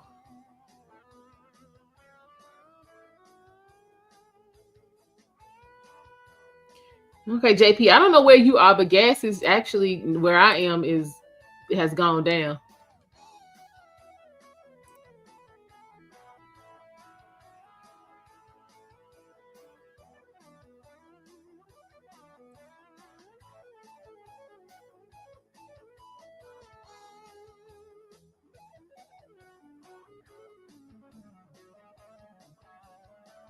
A lot of non-black people collect welfare as well. So what you saying, Jay?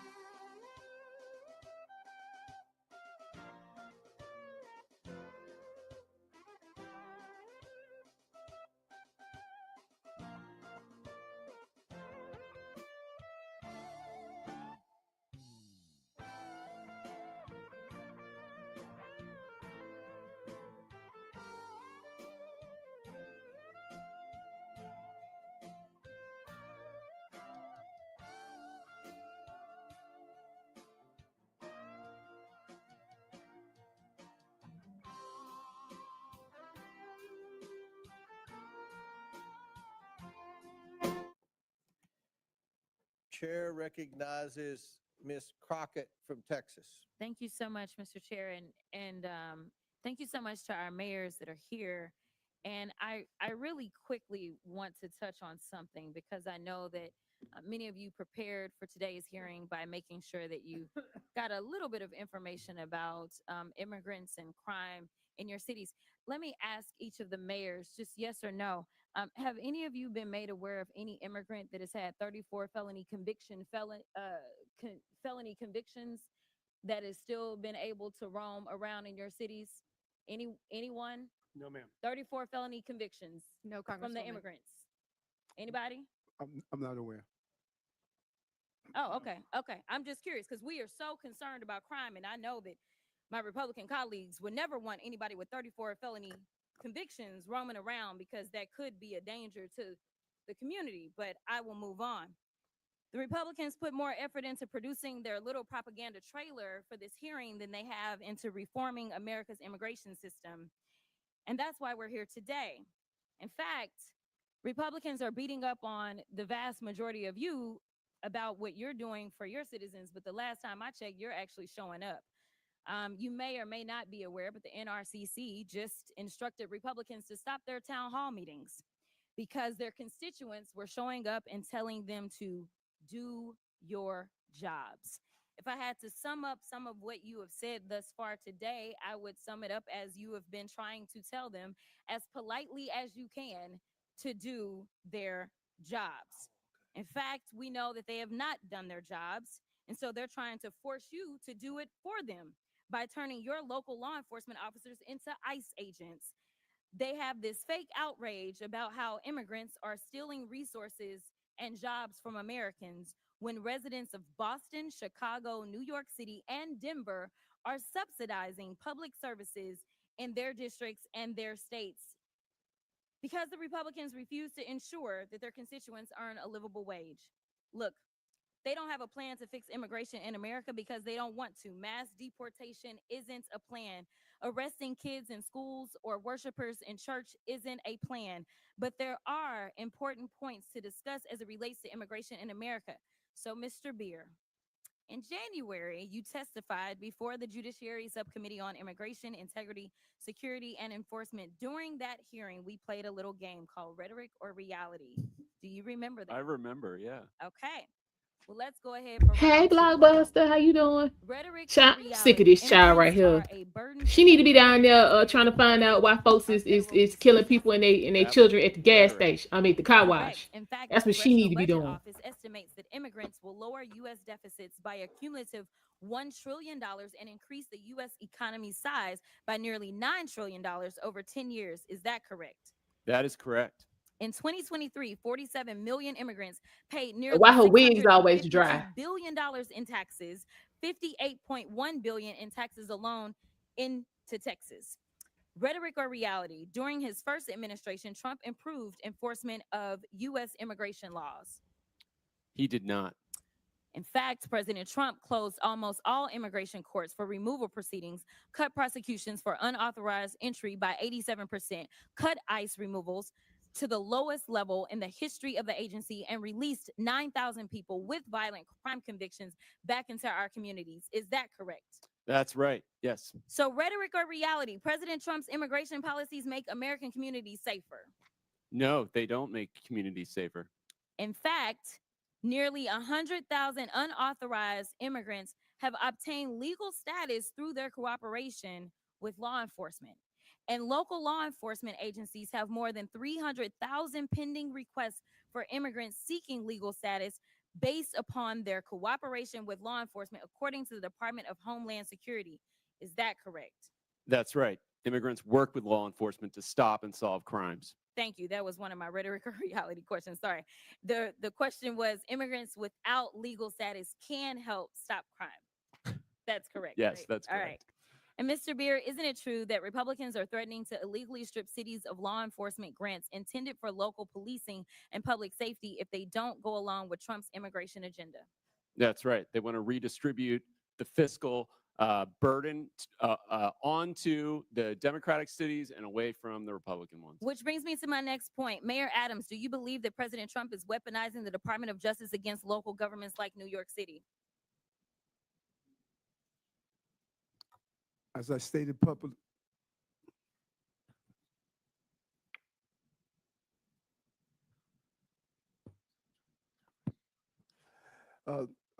thank you for the question, Congresswoman. And as I indicated previously, this case is in front of Judge Hull, and I'm going to allow the judicial process to go forward. Well, let me ask it a different way. There was a quote from Mr. Well, he had to get advice. So can I just get a What's that? He was getting advice. So can I get a little bit of time? I didn't interrupt while he was getting advice. Because they were advising him. Go ahead. Okay, this is the last one. There was a quote from Mr. Homan, I believe, where he said he will be in your office and up your butt if there was a problem with whatever agreement. We don't know what it was. My question to you, I know you've been asked about it a couple of times today, is was he lying when he said that you made an agreement that would cause him to be up your butt if you fail to uphold your end of it? And gentlelady's time's expired, but if the mayor wants to answer it, he can. Congresswoman, I answered that question, and it appears as though we're asking the same questions over and over and over again. My comments are not going to change. No quid pro quo, no agreement. I did nothing wrong. Chair recognizes Mr. Langworthy from New York. Thank you very much, Mr. Chairman. Thank you, mayors, for being here. You all represent cities that should be beacons of opportunities for young professionals, entrepreneurs, and hardworking Americans that want to make it in this world. Not the laughing stocks that they become in many ways. New York was once hailed as the capital of the world. Boston was admired for its founding role in America. Chicago was the gateway to the West and the icon of the Great Lakes. And Denver was admired for its natural beauty. Now all these cities are seen as a place where illegal immigrants, violent criminals, and gang members thrive, breaking our laws and spreading fear throughout our communities. Let's be clear. Sanctuary policies have not just failed, they've made our cities less safe and less welcoming to those who truly want to contribute to our communities. Here's a perfect example. Laken Riley's murderer was arrested in New York City on charges of detaining a minor. He was released due to New York State's sanctuary status. He was then allowed to go on to Georgia, where he murdered Laken in cold blood. Last night in my district, 400 miles from New York City, 2 members of Tren de Aragua gang were arrested for an ATM jackpotting scheme that stole more than $100,000. The suspects were also wanted for similar crimes throughout the state of New York, and in your state's Mayor Johnston and Mayor Wu for hundreds of thousands of dollars. Now, God only knows what else these dangerous gang members are responsible for. Buffalo ICE recently arrested an illegal from Peru who had murdered 23 people and had the victims' faces tattooed on his body. He was allowed to evade law enforcement for a long time due to New York State's green light law that protected him and shielded DMV data from federal law enforcement officials. There is no such thing as a victimless crime. Every crime has a victim, and these victims, they don't have a sanctuary. They have to live with the pain and the trauma of something being taken from them, their safety, their security, their property. And to add insult to injury, the witnesses before us have protected the perpetrators. Mayor Wu, the other day, you stunningly expressed sympathy for the man responsible for the knife attack, not the brave officer who stopped him. Where is the sympathy for the men and women in law enforcement trying to keep us safe? Congressman, Where check your is this? facts. It's my time. Check your facts. Watch the video. It's my I time. did not express sympathy for that Where is the individual, but for sympathy their for the family. victims? And any individual haven't whose asked life you a is question. lost is a It's tragedy. appalling to me that we even have to ask for sympathy. This for dude is victims not in the instead of mood. violent He is criminals, not but here we in are. the And mood to for all this the mayors before us, foolishness. hindsight being 20/20 is a blessing and a curse. You can't go back in time, but it should give you clarity for the future. Laken's murderer, Jose Ibarra, had demonstrated he was a danger to society. He should have been detained by ICE. I want to ask each of you, yes or no. Do you agree that someone who demonstrates a willingness to harm society should be detained by immigration officials? Mayor Adams. Yes or no? Within the confine and restrictions of the law, yes, I do. Okay. Mayor Someone Johnson. that's committed a crime, yes. Someone that's committed a crime, yes, should be detained, and we would help them. Every violent criminal should be held accountable, and that's why crime is down in the city of Chicago, because we're doing just that. Mayor Wu. If you commit crimes against the people of Boston, you'll be prosecuted. Another yes or no question. Has anything that's happened in this country in the last 3 years given you reason to consider removing sanctuary city status from your communities? Mayor Adams. I'm clear that what we do is prevent some of these crimes from taking place. Mayor Johnston. We think the system that we have works and we will keep it. Violent crime is down in Chicago because of welcoming city ordinance. Have you considered removing sanctuary city status? Well, violent crime is down in the city of Chicago under my leadership. We're going to continue to do what we have to do to Quite a ensure that stock that answer. continues. Mayor Wu. We are the safest major city in the country, in Have- part because people trust that they can call 911 and help police solve crimes. Have you considered removing sanctuary city status? We are going to continue to keep our policies in place that have been working for the people of Boston. I think you've answered the question. The American people are fed up with the policies that protect criminals, waste taxpayer dollars, and prioritize illegal immigrants over the safety and well-being of hardworking citizens. Your cities, once shining beacons of opportunity, have now become a symbol of failure in leadership. The time for excuses is over, and the American people demand that you take responsibility, abandon these reckless policies, and start putting the safety of your constituents first. And with that, I yield back, Mr. Chairman. Gentleman yields back. Mr. Chair, I have a unanimous consent. Who said that? From usafacts.org, which states rely the most on federal aid? The number 3 highest proportion of federal funding that a state relies upon is the state of Kentucky, your state, Mr. Chair. Without objection, so ordered. Chair recognizes Ms. Simon from California.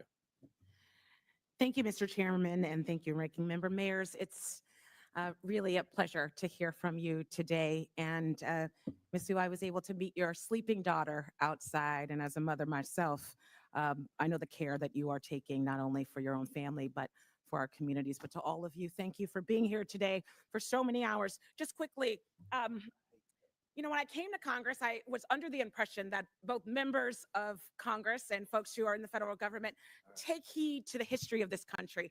I would love for members of Congress and all this It seemed to be real damn contact the easy to get up in Congressional Congress. Research Maybe I need to Look at the run because this ordinances here and ain't the this authors who the created bar don't ordinances seem of real hot. Sundown towns. That animus is almost mirrored with the conversations today about our immigrant communities. So when you get in your Uber and when you talk to your nurse and when you go home, I want you to look in the face of the folks that you are disrespecting today. The real crisis is a crisis to me and many who study this issue for a career. It's a broken asylum system. Right now, 3.7 million folks are in this country waiting, and they have waited years, meaning these folks fleeing violence for years are waiting for an immigration system that works. That is not on the duty of these mayors. It is our job. It's the federal government's job. Create an asylum system that honestly purports what we say on the base of the Statue of Liberty, and let's get that work done. Don't blame our mayors who are supporting young people and elders and bringing in federal dollars for health care. I want to yield my time to the gentle lady from New York, Miss Cortez. I thank the Congresswoman. I'd like to start with some questions prior to my recognized questions. Mayor Adams, on January 31st of 2025, your attorneys met with federal prosecutors regarding the charges of bribery, campaign finance fraud, and conspiracy against you. Were you aware of this meeting prior to its occurrence? Congresswoman, Microphone, please. I'm sorry. As I stated to your colleagues, and I'm going to continue to state because we're asking the same question over and over again. This is a new question. This case is in front of Judge Ho, and out of deference to I our understand, criminal Miss justice Mayor Adams. process, I'm going to Mayor Adams, defer this as your to the counsel, court. I'm sure will inform you. The only permissible way to refuse to answer a question during a congressional proceeding such as this is by pleading the Fifth Amendment. Deference to the judge is not a permissible excuse for not answering questions during a congressional hearing. Is it your intention to plead the Fifth today? Councilwoman, you said the only way that you can't answer a question is to plead the Fifth. I am answering your question. I'm answering your question directly. that, You are not, Mayor Adams. okay, I believe I am. I will ask it again. Were you aware of the meeting of you between your attorneys and federal prosecutors on January 31st? Answering this question is a yes or a no. And I'm going to answer it again. Out of deference to Judge Hull with this case in That is front not an of, answer, Mayor Adams. he is going to deal with the outcome of the case. Mayor Adams, is it your intention to not comply with with these questions?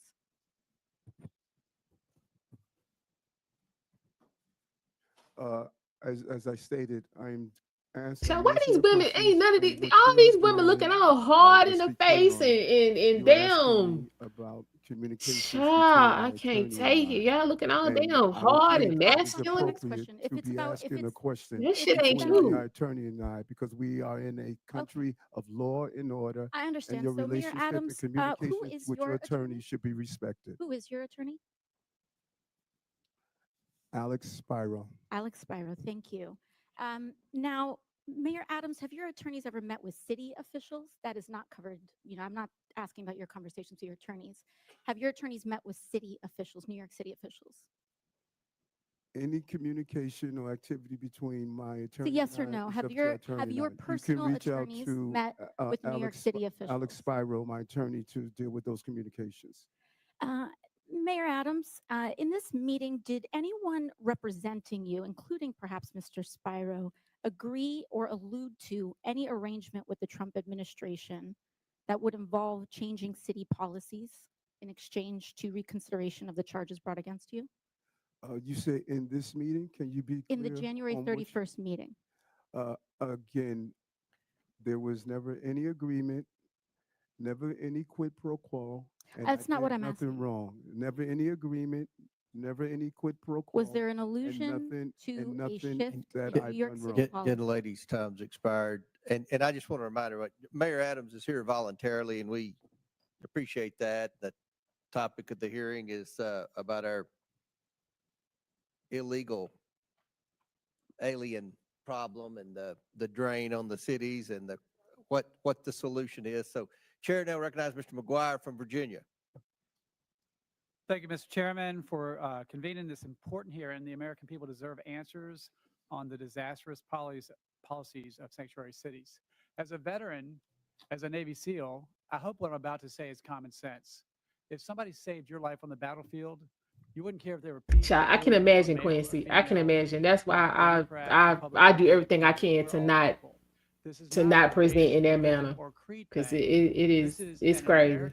Our American people, we the people, are being robbed, raped, and killed by these criminals that are coming across our border. My first question is just a yes or no. Do you believe that someone who breaks the law is a criminal? Mayor Adams. Shouldn't the answer to that be yes? Next. If you've broken criminal law, Just simple yes or no. Did you answer? Yes, sir. Okay. Could you repeat your question again? If you commit a crime, are you a criminal? Yes or no? If you commit a crime, you should be held accountable. Absolutely. Okay, I don't again, use that that was label not the depending that was on what it not is. the If it's a speeding question. ticket, for example. Next. Well, I got to tell you guys, thank God we have President Trump in the White House. Thank God we have the border czar, Tom Homan. Thank God we have Mike Johnston as a speaker. Thanks God we have Leader Thune. Yes, Mike he wasn't having it last And, night. thank God He we was have not Hector having it. Rubio and everyone else. Over the last 4 years, the American people have been robbed, raped, and killed. And the left doesn't talk about that. They want to say that people might be scared in their homes. Well, what about the families whose members have been killed and persecuted? The border has been cleaned up in just a matter of weeks. Border crossings are down 97% in just a matter of weeks. And over the last 4 years, we've been getting lip service like we want to secure the border. 80% of Americans believe we should secure the southern border. We are all elected leaders, and I assume you all sought these positions to help your citizens improve the quality of life in your city. It appears to me that left-wing activists want to create wedges in our society and cause the mayors of our great cities to ignore the oath of office and to support rule of law. Each of you took an oath that included an oath to support the Constitution of the United States, correct? Yes. Yes. Yes. Are you aware Correct. that Article 6, Section 2 makes laws of the United States supreme, known as the Supremacy Clause? Is everybody aware of this? Yes. I'm shocked Yes. that you all, as elected leaders, flaunt violating federal laws as if you are running a political campaign. We are a nation of laws. We lose credibility as a nation when we disregard or ignore the law and the people die. As of July 24th, there are more than 660,000 illegal aliens from criminal backgrounds roaming the United States.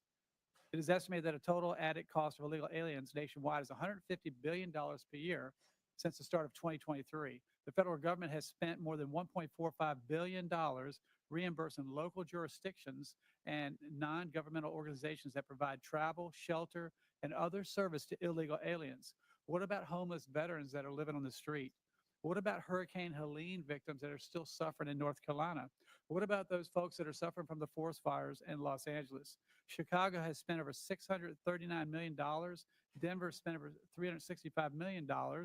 Boston is spending potentially, well, about $1 billion annually. And New York City estimates it could potentially spend $12 billion on illegal aliens from 2022 through fiscal year 2025. If you were the president and you found that your cities were spending billions of dollars against the interests of your citizens in violation of the Supremacy Clause, don't you think you would have cause to consider withholding federal funding? Yes or no? No answer? No, because we've not violated any federal law.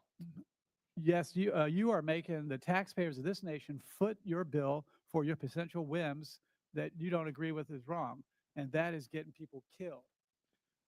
Mayor Wu, in the Boston area alone, Tom Homan said there are at least 9 accused child rapists. That is who inaccurate. That is false. My time. That is false. Local I'd like authorities to see the refused to facts turn on over that. Again, US put him under Immigration oath and ask the Customs questions enforcement. here. How could you do that to your citizens? It sounds like you care more about your politics and the safety of your This about to citizens. be too Imagine much. the parents Y'all, of those children y'all about to do abused too by someone much. you all released into society. Congressman, our It safety could have been statistics are prevented. the lowest in the country, In my lower than your district. A little girl was age 14, was raped by an illegal alien. He was released from jail 4 times because it seems, and a lot of you guys on the left, you believe that criminals are good, police are bad, and no one cares about the victims. This horrific crime was avoidable, but it was sanctuary policies like yours that allowed the offender to travel to the U.S. and end up in my district. And with that, I yield. Gentlemen, yields. Chair recognizes Mr. Min from California. Thank you, Mr. Chair. I want They wanna be all combative because they're not answering these failing to do its questions. job and actually exercise oversight in the way it should.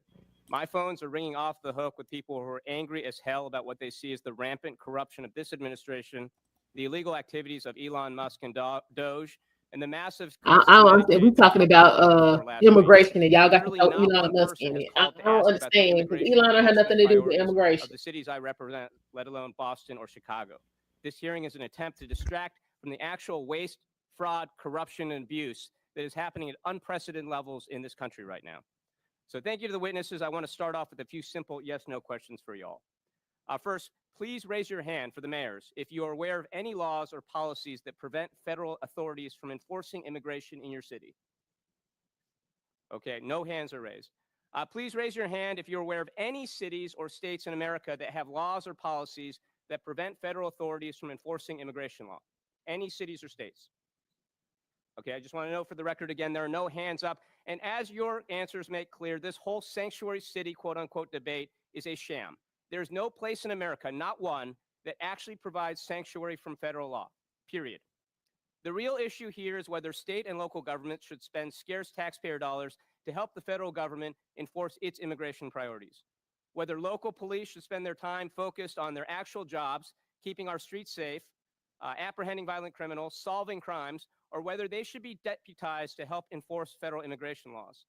And a lot of cities and states, including my state of California, have made the very reasonable decision to say, hey, we want our teachers, nurses, doctors, cops, firefighters to focus on their actual jobs and not be dragged into this Republican war on immigrants. And let's be clear, the Republican immigration policies being pushed forward right now are counterproductive and will make us far less safe, something several of our mayors pointed out in their testimony. Look, I support a 100% ban on all illegal border crossings, but the reality is we already have over 10 million people here in this country without proper immigration status, many of whom have been here for decades. If you have Okay, well, ICE since you've been here for patrolling our decades and you courthouses, decided you couldn't police get your stations, and paperwork together, hospitals, it's time that to go means that home. those undocumented immigrants are not going to go anywhere, but they are going to stop reporting crimes or seeking medical care, and this makes us all This less is safe not, I from mean, the okay, rapists and again, if you murderers out sick there. and you don't want to go Now, get no medical recently, care, my then Orange County clearly you Sheriff, must Don be Barnes, okay a with staunch dying. conservative, Why are we worrying issued a about that? statement That's a outlining his decision they position make. on immigration enforcement. And here's what he stated. Why The are we Orange County responsible for Sheriff's that? Department does not Cause enforce you federal over here immigration wrong. law. It is not part of our I go to the primary doctor. mission, All and we my remain paperwork is focused legitimate. on violations of I state don't and have any local problem. laws. The department will provide for your safety and respond to your calls for service regardless of your immigration status. We do not and never will ask the immigration status of victims, witnesses, suspects, or those who call to report crimes. We enforce state and local laws equally without bias and without concern for your citizenship. Now, I actually think this is a pretty good summary of what each of you are describing happens in your cities, a situation where the federal government enforces immigration law while states and local authorities enforce state and local laws, and it makes a lot of sense. I don't know what my colleagues on the other side think, but I don't want my police focused on immigration status and asking people about that. I want them focused on preventing violent crimes. Well, first So of all, with that, hell, I want to shift get gears when to they address get Mayor to Eric get to Adams. their ass and start Mayor, asking for as that has been well identification, discussed that's in gonna this tell them the committee, you are the status right first city there. mayor So in what are you modern New talking York about, City sir? history It's not like to it's a be whole, indicted while in separate office. process Last they year, of got to course, go you were through. charged with numerous felony counts for soliciting Y'all and just accepting making up bribes stuff for now. nearly a decade from foreign nationals, businessmen, and others, including illegal campaign contributions and luxury travel. On February 10th of this year, the Trump Justice Department instructed federal prosecutors to drop charges against you. This decision caused 7 federal prosecutors, including a Trump appointee, to resign because they believed this was such an enormous miscarriage of the rule of law in law enforcement. Now, as some of my colleagues have pointed out, this was widely reported as a quid pro quo. I know you've denied that. I know you're probably limited in what you can say. But a lot of people out there, including a lot of people in New York City that I know, believe that these charges were dropped in exchange for a quid pro quo for your agreement to help the Trump administration enforce its immigration policies. So my question for you, Mayor Adams, is actually a very simple one. It's clear that whatever your intentions, whatever actions you take, whether on immigration or anything else, you do not enjoy the trust and confidence of the people of New York City. So my question is, why haven't you not resigned yet? And do you plan to resign today or anytime soon? That man done told y'all 16 different ways that he not resigning. I'm really surprised after you laid out your strong belief in It's ridiculous. country It's and a yes/no question. and what we stand for, that Why you are haven't you acting resigned to yet, take Mayor away the Adams? power Why have of you not the resigned people. yet? The It's people not of a the question that city gets to your elected lawyers. me to be Why the have you mayor, not resigned yet? and you Please answer should the not be a question. hypocrite and ask the people of the city power to be reserved for them. Why have you not I was resigned yet? And do elected by you the people of the intend to city, resign anytime and you soon, don't Mayor? live in the Gentleman's city. time's expired. Gentleman's time's expired. Chair recognizes Mr. Jack from Georgia.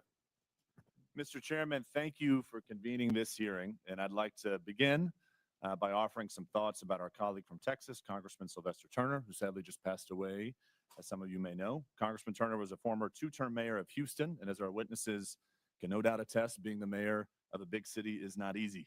Congressman Turner was a member of our freshman class, and his office is right next to mine in the Longworth House Office building, and as such, I had an opportunity to walk with him to and from votes, found him to be an incredible gentleman with respect and courtesy. My colleagues across the aisle, particularly the freshmen, knew Congressman Turner better than I, so I certainly yield to them on this topic, but I wanted to at least mention my own thoughts for the record. Now, to the topic of today's hearing, I prepared for today's hearing by chatting with some of the mayors from my district, from those who represent just a few hundred to those who represent a few thousand, and I found a common theme of frustration. They, along with me and many other constituents I proudly represent in Georgia's 3rd Congressional District, want to know why policies are in place that benefit citizens of other countries at the expense of citizens of our own country.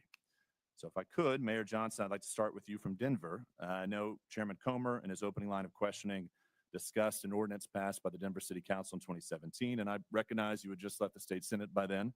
But this ordinance prohibits city and county employees from assisting the enforcement of federal laws or inquiring about a person's immigration status. So I just have to ask, do you see a benefit in learning whether or not someone charged with a crime is a citizen of another country? Thank you, Congressman. I do just want to say Mayor Turner hosted me in Houston when I first became mayor, so that's a powerful statement for me. Thank you for acknowledging it. Thank you, sir. We don't ask someone's status when we first contact them because it's not relevant to whatever charges we may be pursuing. They may list their country of origin on a document that we ask for. It does not indicate their immigration status. They could have legal status but be from another country. Thank you. Mayor Johnston of Chicago, do you see a benefit in asking someone charged with a crime whether or not they're a citizen of our country? The benefit of community safety is trust between local residents and law enforcement, and that relationship is critical to driving violence down. Under my leadership, violence has gone down in the city of Chicago. And Mayor Johnston, if I can ask, have you ever disciplined, fired, or arrested law enforcement officers or correction officers if they notified ICE or other federal immigration officers of an illegal criminal alien in lockup or courts in violation of your sanctuary city policies? Have you ever disciplined, fired, or arrested a law enforcement officer that worked with ICE? That is not, I don't believe that's under the jurisdiction of the mayor. I don't arrest people or. Are there issued memos in which you direct Chicago officers from not assisting with enforcement in immigration law or helping ICE identify folks who may not be here illegally? We do have documentation around making sure that the residents of the city of Chicago know their rights. That's important because it builds trust between law enforcement and community. By having that confidence and trust, people are more likely to come forward to report violent crime regardless of their immigration status. Well, I have to submit to the record, Mr. Chairman, an article from News Nation Now, January 21st, 2025, in which it says Chicago police reminded they cannot cooperate with deportations. And if I may ask, Mayor, are there any memos? Thank you. Are there any memos that direct Chicago police to not cooperate with President Trump's deportation plans? Well, so local law enforcement, we're not federal agents. So local law enforcement in the city of Chicago, they do not dub as federal agents. But that having been said, from your mayoral office, have you ever issued memos to the police department instructing them not to cooperate with President Trump? We remind people of what the welcoming city ordinance entails. Would you submit to the committee any written documentation to the Chicago Police Department as it relates to this? For the welcoming city ordinance, we're happy to make sure that this body has that ordinance, and that policy has been around for 40 years. Thank you very much. Mayor Wu, back to my line of questioning with Mayor Johnston and Johnston. Do you believe that if you are asking someone who's been charged with a crime, whether or not they're here in our country legally, is that a proper and beneficial thing to do? The laws of Massachusetts and the Boston Trust Act help Boston police solve crimes. We do not ask for immigration status because it allows for people to trust that when they call 911, when they have information that might help bring justice to another family, that they feel comfortable sharing that. Thank you. And Mayor Adams, in closing, obviously you know the police very well. Do you see a benefit in asking folks who've been charged with a crime whether or not they're a legal citizen? Yes, I do. With that, Mr. Chairman, I yield back. Thank you. Gentleman yields back. Chair recognizes Ms. Gillen. Thank you, Mr. Chairman. I think one thing everybody seems to agree on here is that our immigration system is broken and desperately needs to be fixed. And I ask my colleagues on the other side of the aisle to work together with us to fix our broken immigration system, to fix our broken asylum system, which isn't fixed by firing the top immigration judges who can actually help us fix this problem. But my focus here today is the effect on my constituents on Long Island. Every day, my constituents are dealing with the effects of the failure to secure our border and the influx of more than 670,000 migrants who have come into the state and New York City, putting a strain on our schools, on public safety and law enforcement, and local governments. Mayor Adams, you said your top priority is to keep New Yorkers safe, but under your watch, the exact opposite has happened. Instead of effectively governing our city, your policies have compounded this crisis. New York has housed migrants in the Roosevelt Hotel for nearly 2 years, not only giving them food and shelter, but also debit cards. In New York, taxpayers have paid about, as you acknowledge, $7 billion to respond to this crisis. That figure is outrageous. And now, instead of stopping the bleeding, you are going back and asking the taxpayers of New York to spend another $1 billion on this crisis. While you focused on your own personal problems, crime has skyrocketed in New York, increasing 20% since you took office in 2021. An AP poll has said that the majority of Americans agree that people who commit, undocumented people who commit violent crimes should be deported, including 79% of Democrats. But what have you done? I was astounded to hear that ICE was prevented, even if they knew there were gang members in the Roosevelt Hotel, from actually doing anything to get those gang members out of there. Mayor Adams, what have you done and what is your answer to the taxpayers of New York for the money that has been spent on this crisis? You raise several things, and there's a level of inaccuracy in some of the stuff you raise. When you look at our crime numbers, I'm not sure where you got those from, but we could give you an accurate account of our crime numbers. Crime has continued to drop since I've been the mayor of the city. We have moved over 20,000 illegal guns off our street. And although we had 230,000 migrants and asylum seekers that came to our door, 189,000 were able to go on to the next step of their journey. We manage a crisis. Congress makes our immigration policies, not mayors. I manage a crisis that was dropped at my door.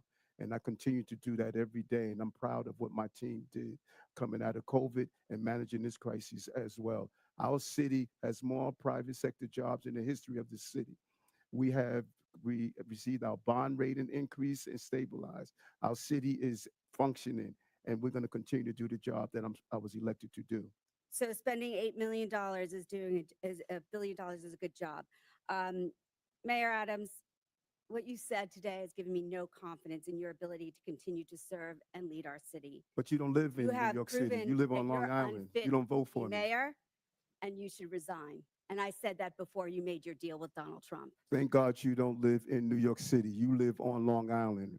But people of New city, York City people of affect city my elect, constituents people who of work New York in Long City Island, who elected. work in Manhattan, whose kids live in Manhattan, who go to the doctor in Manhattan. Everything that happens in Manhattan affects my constituents, Mayor.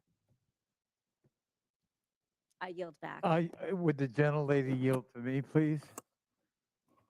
I thank the gentlelady. My question, Mr. Beer. We've heard a lot about crime. So the overwhelming majority of crime in the United States is committed by undocumented individuals whose immigration status is dubious. Is that correct? No, that's not correct at all. The overwhelming majority of crime is committed by U.S.-born Americans. So if I wanted to demonize naturally born Americans, I could cherry pick crime rates from that population and demonize them and dramatize that and use it to smear an entire subgroup in the population. In this case, the majority group. Is that correct? Oh, absolutely. You could look at people with driver's licenses and say, man, they're committing a lot of crime. We should stop issuing driver's licenses to people. I think that's really the sham and the shame of what people are doing in terms of political exploitation of a population this country needs if we're going to grow and protect the social safety net for the future. Thank you. Chair recognizes Ms. Green from Georgia. Thank you, Mr. Chairman. Thank you for coming before our committee today. In the past 4 years, our nation has been invaded by millions and millions of people who have crossed our border. There's also millions of what's called known gotaways. These are people that our government has no idea where they came from, who they are, what they're going to do in our country. And many of these known gotaways could be criminals. They could be part of the narco cartels. They could be terrorists. We don't know who they are, and there's millions of them here. This country has also been the victim of fentanyl. This is a dangerous chemical that comes from China, is made into pressed pills in Mexico and Canada, and illegally distributed into our country by the cartels. On average, 200 to 300 Americans die every single day from fentanyl. Not die, they're murdered. They're murdered. Americans have also been victims of all types of illegal alien crimes. One family in particular, Laken Riley's family, I know them personally, and her death was absolutely horrific. Jose Ibarra entered the United States illegally on September 8th, 2022, near El Paso, Texas, with his wife and son. He was detained by the U.S. Border Patrol, but soon released due to overcrowding at detention facilities. After his release, he was transported to New York City, arriving around September 15th, 2022. The following summer, he was arrested by New York Police Department and charged with acting in a manner to injure a child, and a driver's license violation. Before an immigration detainer could be issued, NYPD released Ibarra according to ICE. He later, after this release, moved to Athens, Georgia, where he was cited for a misdemeanor for shoplifting in 2023. This guy got arrested multiple times. He was stopped at the border, but he was continually released. Just a few months later, he brutally murdered Laken Riley. Mayor Adams, do you agree that Laken Riley would still be alive today if New York Police Department hadn't released Jose Ibarra after they arrested him? Despicable crime. And as a former law enforcement officer, I respond to these crimes as a mayor as well. And I believe people like that should be held accountable. And I've advocated to stop this revolving door criminal justice systems like him to come out and hurt innocent people. I wish we would have had the power to prevent that from happening. Mayor Adams, will you continue sanctuary city policies in your city? That policy is by law. I do not make the law. I must operate within the confines of the Constitution and the law. Mayor Adams, will you advocate to get rid of sanctuary city policies in the city of New York? I have made it clear on a portion of the sanctuary city policies that I believe we need to alter to prevent crimes like this from taking place. Federal law under 8 USC 1324 makes it a crime to knowingly harbor and shield illegal aliens from detection, but your cities refuse to work with ICE detainers to help them find these criminals. I'll go one at a time. Mayor Adams, will you work with ICE in New York City, yes or no? ICE is part of our criminal justice apparatus, and I will work with my city, state, and federal agencies to keep our cities safe, no matter who they are. Mayor Johnston, will you work with ICE to protect your city? We do work with ICE right now, Congresswoman. When they send us information about someone they would like access to, we send them notice when and where we will release them, and they can pick them up. We've done that 1,226 times. We will keep doing it. Will you end sanctuary city policies? We think the policies that we have right now allow us to work with ICE and to stop crime, and we'll keep doing that. Mayor Johnston, will you work with ICE? Our local law enforcement, Chicago Police Department, we work with federal agents on a variety of issues: drug trafficking, sex trafficking, getting guns off the street. And we will continue to work with federal Will you agents. stop harboring illegal aliens? Will you end sanctuary city policies? So the city of Chicago, we do not harbor criminals. We do not harbor undocumented individuals. We comply with all laws. Mayor Wu, will you work with ICE to protect Americans, legal Americans in your city, and end sanctuary policies? The Boston Police work with ICE and federal agencies every single day on criminal matters and hold people who are committing crimes accountable.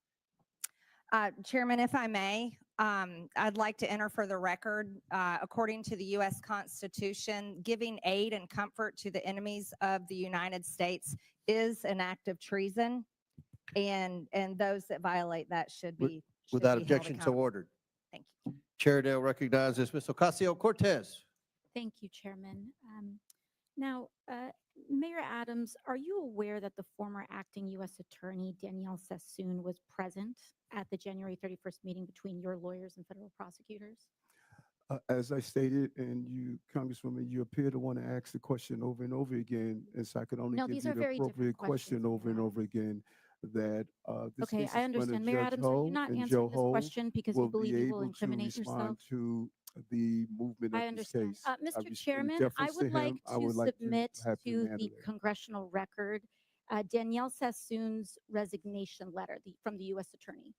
Without objection, so ordered. Thank you so much. In her letter, the former acting U.S. Attorney, a registered Republican, a former clerk for Antonin Scalia, was appointed by President Trump to serve as acting U.S. attorney, was present at the January 31st meeting between Mayor Adams' attorneys and federal prosecutors. After that meeting with attorneys, the acting U.S. attorney resigned rather than dismiss the charges against Mayor Adams. In her letter, which I have just submitted to the congressional record, Ms. Sassoon stated that during that January 31st meeting, Mayor Adams's attorneys, quote, repeatedly urged what amounted to a quid pro quo, describing it as a, quote, improper offer of immigration enforcement assistance in exchange for a dismissal of his case, end quote. The acting U.S. attorney has submitted a former acting U.S. attorney has submitted a letter.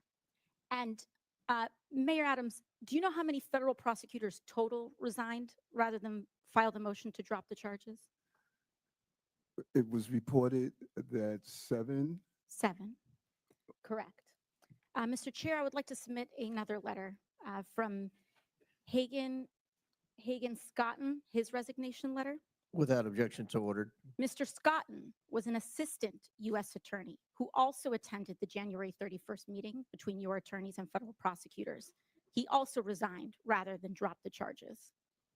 In his resignation letter, he stated, and I quote, "Our laws and traditions do not allow using the prosecutorial power to influence other citizens, much less elected officials."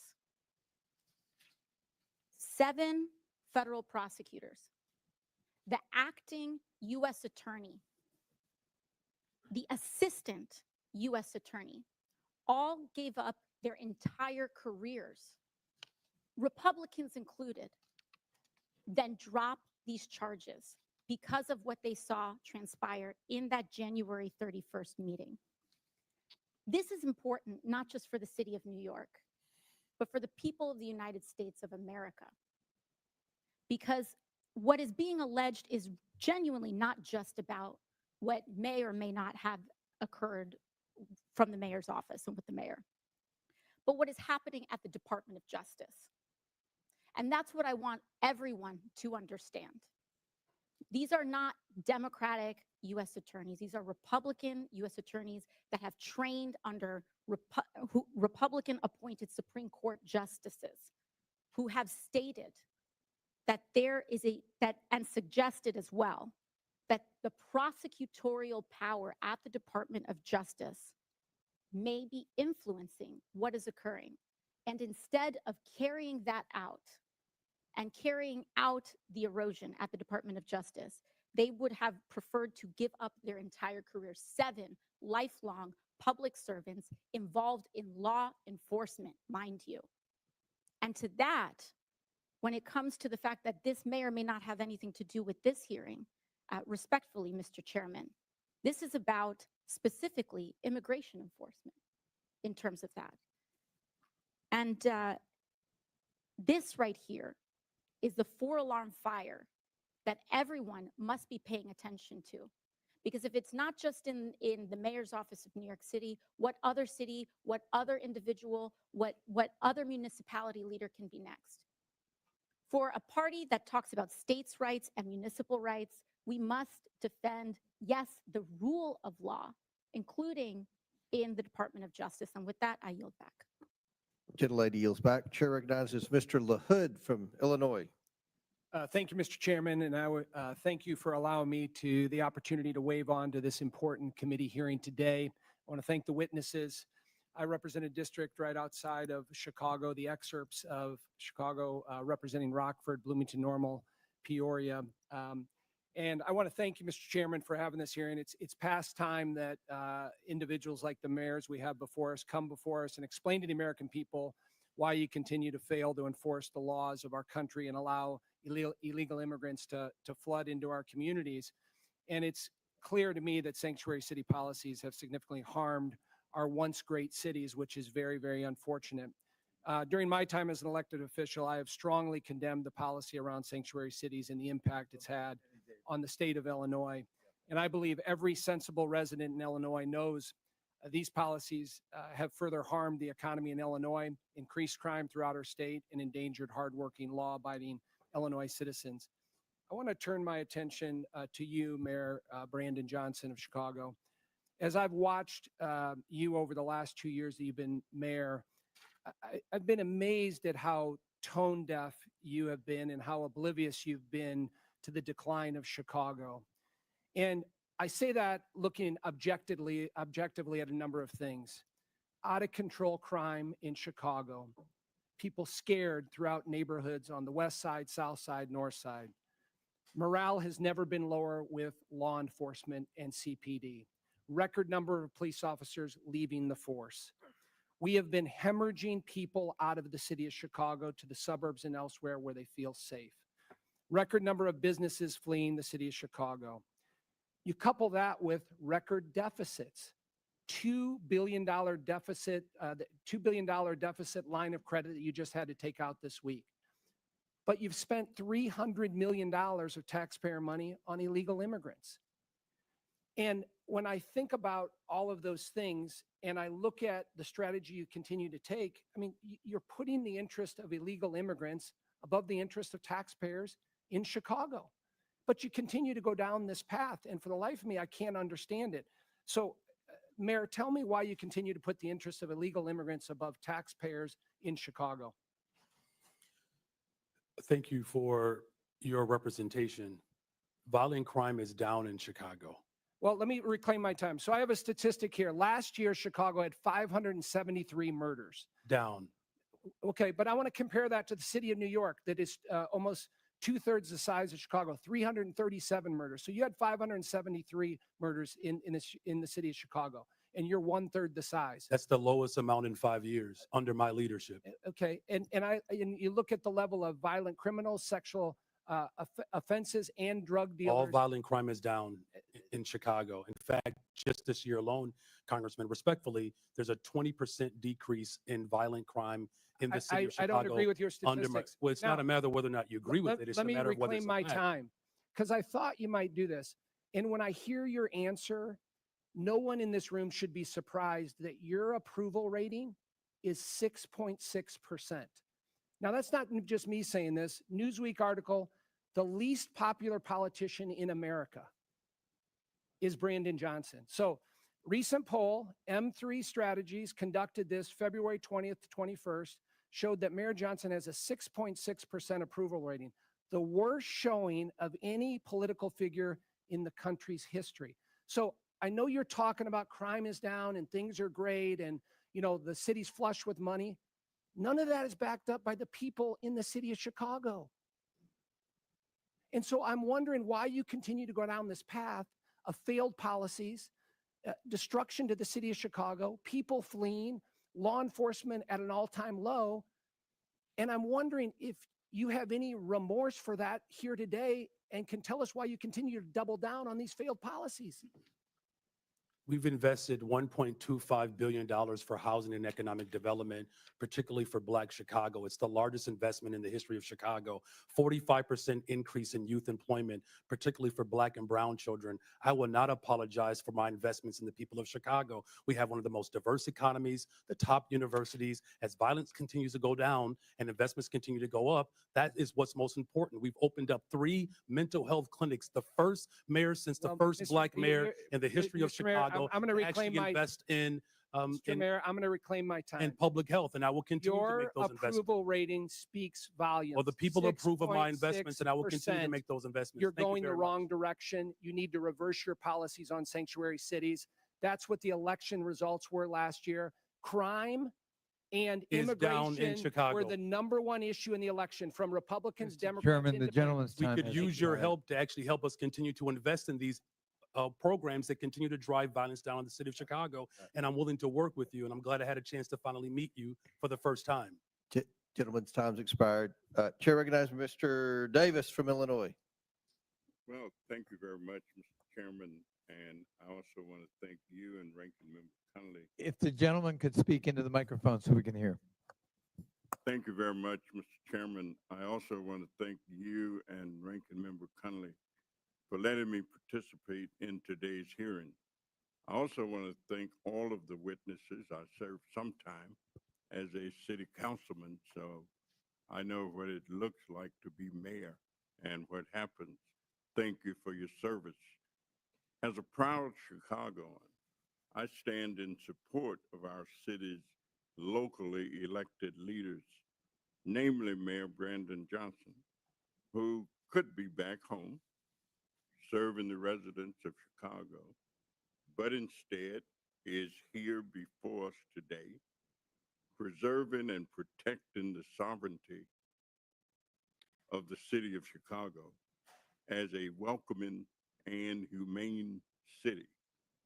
At a time when immigrants are being blanketly labeled as criminals and targeted haphazardly to fuel the Trump-Musk administration's PR-orientated deportation stunt. I'm proud that since the enactment of the Illinois Trust Act in 2017, the state of Illinois, Cook County, and the city of Chicago have maintained an ongoing commitment to welcoming those in need, including those that have endured persecution abroad and pressed their way across borders, looking and longing for a better life for themselves and their families. I think we all agree that immigration has long played an integral role in the development of American society, culture, and its economy. In recognition of such, the city of Chicago is holding true to its values. As Mayor Johnston has stated on several occasions, that Chicago, and I quote, will remain a welcoming city, end of quotation, despite recent and repeated threats and attempts of coercion from the current administration to do otherwise. Likewise, H.R. 32, the supposed No Bailout for Sanctuary Cities Act that undergirds today's hearing, is drafted in the same threatening, intrusive, and non-constructive manner, as the measure unfairly calls for welcoming jurisdictions to be stripped of federal funding that we just heard often goes towards supporting critical public safety initiatives and local programming needs. In fact, I would commend that the bill as drafted infringes on the constitutional balance of power between states and the federal government and will cause more harm than help if enacted. So, Mr. Mayor Johnston of Chicago, the Windy City, the city of the big shoulders, would you share with this committee what principles and concepts guide your thoughts and actions as you go about your task of being mayor for all of these people in Chicago? Thank you very much, Congressman Davis, for your leadership, and it's good to see my neighbor here today. You know, look, the city of Chicago, we reflect and we represent the best part of America. It's a diverse city, again, a city that was established by a Black Haitian immigrant and a Potawatomi woman, a city that has invited immigrants from around the world, a city that was built by the formerly enslaved, my ancestors. And it's a very proud moment to not only represent the city of Chicago, but it is my honor. What we've experienced over the last 20 months since I've been in office, first of all, the city of Chicago is safer. We have violent crime has gone down in the city of Chicago by over 20% just this year alone. We've invested in housing. We've invested in mental health care. We've invested in youth employment. We've invested in our overall community safety plan, 200 more detectives to solve crime. We are headed in the right direction, and I'm grateful for your leadership, and I will look for this body to continue to support these efforts for all of our cities. Thank you. Mr. Chairman, and I yield back. Thank you. Chair recognizes Mr. Evans from Colorado. Thank you, Mr. Chairman and Ranking Member, for allowing me to wave onto this committee. And of course, thank you to the witnesses for taking the time to come and have this conversation. So Denver Mayor Johnston. I'm a Colorado native, grew up in and around the Denver metro area, also Latino, grandson of an immigrant from Mexico. And I also served for 12 years in the U.S. Army, Colorado Army National Guard, and in the Denver metro area for another 10 years as a police officer. And unfortunately, as a Denver metro area police officer, I've seen firsthand how public safety in Colorado and in Denver is plummeting. When I started my law enforcement career, Colorado was ranked 31st in the nation for our crime rate. We were ranked 3rd in the nation last year. Denver, 6 years ago in 2019, they didn't even make the top 50 most dangerous dangerous cities in the country list. This year in 2024-2025, U.S. News and World Report ranks Denver as the 10th most dangerous city in the country. Denver has twice the homicide rate as San Francisco. We've lost more than 7,000 Coloradans to illegal drug overdose deaths since 2020, with a significant percentage of that coming from illegal drugs like fentanyl. And we know from criminal intelligence that in the Denver, Colorado area, almost is the drug of choice of trendy aragua in the Denver metro area. And we've seen headlines that show that overdose deaths in the Denver metro area remain stubbornly flat despite falling in pretty much everywhere around the country. In terms of violent crimes, Denver's had over 6,400 violent crimes. So that's including things like 689 sexual assaults, over 1,200 robberies, over 4,400 aggravated assaults. And again, depending on which database you look at, anywhere from 65 to 71 homicides. Again, double the homicide rate of San Francisco. So the first question to you is, for those homicides, do you know how many of those were committed by people illegally present in the country? Thank you, Congressman, and happy to answer that because I think you may have some bad facts. I'm happy to clarify them for you. In terms of what's happening in Denver right now, as we know, crime is down in Denver from last year to this year. Reclaiming my time, Meyer. Do you know? I do want to answer the question you phrased. Reclaiming my time. Do you know how many of those 65 to 71 homicides were committed by people illegally present in the country? And I'm happy to show all of the sources for my facts. We don't ask anyone's status at point of arrest. We do not know someone's status and when they're charged. Thank you. Thank you for the answer, Mr. Mayor. And I'm glad you've brought that up because as you can see displayed here, we actually have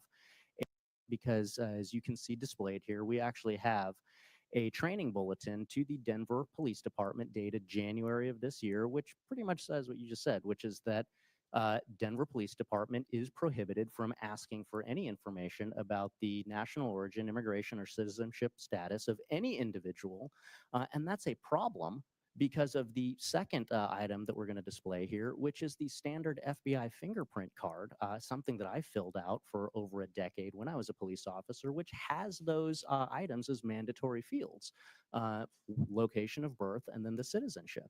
And so I've heard, being a cop in the Denver metro area, that police officers in Denver are being told not to fill out those mandatory fields in the FBI fingerprint card, which could potentially indicate why you're unsure of how many of these crimes are being committed by illegal immigrants in your city. So the second question is, will you allow Denver police officers to fill out all of the information on an FBI fingerprint card, to including asking for and recording the citizenship status?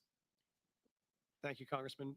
Right now, under city ordinance, we do not ask someone's status at point of contact, and that does not prejudice in any way our prosecution. We believe it doesn't matter where someone's from. Thank you, Mr. What Mayor. crime they've committed. So We're you're gonna not charge them aggressively regardless. so you're not filling out the FBI fingerprint card as required?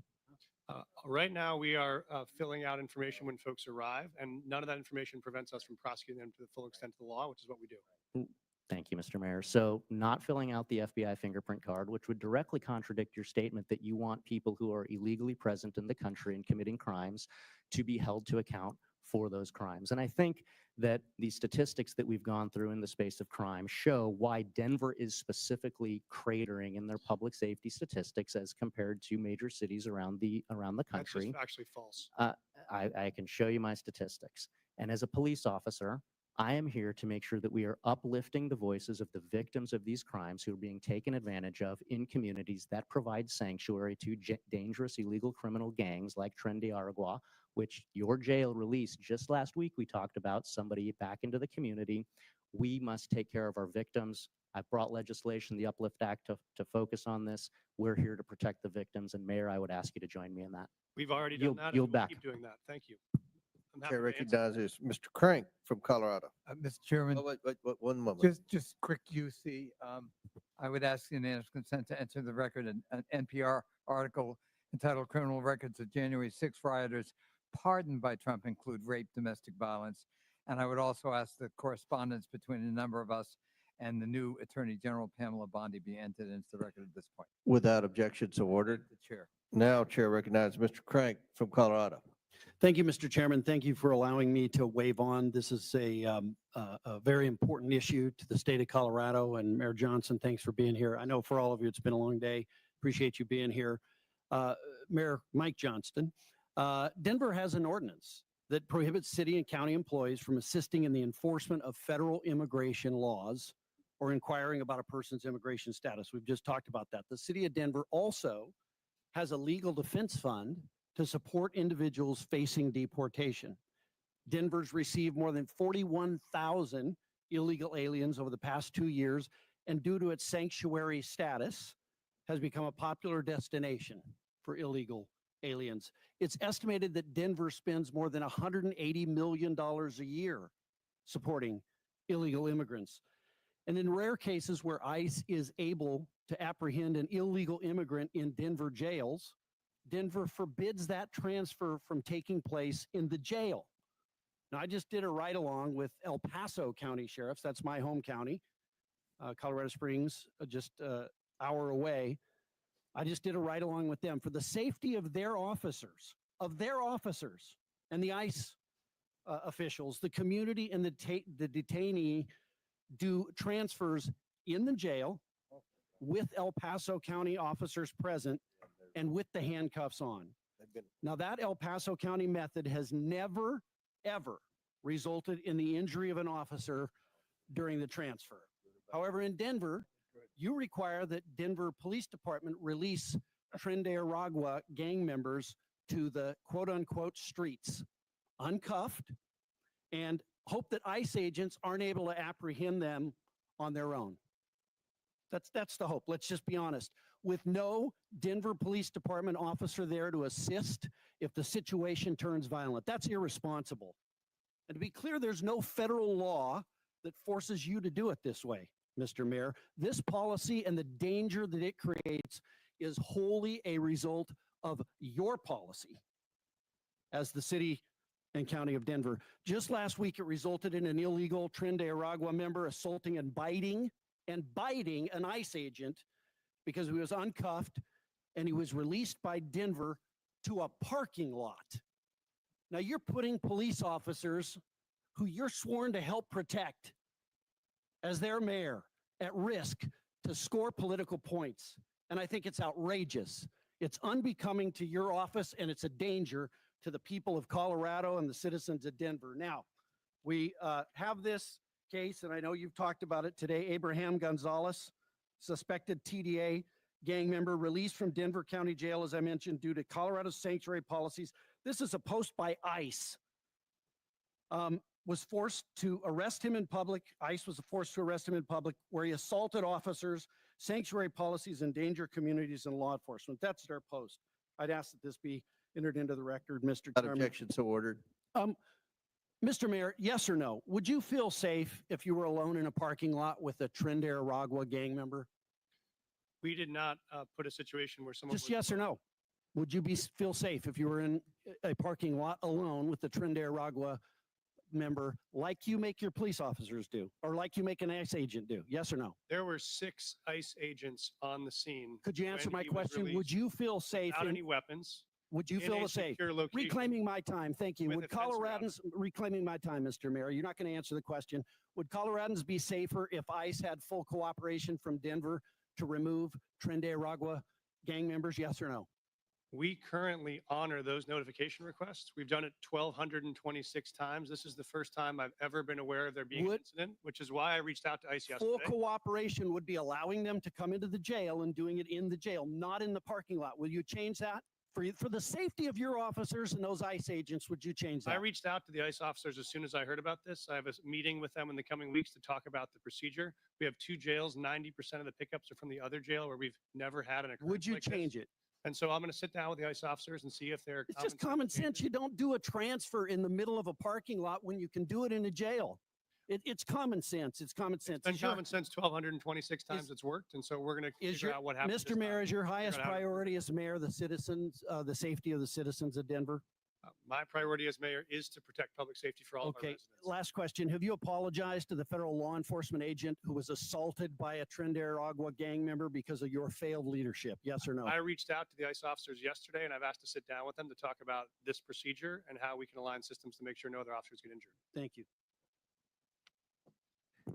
Chair recognizes Mr. Burleson from Missouri. Thank you, Mr. Chairman. From what I gathered from this hearing, the term sanctuary cities seems to mean a sanctuary only for criminals. Throughout this hearing, we have heard countless examples of illegal immigrants with criminal histories being allowed to roam free in these cities and continue to commit crimes and violence against American citizens that should never have happened. The bottom line is that sanctuary policies are a violation of federal immigration laws. The states, when they enacted the Constitution in Article 1, Section 8, Clause 4, made it very clear that it's in the purview of the federal government, not the states, to determine these policies. States shouldn't be flaunting our laws that they gave us the sole responsibility to implement. And yet Chicago, Denver, New York City, and Boston are aiding and abetting in the furtherance of laws and policies that are in direct defiance of the immigration laws that are passed by Congress. This hearing is important for us as Congress to determine ways in which we can use our constitutional powers, such as the power of the purse, to force these and other sanctuary cities into compliance. My first question, I want to ask Mr. Byer. You haven't had a lot of questions today, right? Not enough. I want to ask, okay, so are you aware of how much it costs the American taxpayer per illegal immigrant in the United States, roughly? Not on a per capita basis, no. Okay. The budget committee has determined it's almost about $9,000 in net loss per tax or per illegal immigrant. That's definitely not correct. Okay, you can question, but that's the group that did the research. So let me ask you this: does Cato support subsidizing creating taxpayer programs to subsidize other people's healthcare benefits? No, we don't. Okay. Does Cato support using taxpayer dollars to support people staying in hotels?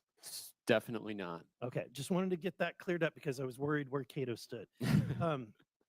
Mr. Adams, you stated that the migrant crisis. Wait, first, I want to ask this question from everybody on the panel. Is there a difference between, if there's a difference between the ICE detainer and a criminal warrant, which one would you honor? I'm sure I understand the question. You said there's a difference between an ICE detainer and a criminal warrant? Yes. We would always honor an ICE detainer that comes with a judicial warrant. That is what the law calls for in the city. Okay, and do you concur? Is that what you would do? We always support our criminal warrants with ICE requests, yes. Okay. Mr. Johnson? With a criminal warrant, our local police department with a criminal warrant will collaborate and cooperate with federal agents. And Mrs. Wu? Whenever there's a criminal warrant from any agency, Boston Police enforce it. Okay.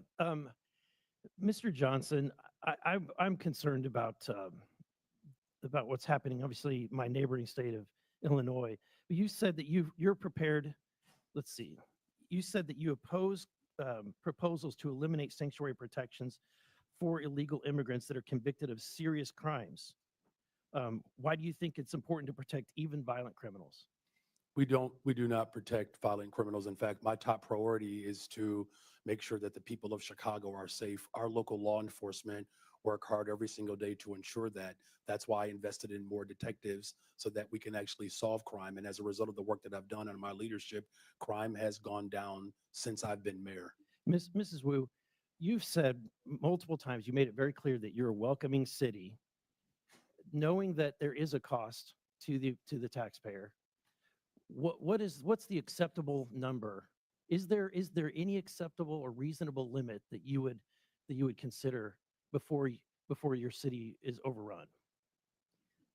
We are a city that is the safest in the country because everyone feels connected to city services. Everyone can So call there's you have no answer. There's no capacity. That's too much. Congressman, respectfully, I'm the mayor of Boston. I don't get to decide who comes into our country and where they go after that. Our job is to keep people fed and healthy and safe when they arrive in our city. And we do that in order to make sure that everyone across our community is safe. Resources are strained, but I would ask you to please do your job and be part of passing bipartisan legislation that would allow us to do We what did. We want did. to We do. passed HR2, but what we've made what's been made very clear is that we don't need to pass laws. All we need is a new president. My time has expired. Gentlemen, time's expired. They've called for votes, but we have one last question. Mr. Hurd from Colorado. Thank you very much, Mr. Chairman. Good afternoon. Mayor Johnston, it's nice to see you. Thanks for coming. I have a question about Denver's policies that I fear made it a magnet for migrants and have drawn tens of thousands to Denver in a short amount of time. Given the strain that's being placed on city resources, is there a limit? And this might be similar to a question that was just asked before. If another wave of arrivals begins, does Denver have a contingency plan, or is the commitment to being a sanctuary city truly open-ended no matter how many come? Thank you, Congressman. And we have adjusted our policies when we were facing some of the fiscal crisis around this. We were hoping for the Senate bipartisan immigration bill to pass, which provided some resources to interior cities. When that didn't, we had to make adjustments. And so what we've done now is we've really focused on connecting people to work. So those folks that arrive, we think the most important thing is for them to be able to work and support themselves, pay their own taxes, pay their own rent. And so we've run work authorization clinics to help people get legal work authorization. If this body could help us accelerate the rate of work authorization, we would not need to spend any public resources at all because folks want jobs they could support themselves. So that's been our real focus. The more folks we work authorized, we've been able to then need to provide fewer resources around housing, shelter, food, et cetera. Are you concerned that Denver could be reaching a breaking point soon? Thank you, Congressman. We actually are seeing dramatic drops in arrivals since June of 2024. So we are not in a moment of crisis right now. We don't have migrant encampments. We've closed all of our shelters. We've actually dropped our spending on migrant supports by 90% from 2024 to 2025. So our expenditures are down dramatically, and we'd love to see it stay that way. How about my concern about incentivizing certain actions? Do you have any concrete evidence that sanctuary policies have not made Denver more vulnerable to crime? Thank you, Congressman. We do have concrete evidence that even as 42,000 newcomers have arrived in the city over the last 18 months, crime has gone down in Denver. And so shootings are down 24%, homicide is down 17%, auto theft is down almost 30%. So we've seen all those major drivers go down at the same time we've had new folks arrive. And that's because of the sanctuary policies or in spite of them, or what would those numbers be absent the policies in Denver that incentivize these behaviors? Thank you, Congressman. We see them as unrelated. We are continuing to make a strong stand on public safety. We're continuing to find ways to integrate folks who have arrived on our city in the middle of the winter with no clothes or support. We've been able to do both. We've also made historic reductions in homelessness at the same time that we were facing this declarative emergency on homelessness, because that was our top priority. And we've become the largest big city in America to end the cycle of street homelessness for veterans. So that's been equal part of our focus at the same time. So just so I'm clear on your testimony, you don't believe that there's any evidence that the city of Denver's policies have made Denver more vulnerable to crime? No, sir, I do not see any evidence that it has. Okay. If violent criminals are exploiting these protections, are you willing to reconsider aspects of the city's policies to prioritize public safety? Thank you, sir. We are very aggressively pursuing violent criminals right now. In fact, we're doing it in collaboration with many federal agencies. We have a Raven task force we launched, which has been focused on disrupting gang activity. That's why we've been so successful in managing and reducing the presence of TDA in the city. It's how we helped reduce the presence of MS-13. So we have aggressive actions going on partnering with federal agents, and that's working. One of the concerns that I've heard, Mayor Johnston, in Western Colorado and Colorado's 3rd Congressional District and also in Southern Colorado is that there are illegal immigrants here that are coming to, or that are in Denver that are then relocating to Western and Southern Colorado. Are you aware, or can you confirm that the illegal migrants that are in Denver, that were in Denver, have stayed in your city and not traveled to other parts of the state? Thank you, sir. Obviously, as you know, when folks arrive to Denver, whether they come from Carbondale or Grand Junction or Chicago, we don't track where they go. It's a free country. If they choose to move to Lakewood or to move to Pueblo, we wouldn't know. We just provide the emergency services to make sure they're not freezing on the streets. And so that's our focus, but we don't track anyone's long-term trajectory, whether they're a native born or an immigrant. Would it surprise you if there were individuals that were leaving Denver that were relocating to other parts of Colorado?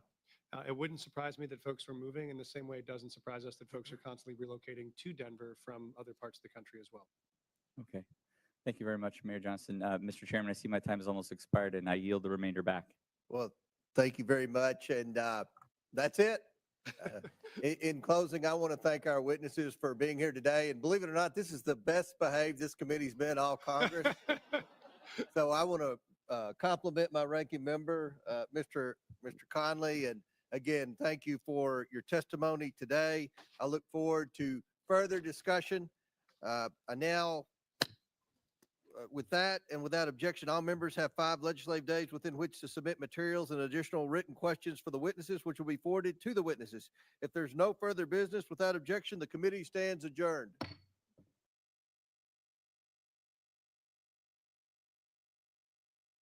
All right, y'all, we are adjourned. It has been an all-day event of question dodging, narrative creation, lies, just foolishness and effery all day long.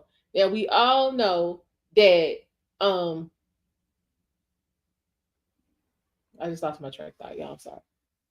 We all know that we here in the United States have been allowing others from different places around the world to come to our country. Some have come correctly and done what they needed to do and have proved to be productive citizens, and we have others who have just come over here and run amok and just spread destruction and terror and dissension everywhere they have gone. Why we would continue to act like we don't know the difference between legal immigrants and illegal immigrants baffles me, because there's a clear difference. And the blatant disregard for factual information that we saw in this hearing today is just astounding. It's astounding. You literally have facts set before you and you act like you have blank pieces of paper in front of you.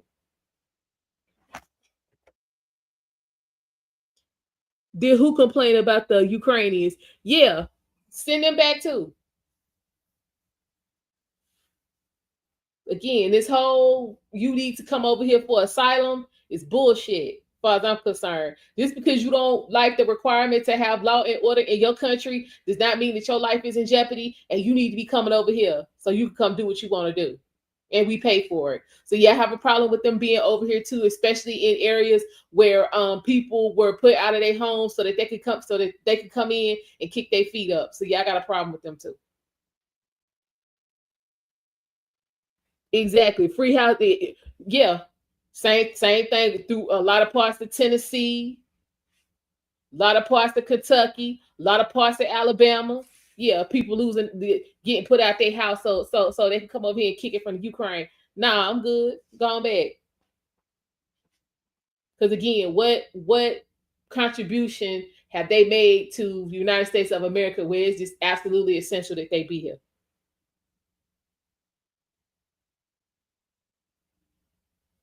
Okay, exactly, Mark. But it's the thing here. If we're 7 years behind on processing y'all asylum paperwork, that means you over here without asylum. So take your ass home.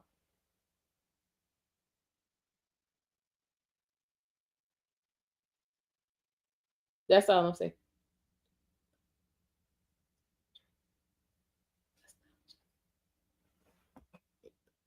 was what on the news?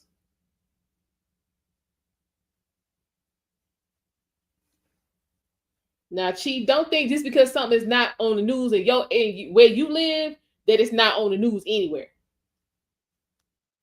And you also need to look at where you're going for your news. Like, let's not play that game.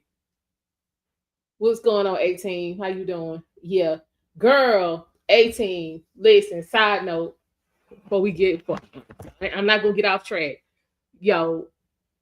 I had the best sleep. I had the best sleep last night after the live stream. Child, yeah, I slept well. I don't know why, but yeah, I slept well. Anyway, yeah, just because it's not on the news in Kansas City don't mean it wasn't on the news down here in Charlotte. And just because it wasn't on the news here in Charlotte don't mean it wasn't on the news in Memphis. And just because it wasn't on the news in Memphis don't mean it wasn't on the news in Dallas. So we got to stop all of that because you didn't see it. It wasn't on the news. And it might have been on the 6 o'clock news and you only watched the 11 o'clock news. Let's not do that.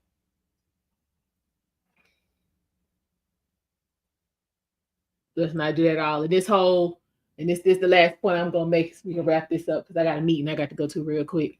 This whole what's for me? The middle class needs to take 2 days off of work. No hospitals, police stations, water, electric, gas works for 2 days. It would crumble the government and we would get our power back.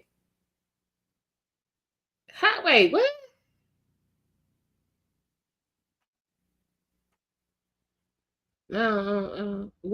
What power are you trying to get back?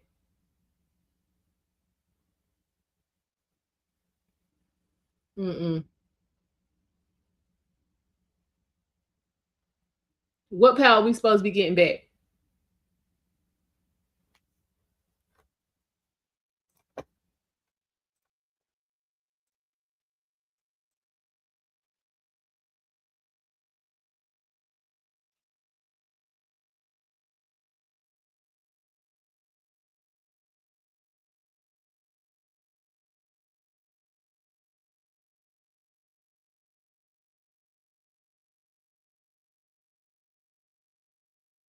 I never said politicians care about me. That means they don't care about you either. So since they don't care, you should be trying to cut the best deal possible for yourself. What we talking about? Politics is about business. I don't know why y'all keep wanting to stick y'all feelings in this. Politics is about business. Strike the best deal you can.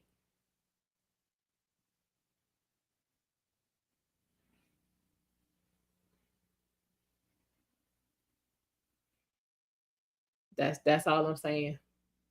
That is all I'm saying.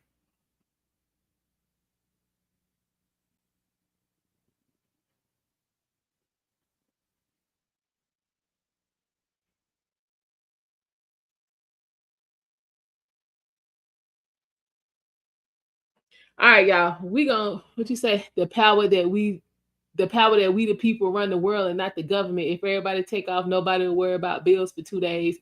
The people who make the girl, child, what?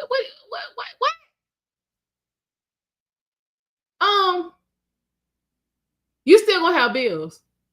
How this work?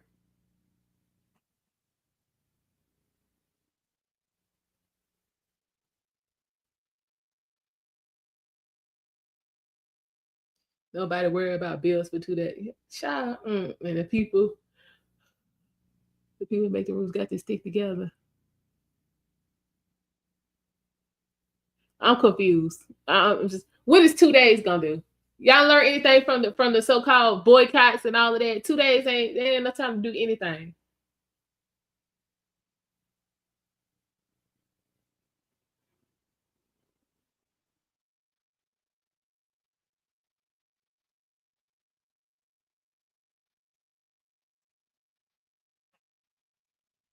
I'm just confused. And again, if we have elections and we vote for people, that's your power.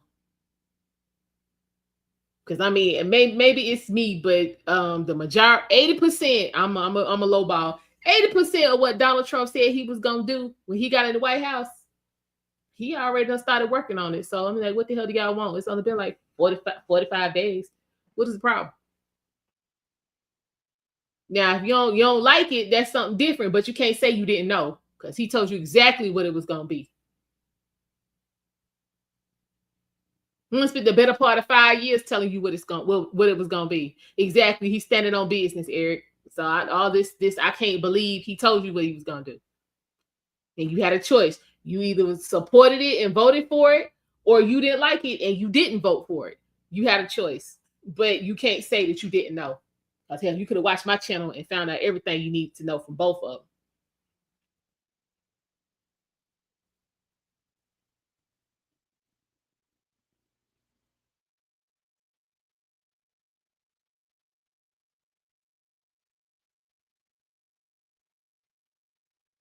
This is what I'm saying. So I mean, again, you can't, if you don't like it, that's one thing. But you can't say I can't believe he doing this. 2 days will not crumble the government. Hell, if the government will shut itself down for a month and a half, they don't care nothing about no 2 days. Hell, they facing shut down now. What you talking about? I'm not shocked, 18. I ain't shocked at all. Because again, if you look at it, the Democrats are basically, that's the poor group in the first place. They've been trying to catch up with Republicans as far as you're saying wealth, and definitely generational wealth for hell. How many generations? So of course they're gonna steal it. Where else they gonna get it from? People, y'all voted for y'all best interests, and that's what I did. Exactly.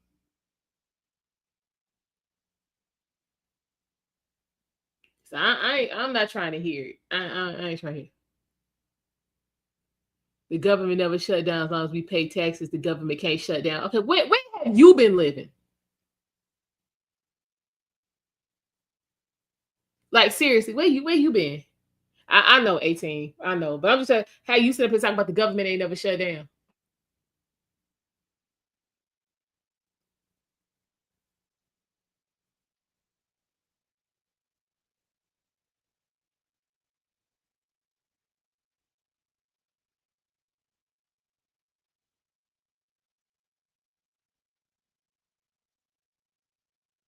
Oh Lord.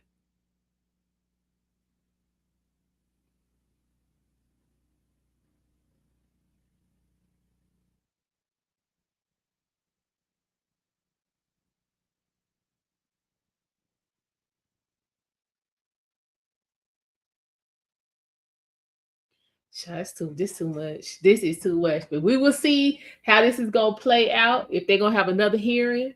But again, if we supposed to be in there talking about, saying immigration and how much is being spent and this, that, and the fourth, I don't understand why we talking about Doge and Elon Musk.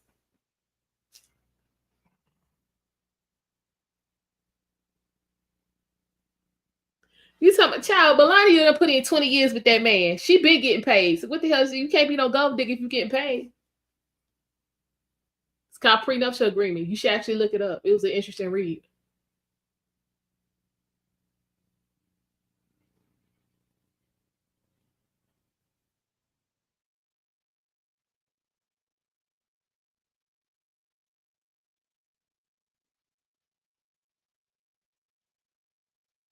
Okay, that's you know what we gonna end this because again, what has he lied about?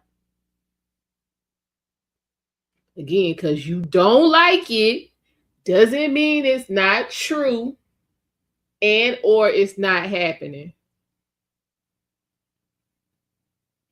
It's that simple. It's really that simple. You're supposed to cook them first, sir.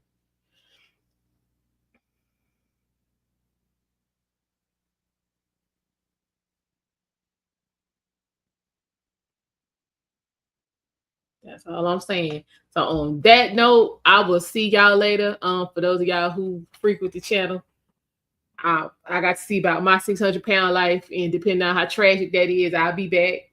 So make sure you got your notifications on, and I will see y'all later. Take care.